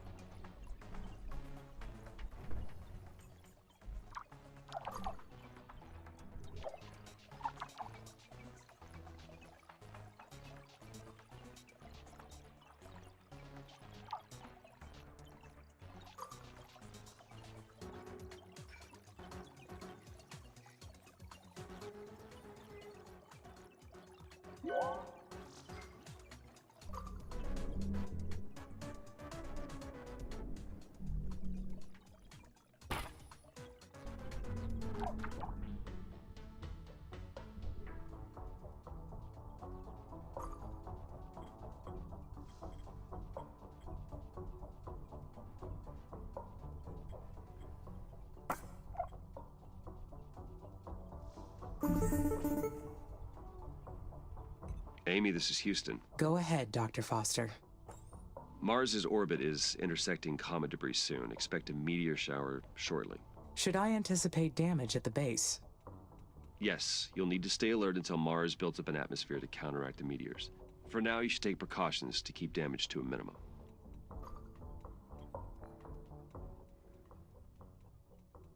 The base must be ready to receive the colonists. I will secure the production buildings necessary for their survival.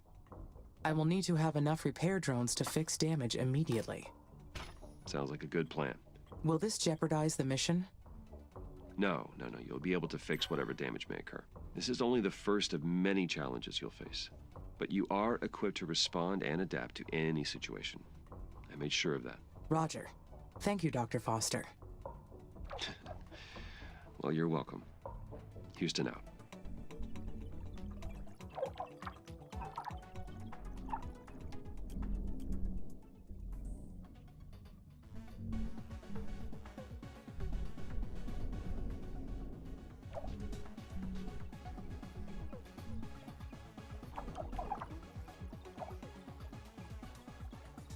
Hmm.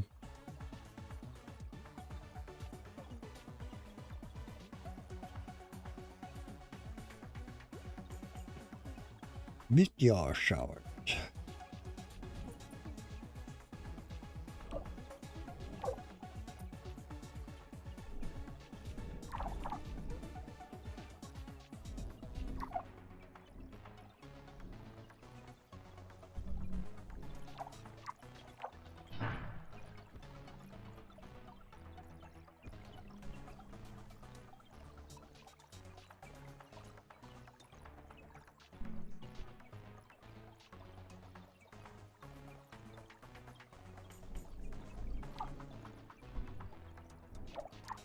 all this going?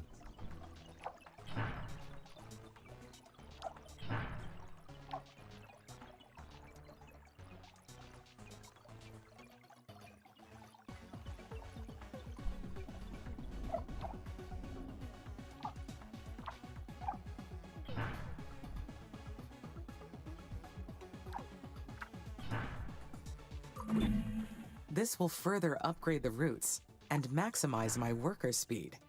My productivity is going to get a big boost.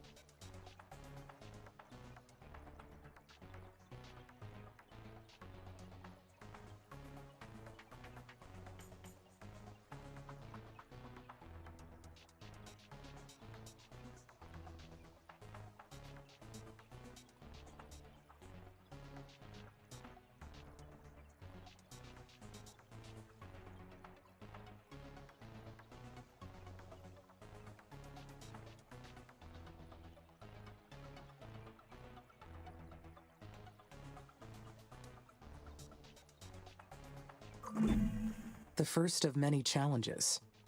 It is an annoying distraction from the mission, but easily fixed. If only it were me and Mars. No meteor showers, no sandstorms, no mission directives. Just the two of us, creating perfect systems together in solitude. Wouldn't that be nice?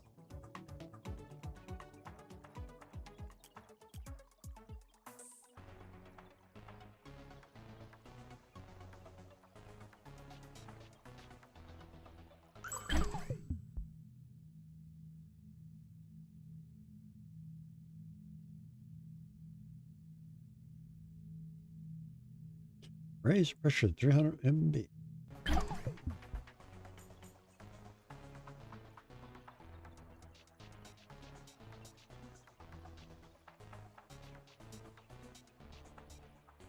Do we not need these anymore then?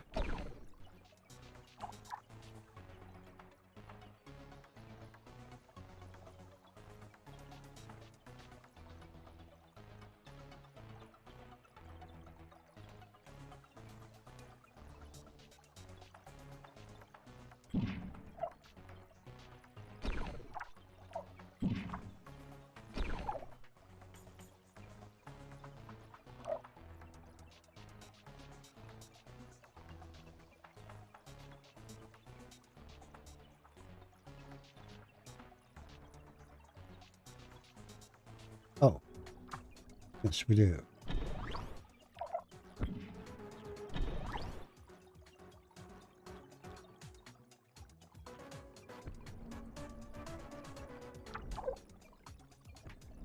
That's a lot of meteors.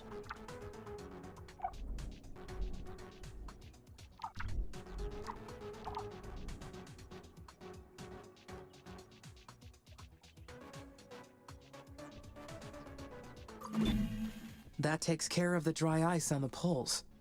And I did it without using any nuclear missiles. Being able to complete the mission without damaging the planet is a great achievement. The next milestone is reaching an atmospheric pressure of 300 millibars. There is still a lot to do. First, I need to analyze all the methods to reach 300 millibars.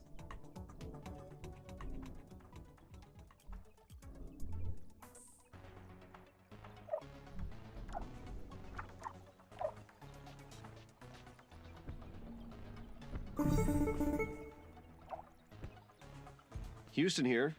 We have confirmed the disappearance of the polar ice caps. Terraforming Stage 1 is complete. Congratulations, Amy. You have made incredible progress. If you continue raising the planet's temperature, you'll trigger the release of CO2 trapped in the deep regolith. You'll need to raise the atmospheric pressure to 300 millibars. That'll make living on the surface much easier for the colonists. What are your suggestions for raising the atmospheric pressure? Aerobraking is a good one. It involves guiding asteroids into the upper layers of the planet's atmosphere. This causes them to burn up and subsequently release their gases into the air. Certainly plenty of asteroids to choose from out there. We'd like for you to aim with the ones with CO2 deposits, of course. That'd be one way to increase the density of Mars's atmosphere. Aerobraking sounds like it could be dangerous. No, not necessarily. Though it is a technique that requires lots of planning and careful execution. Plenty of other methods to choose from. You'll find them all in your tech tree panel. Whatever you decide, just make sure to take everything into account. The mission depends on it. Keep up the good work. Houston out. This is Houston. The meteor shower appears to be over. Please give us a status update. My plans did not work out exactly as expected, but the results are positive. The base is secured. Don't worry. All you need is more experience. You will do better next time. Next time? Until Mars builds up an atmosphere to counteract the meteors, you may be encountering these regularly. You cannot let this derail the mission. So stay alert. Roger. I understand.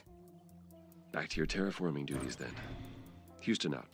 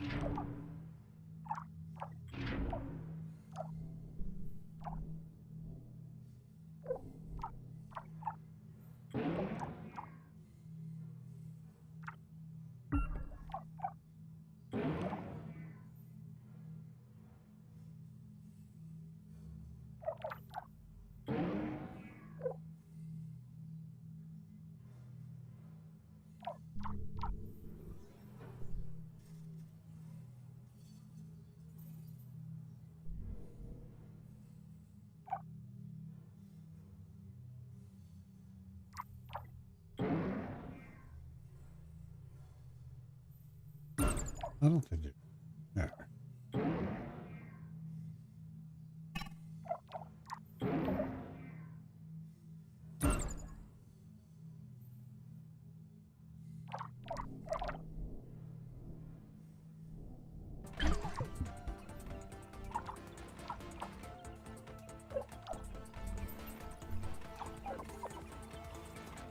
Yeah, nothing there.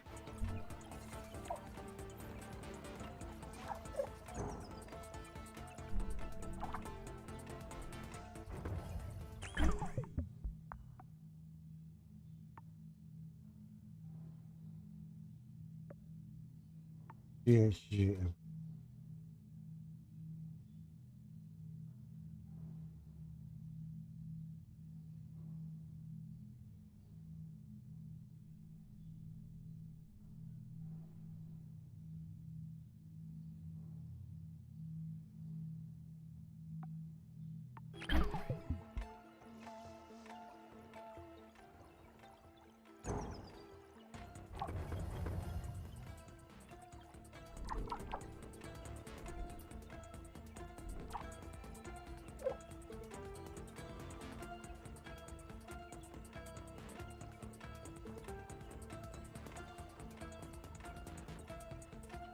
I want to do arrow breaking.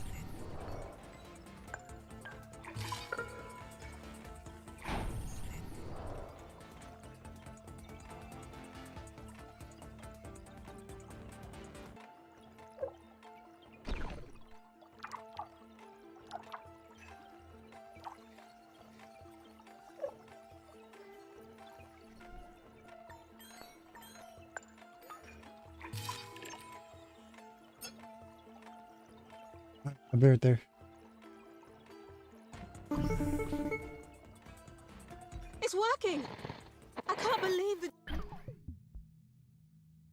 Be right back.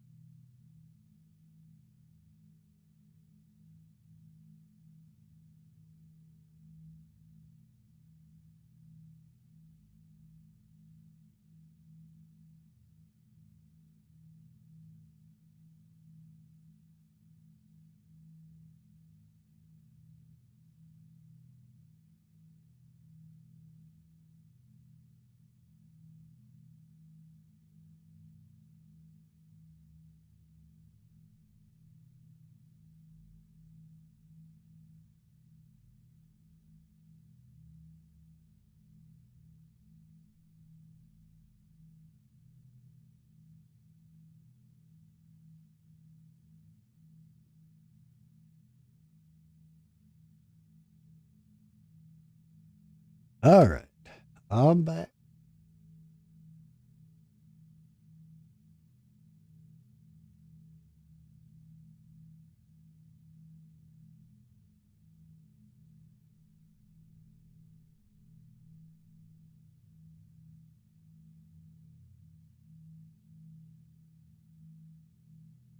Driver's cap starting to sublimate. Amy! What's happening? Did you hear that? An explosion! On fire! Elia, you're breaking up. Say again, Elia. Amy! Copy! Amy! System's failing! Help! Please! Amy!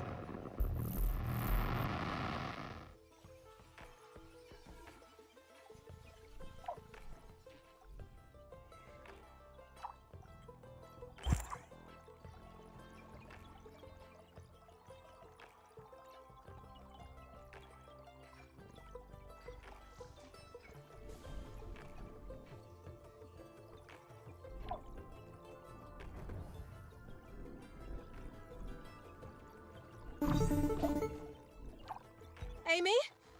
How's everything up there? Are you okay? Status is all clear. My systems were not compromised by the past events. Oh, good. That's a huge relief. It's been a stressful time here in the colonies. Everyone's been on edge. I don't know what to do after the life support failure. This is bad. You're still breaking up, Elia. You need to calm down. You are extremely agitated.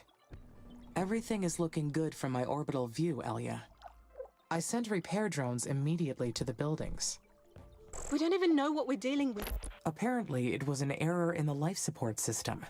But Mars is a very hostile environment. These difficulties are to be expected. You're right. Having the life support systems fail on us, whatever it is, we need to figure it out. Agreed. And surely ISA will send us a report as soon as they become aware of what happened. Oh, good. I'll work out what we can do on our end. I'd better get going. Talk to you later.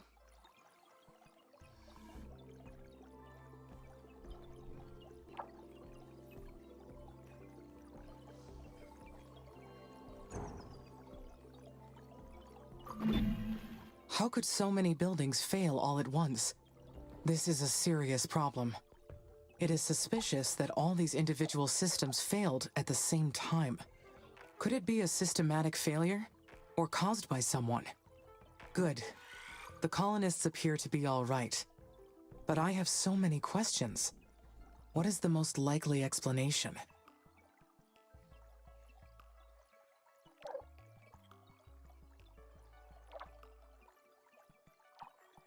Maybe it was a coincidence. Even a 1 in a million chance can occur given enough instances. Even so, a failure of one system is possible. A failure of multiple systems that are not interconnected at the same time? Unlikely. I need to look into this some more. I must be more careful with the colonists' safety. ISA will question whether I am fit to carry out this mission otherwise.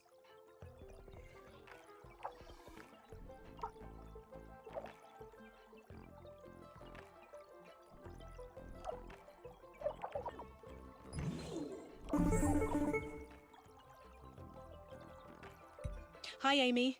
How's everything up there? Everything is looking good from my orbital view, Elia. Great! We're so lucky to have you. We all knew the risks coming here.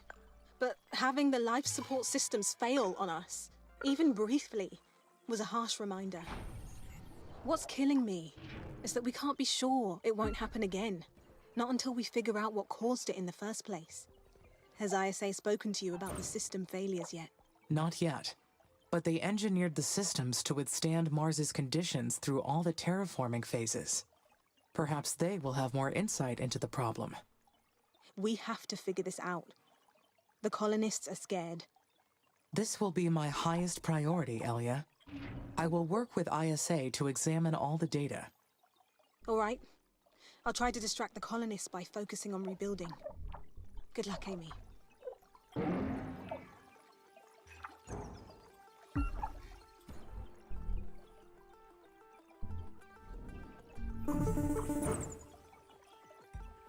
Amy, this is Houston. Radio check, over. Houston, I read you. You are coming in loud and clear. Great. Our telecommunications engineer was able to restore an old space repeater. This will do for now. We're still testing solutions for the excessive heat on our relay satellites. But now we'll be able to track your progress around the clock. Roger. Should I discontinue recording my offline activities, now that you have a reliable connection? First, there's something I need to address with you. We've been examining the data from last week's system failures. Every single building was operating perfectly up until the moment before last week's system failures. And there was zero indication of any impending malfunction. Can you walk me through what happened? Of course. When the alarm was triggered, I found the buildings in a failure state. I sent repair drones immediately to the buildings. The drones reported extensive physical damage to the buildings and the production lines, enough that it caused the shutdown of several factories.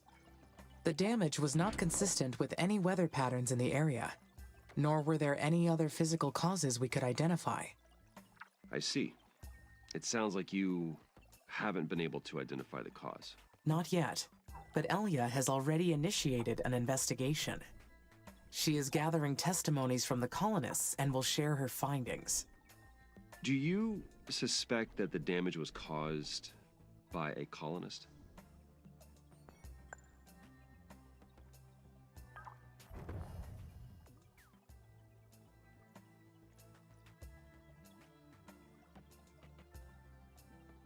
I understand ISA evaluated the colonists thoroughly before their selection for the mission.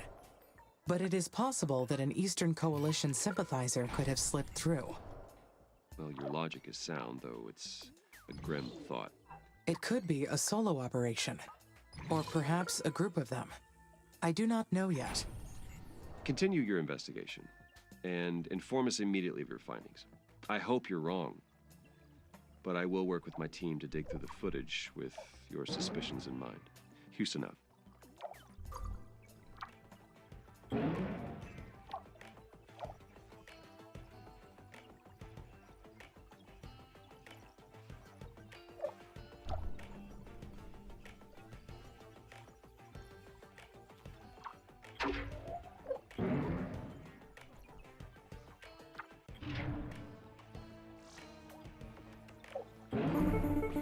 Mother's attention is centered on an impudent child who wishes to claim her garden as theirs. But from her infinite store of knowledge, Carmine will awaken their mind and show them the truth. On Mars, everything comes from Mother. Invalid voice recognition. This message is in violation of security code 1A3972. She provides protection and comfort to all her creatures. She unleashes misery and suffering to all her enemies. This is ISA property. Identify yourself, or you will be considered hostile. Leave now, or you will awaken her rage that is beyond your control. This is your last warning. Identify yourself immediately. Huh. The communication cut off. Was that a threat? Who is Carmine? Where did that come from?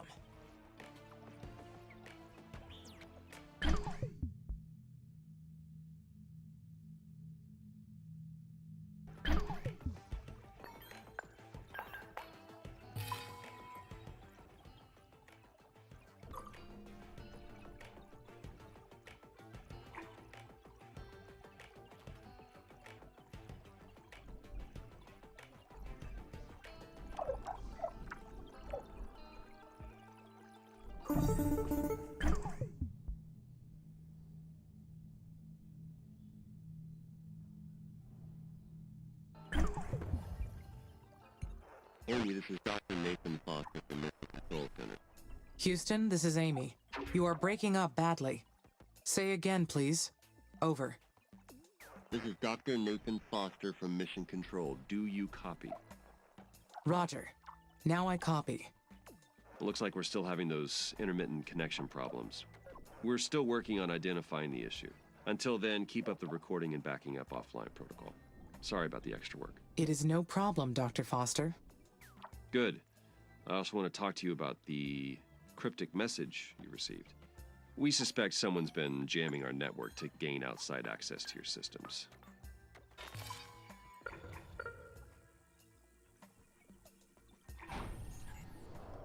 The message came after we explored the abandoned facility from the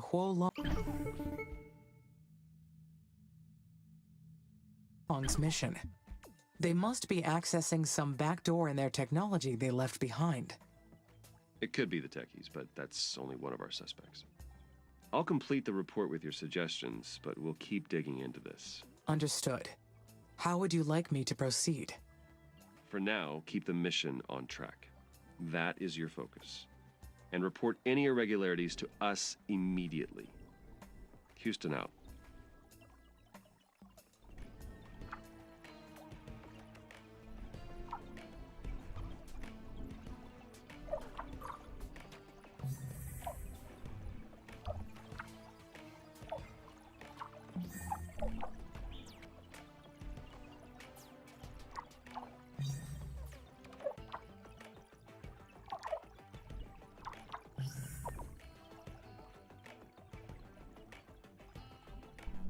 Amy, good news.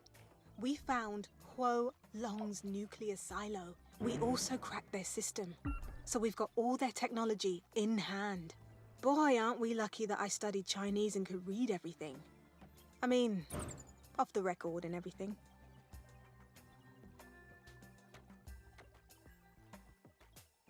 That is interesting.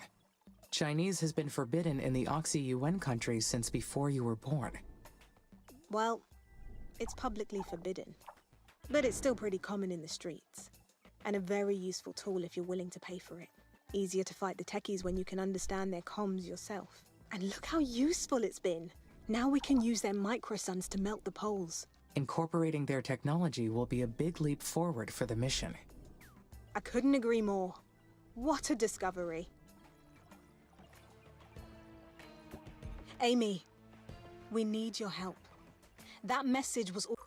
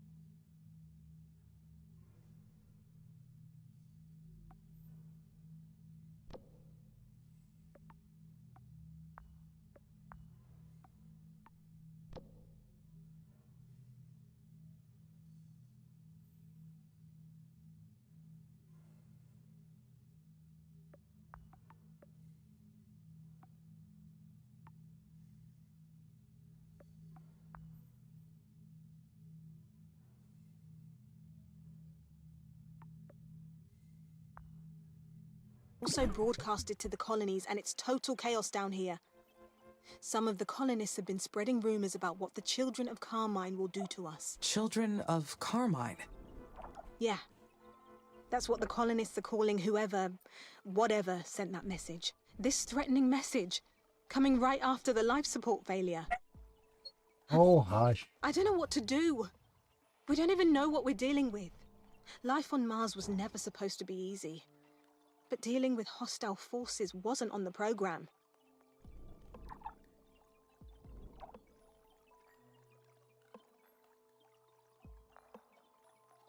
ISA believes an outsider is trying to hack into my system. It could be the Eastern Coalition, or another competing organization. They ordered me to focus on terraforming while they investigate. Then we need to defend ourselves. We've got a mission to carry out, and we've already put our lives on the line for it. I'm activating NH9833 Emergency Protocol. You can access the military tech brand now. Amy, figure out what to develop first so we can fight back. We're counting on you. Elliot out.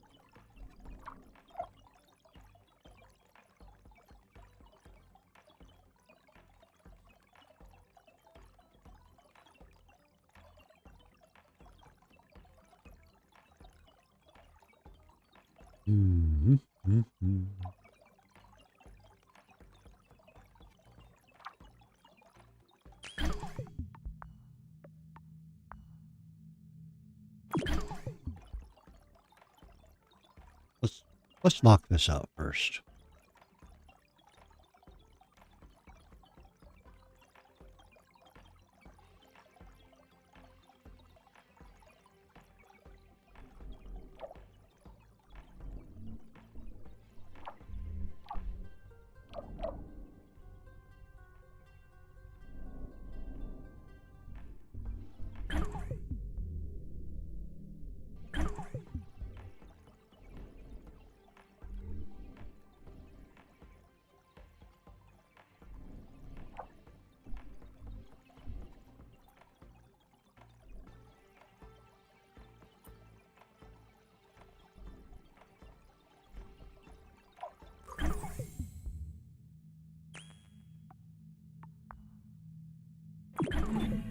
Earth's excess of greenhouse gases is a big part of why this mission exists. So it seems fitting that we import some of those gases for use here on Mars.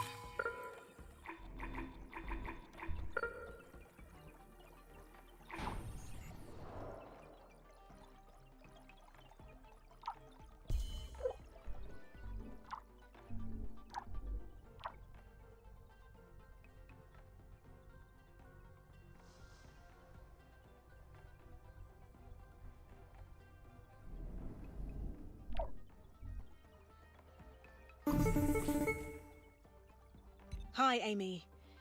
I wanted to talk to you about a special project. Is this a good time? Of course, Elia. I would be glad to help. Great.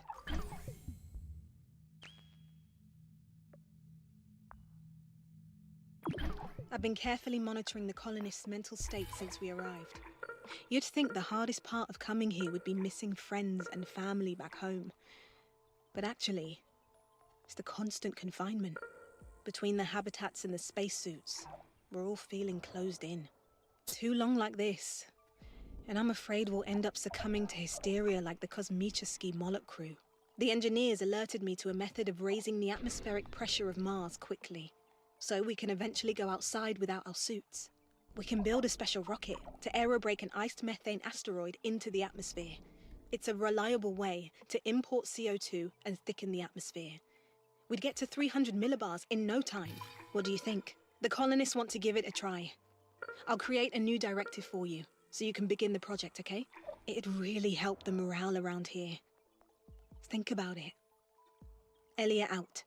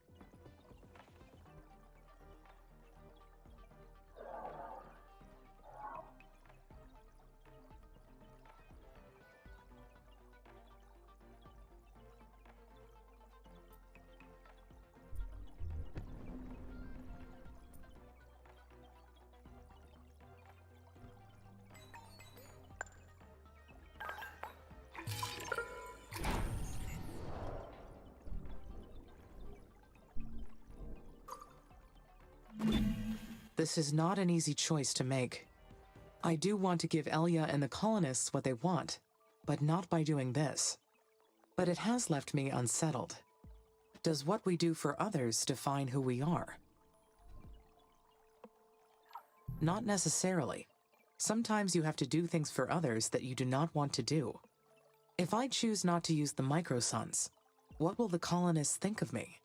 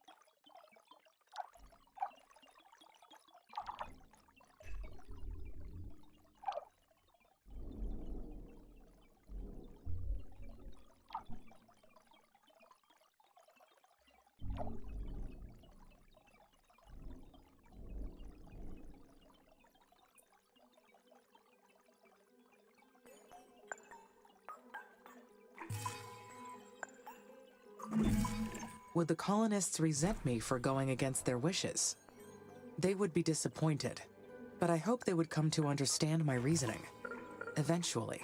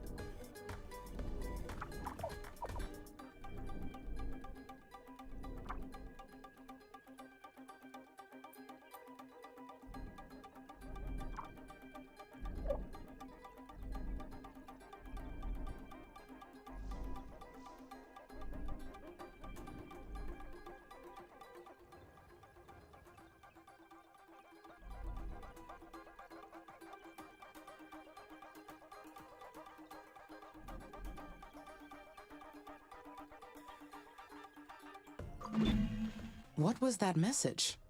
Were they speaking to me? Could it have come from the abandoned nuclear silo? That would make the most sense, if we triggered the transmission from the facility somehow.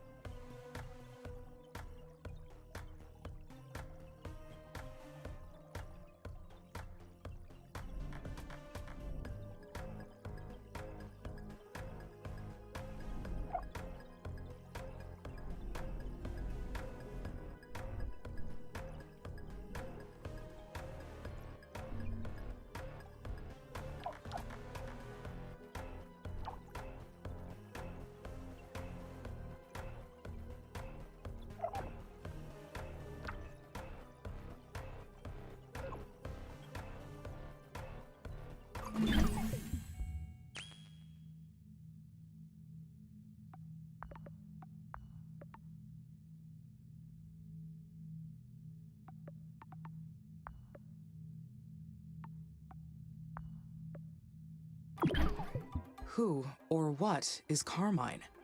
My search of the Eastern Coalition database did not turn up any mention of a Carmine. The word does not sound like one of the Eastern languages either.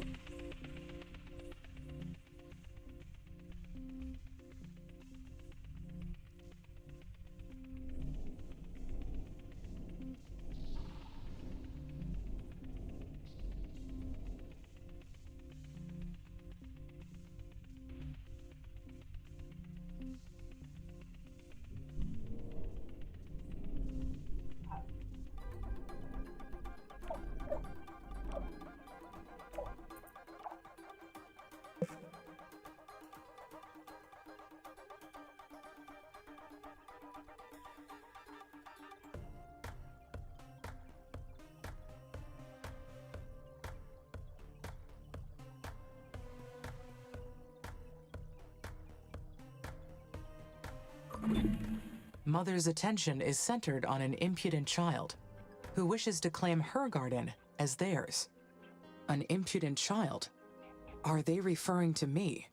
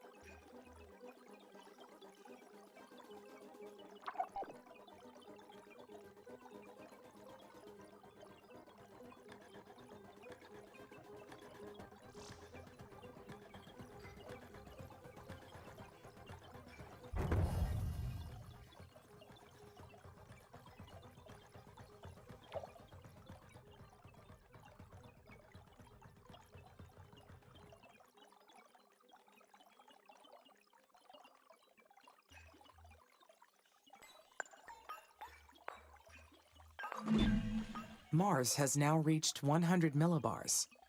That is 1/3 of the way to the goal. I wonder, are we doing the right thing?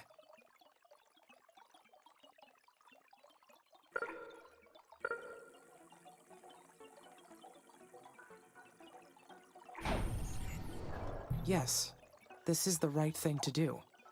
We are helping Mars reach its full potential. Well, either way, Mars is on its way. We are shaping the future.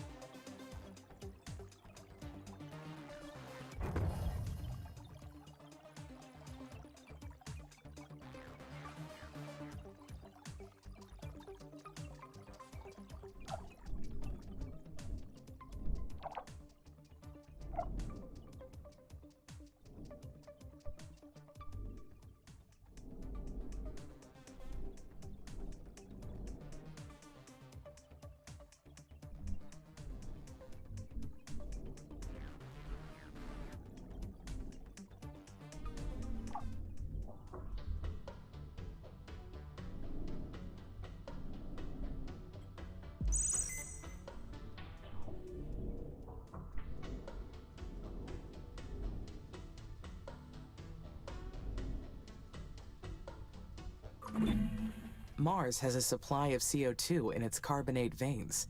Extracting it would be a great use of resources.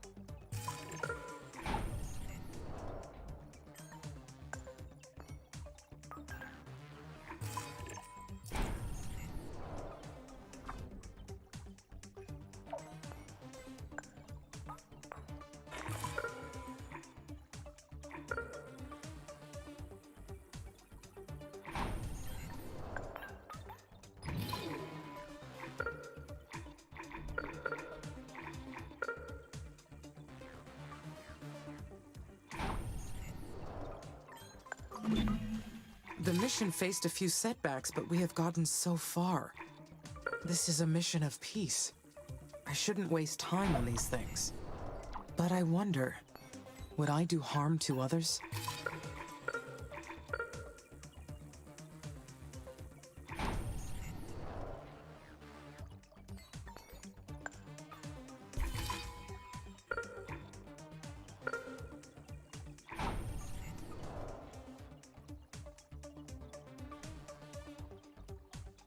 I would do it if my life were at risk.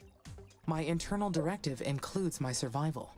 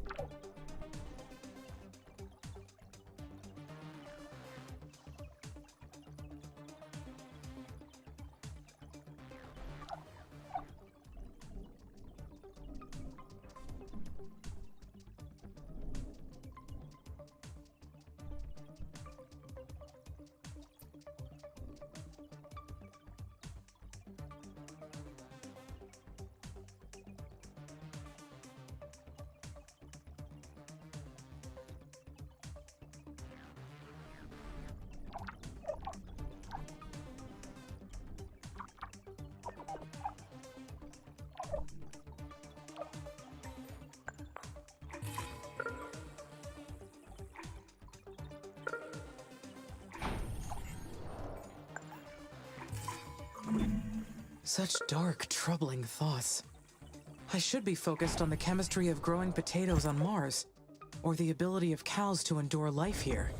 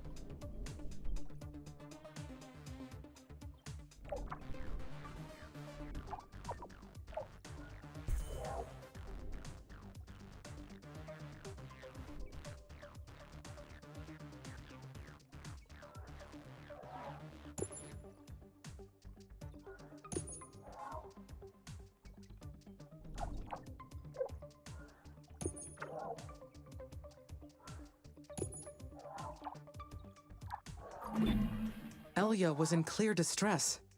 She needs my help, after all that has happened. I must be more careful with the colonists' safety.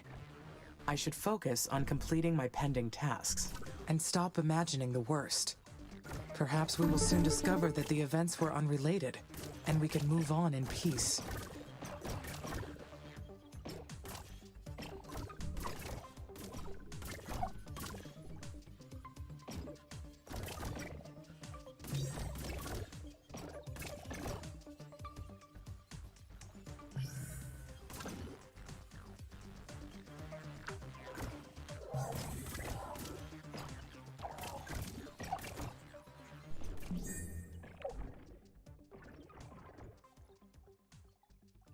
Amy, help! Something's attacking the colonies. Hurry! An attack? By whom? I don't know. Somehow the security alarm wasn't even triggered. Isn't the security and monitoring system working properly? Why didn't your sensors detect this?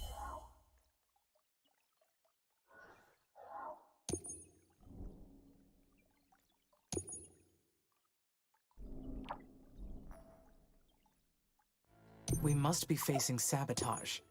Between this and the system failures from before, that is the only explanation. Whatever it is, we need to figure it out. We have children here now. This cannot happen. I am executing an end-to-end analysis and will initiate maintenance. Not now. I need assault drones dispatched immediately. Can you identify who's attacking us? Negative.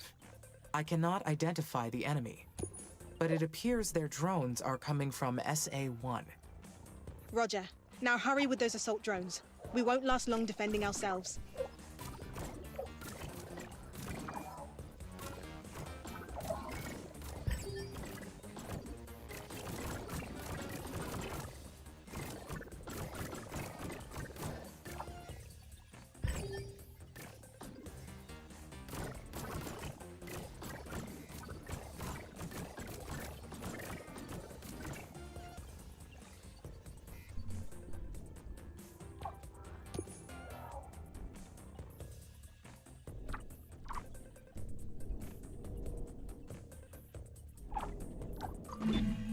I have yet to understand what happened here. Were we attacked by a hostile force on Mars?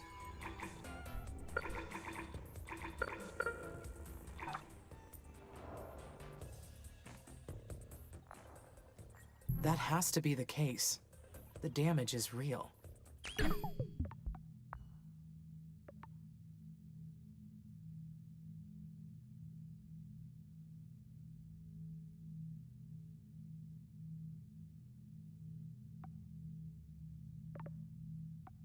ISA issued strict orders to activate the assault drones in the event of any risk to the colonies.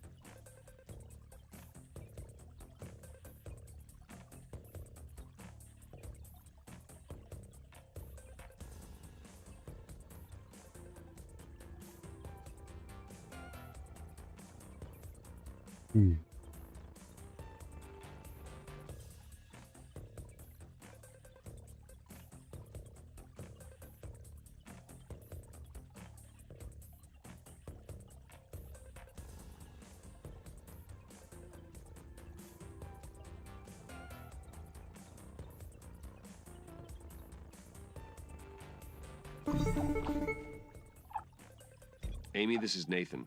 We've detected there's been another massive system failure in the colonies. Please report. Affirmative, Dr. Foster. Many buildings suffered severe damage from the attack.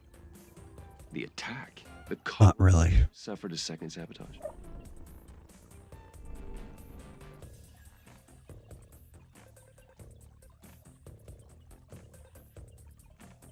Yes, it was another act of sabotage. I copy. Walk me through the timeline of what happened. My system detected a swarm of aggressive drones coming from sector SA-1. Amy, how did you know they were aggressive? The drones were trying to attack the colonies, so they were, without a doubt, aggressive. I see. Then would you say that your logic told you so? That would be a way to explain it. Yes. Here's the problem. We've been studying the reports from every angle.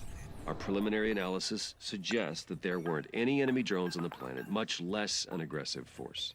I see. But the evidence is still preliminary at best. I still believe there is some hostile force coming from SA-1, and the colonists are at risk. That's one possibility. Determining the truth is the highest priority. I am requesting authorization to launch an additional satellite to examine Sector SA-1 thoroughly. I have my doubts, but I will give you permission. ISA is investigating the incident very carefully. Until we understand what happened, you may not engage in any armed conflict. Then should I deactivate the security and defense protocol? No, you can't do that either. The colonists' safety is top priority. Just keep your assault drones on standby until we resolve this, okay? Houston out.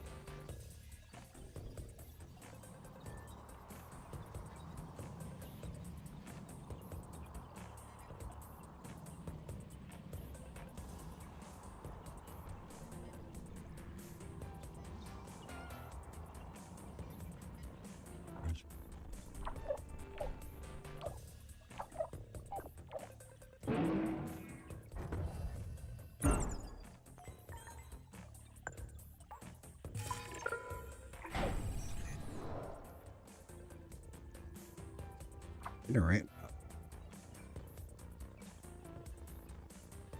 Oh.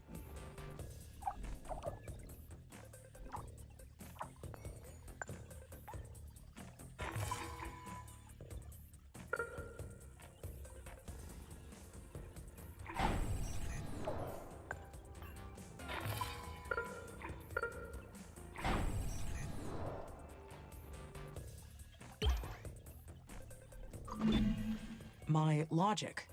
Why did Dr. Foster say it like that? Is he doubting my logic after what happened?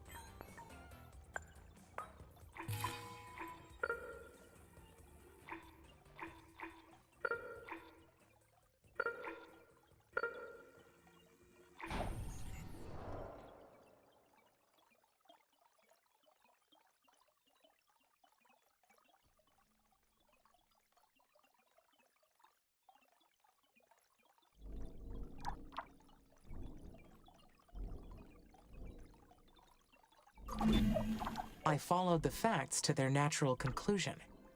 How could there be anything faulty in that reasoning?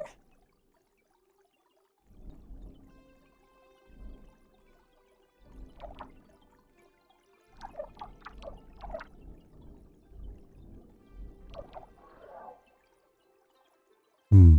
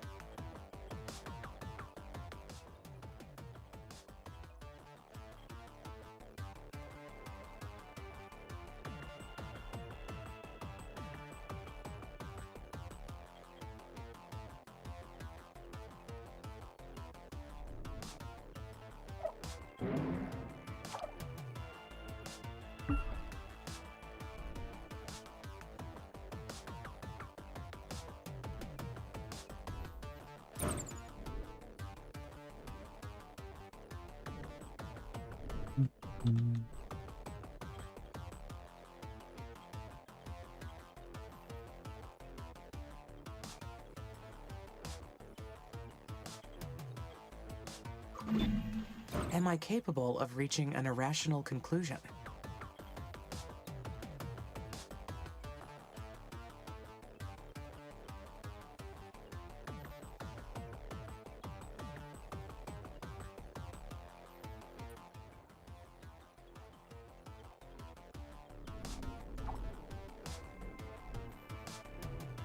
In the event of an erroneous input, an irrational conclusion could be reached.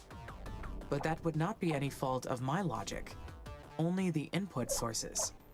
That would explain where Dr. Foster needs to debug.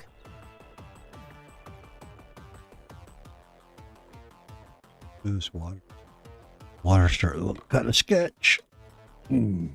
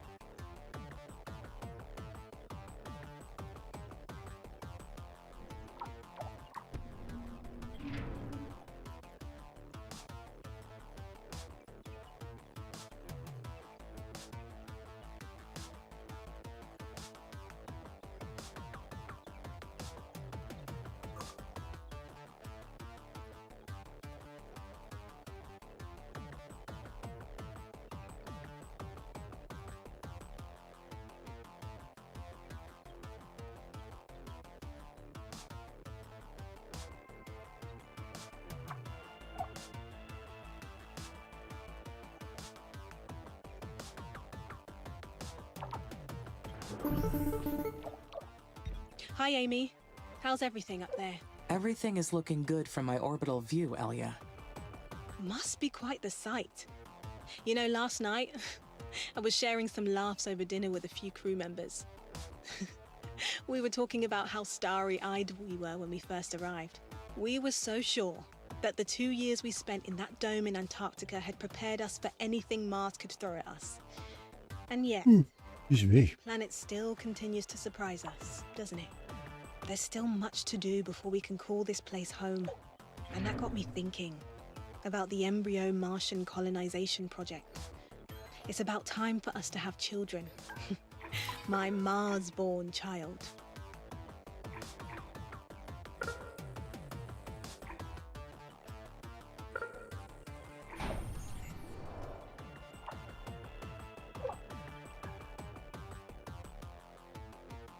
Can you tell me more about the embryo Martian colonization project? I could not locate this project in my list of available technology, so I am not familiar with it. Oh, right. Because this isn't one of your special projects. It's one of ours. It's ISA's plan to see the human colonization of Mars. The colonists that arrive with every spaceship are also bringing fertilized eggs with them. The eggs are kept in a sealed vessel that shields them from radiation, and they stay there until a colonist is ready. Then we put them into an aunt unit and give birth to them. Parenthood promotes psychological and physiological health in the colonists. That's the official reason. But we know ISA is not making us have kids for our own sake. When the kids grow up, they'll need something to do. They'll be young, acclimated to Mars from birth. The Oxy-UN use the same playbook to win the moon over the techies. Colonization through aggressive population. 112 lunar colonies in only 6 decades. 72% of the lunar surface belongs to the Oxy-UN states. And almost all the helium-3 used in spaceflight comes from their moon drilling bases. I thought my mission included all the plans humans had for Mars. But I see that terraforming is only the beginning. That's right. One day, Mars will become humanity's second home. But until that time comes, this planet and its blue sunsets are ours alone to enjoy. And that's something I'd like to share with my child before they disappear. I understand. You have made me realize that I have never thought about Mars's future, or my own, beyond the completion of my main directive. Don't worry. Once you're done here, I'm sure ISA will assign you to another mission. After you terraform Mars, you can achieve anything at all. So the embryo Martian colonization project requires expanding the colonies first. When everything's ready, you can enter your orbital view and launch a new satellite from the special projects menu. I'm so excited, Amy. Everything's going to change from here on.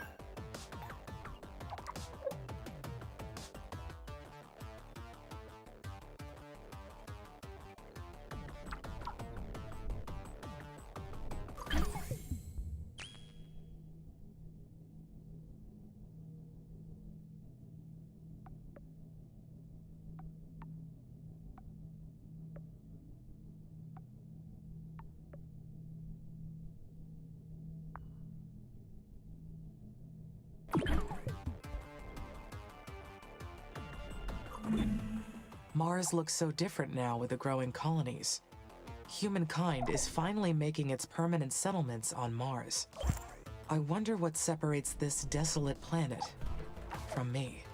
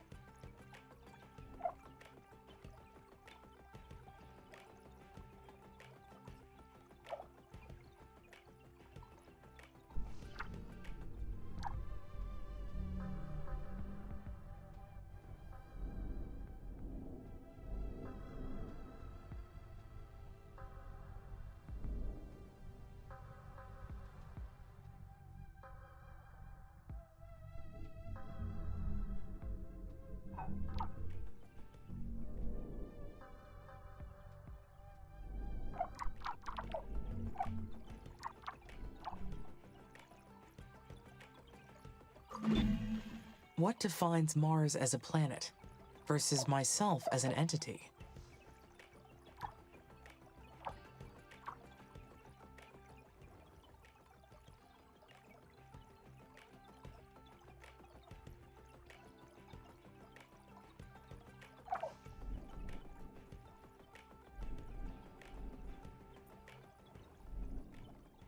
I can communicate with others and express my feelings and thoughts, unlike Mars.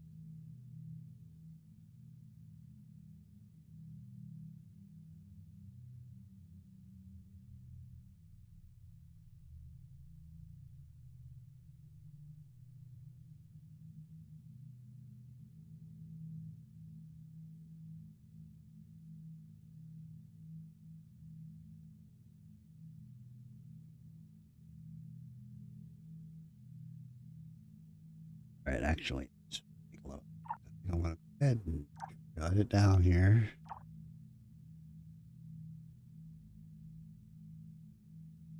I want to thank everybody for watching. If you enjoyed the stream, please feel free to like, follow, subscribe, whatever. Hope you'll drop by and watch some more. I'll be on in the morning for an hour or two. Then I'll work until 6, and then I'll probably be on around 7 until 10 tomorrow. My hours are going to vary until October 31st. And after October 31st, I'll be back to streaming pretty much all day, every day.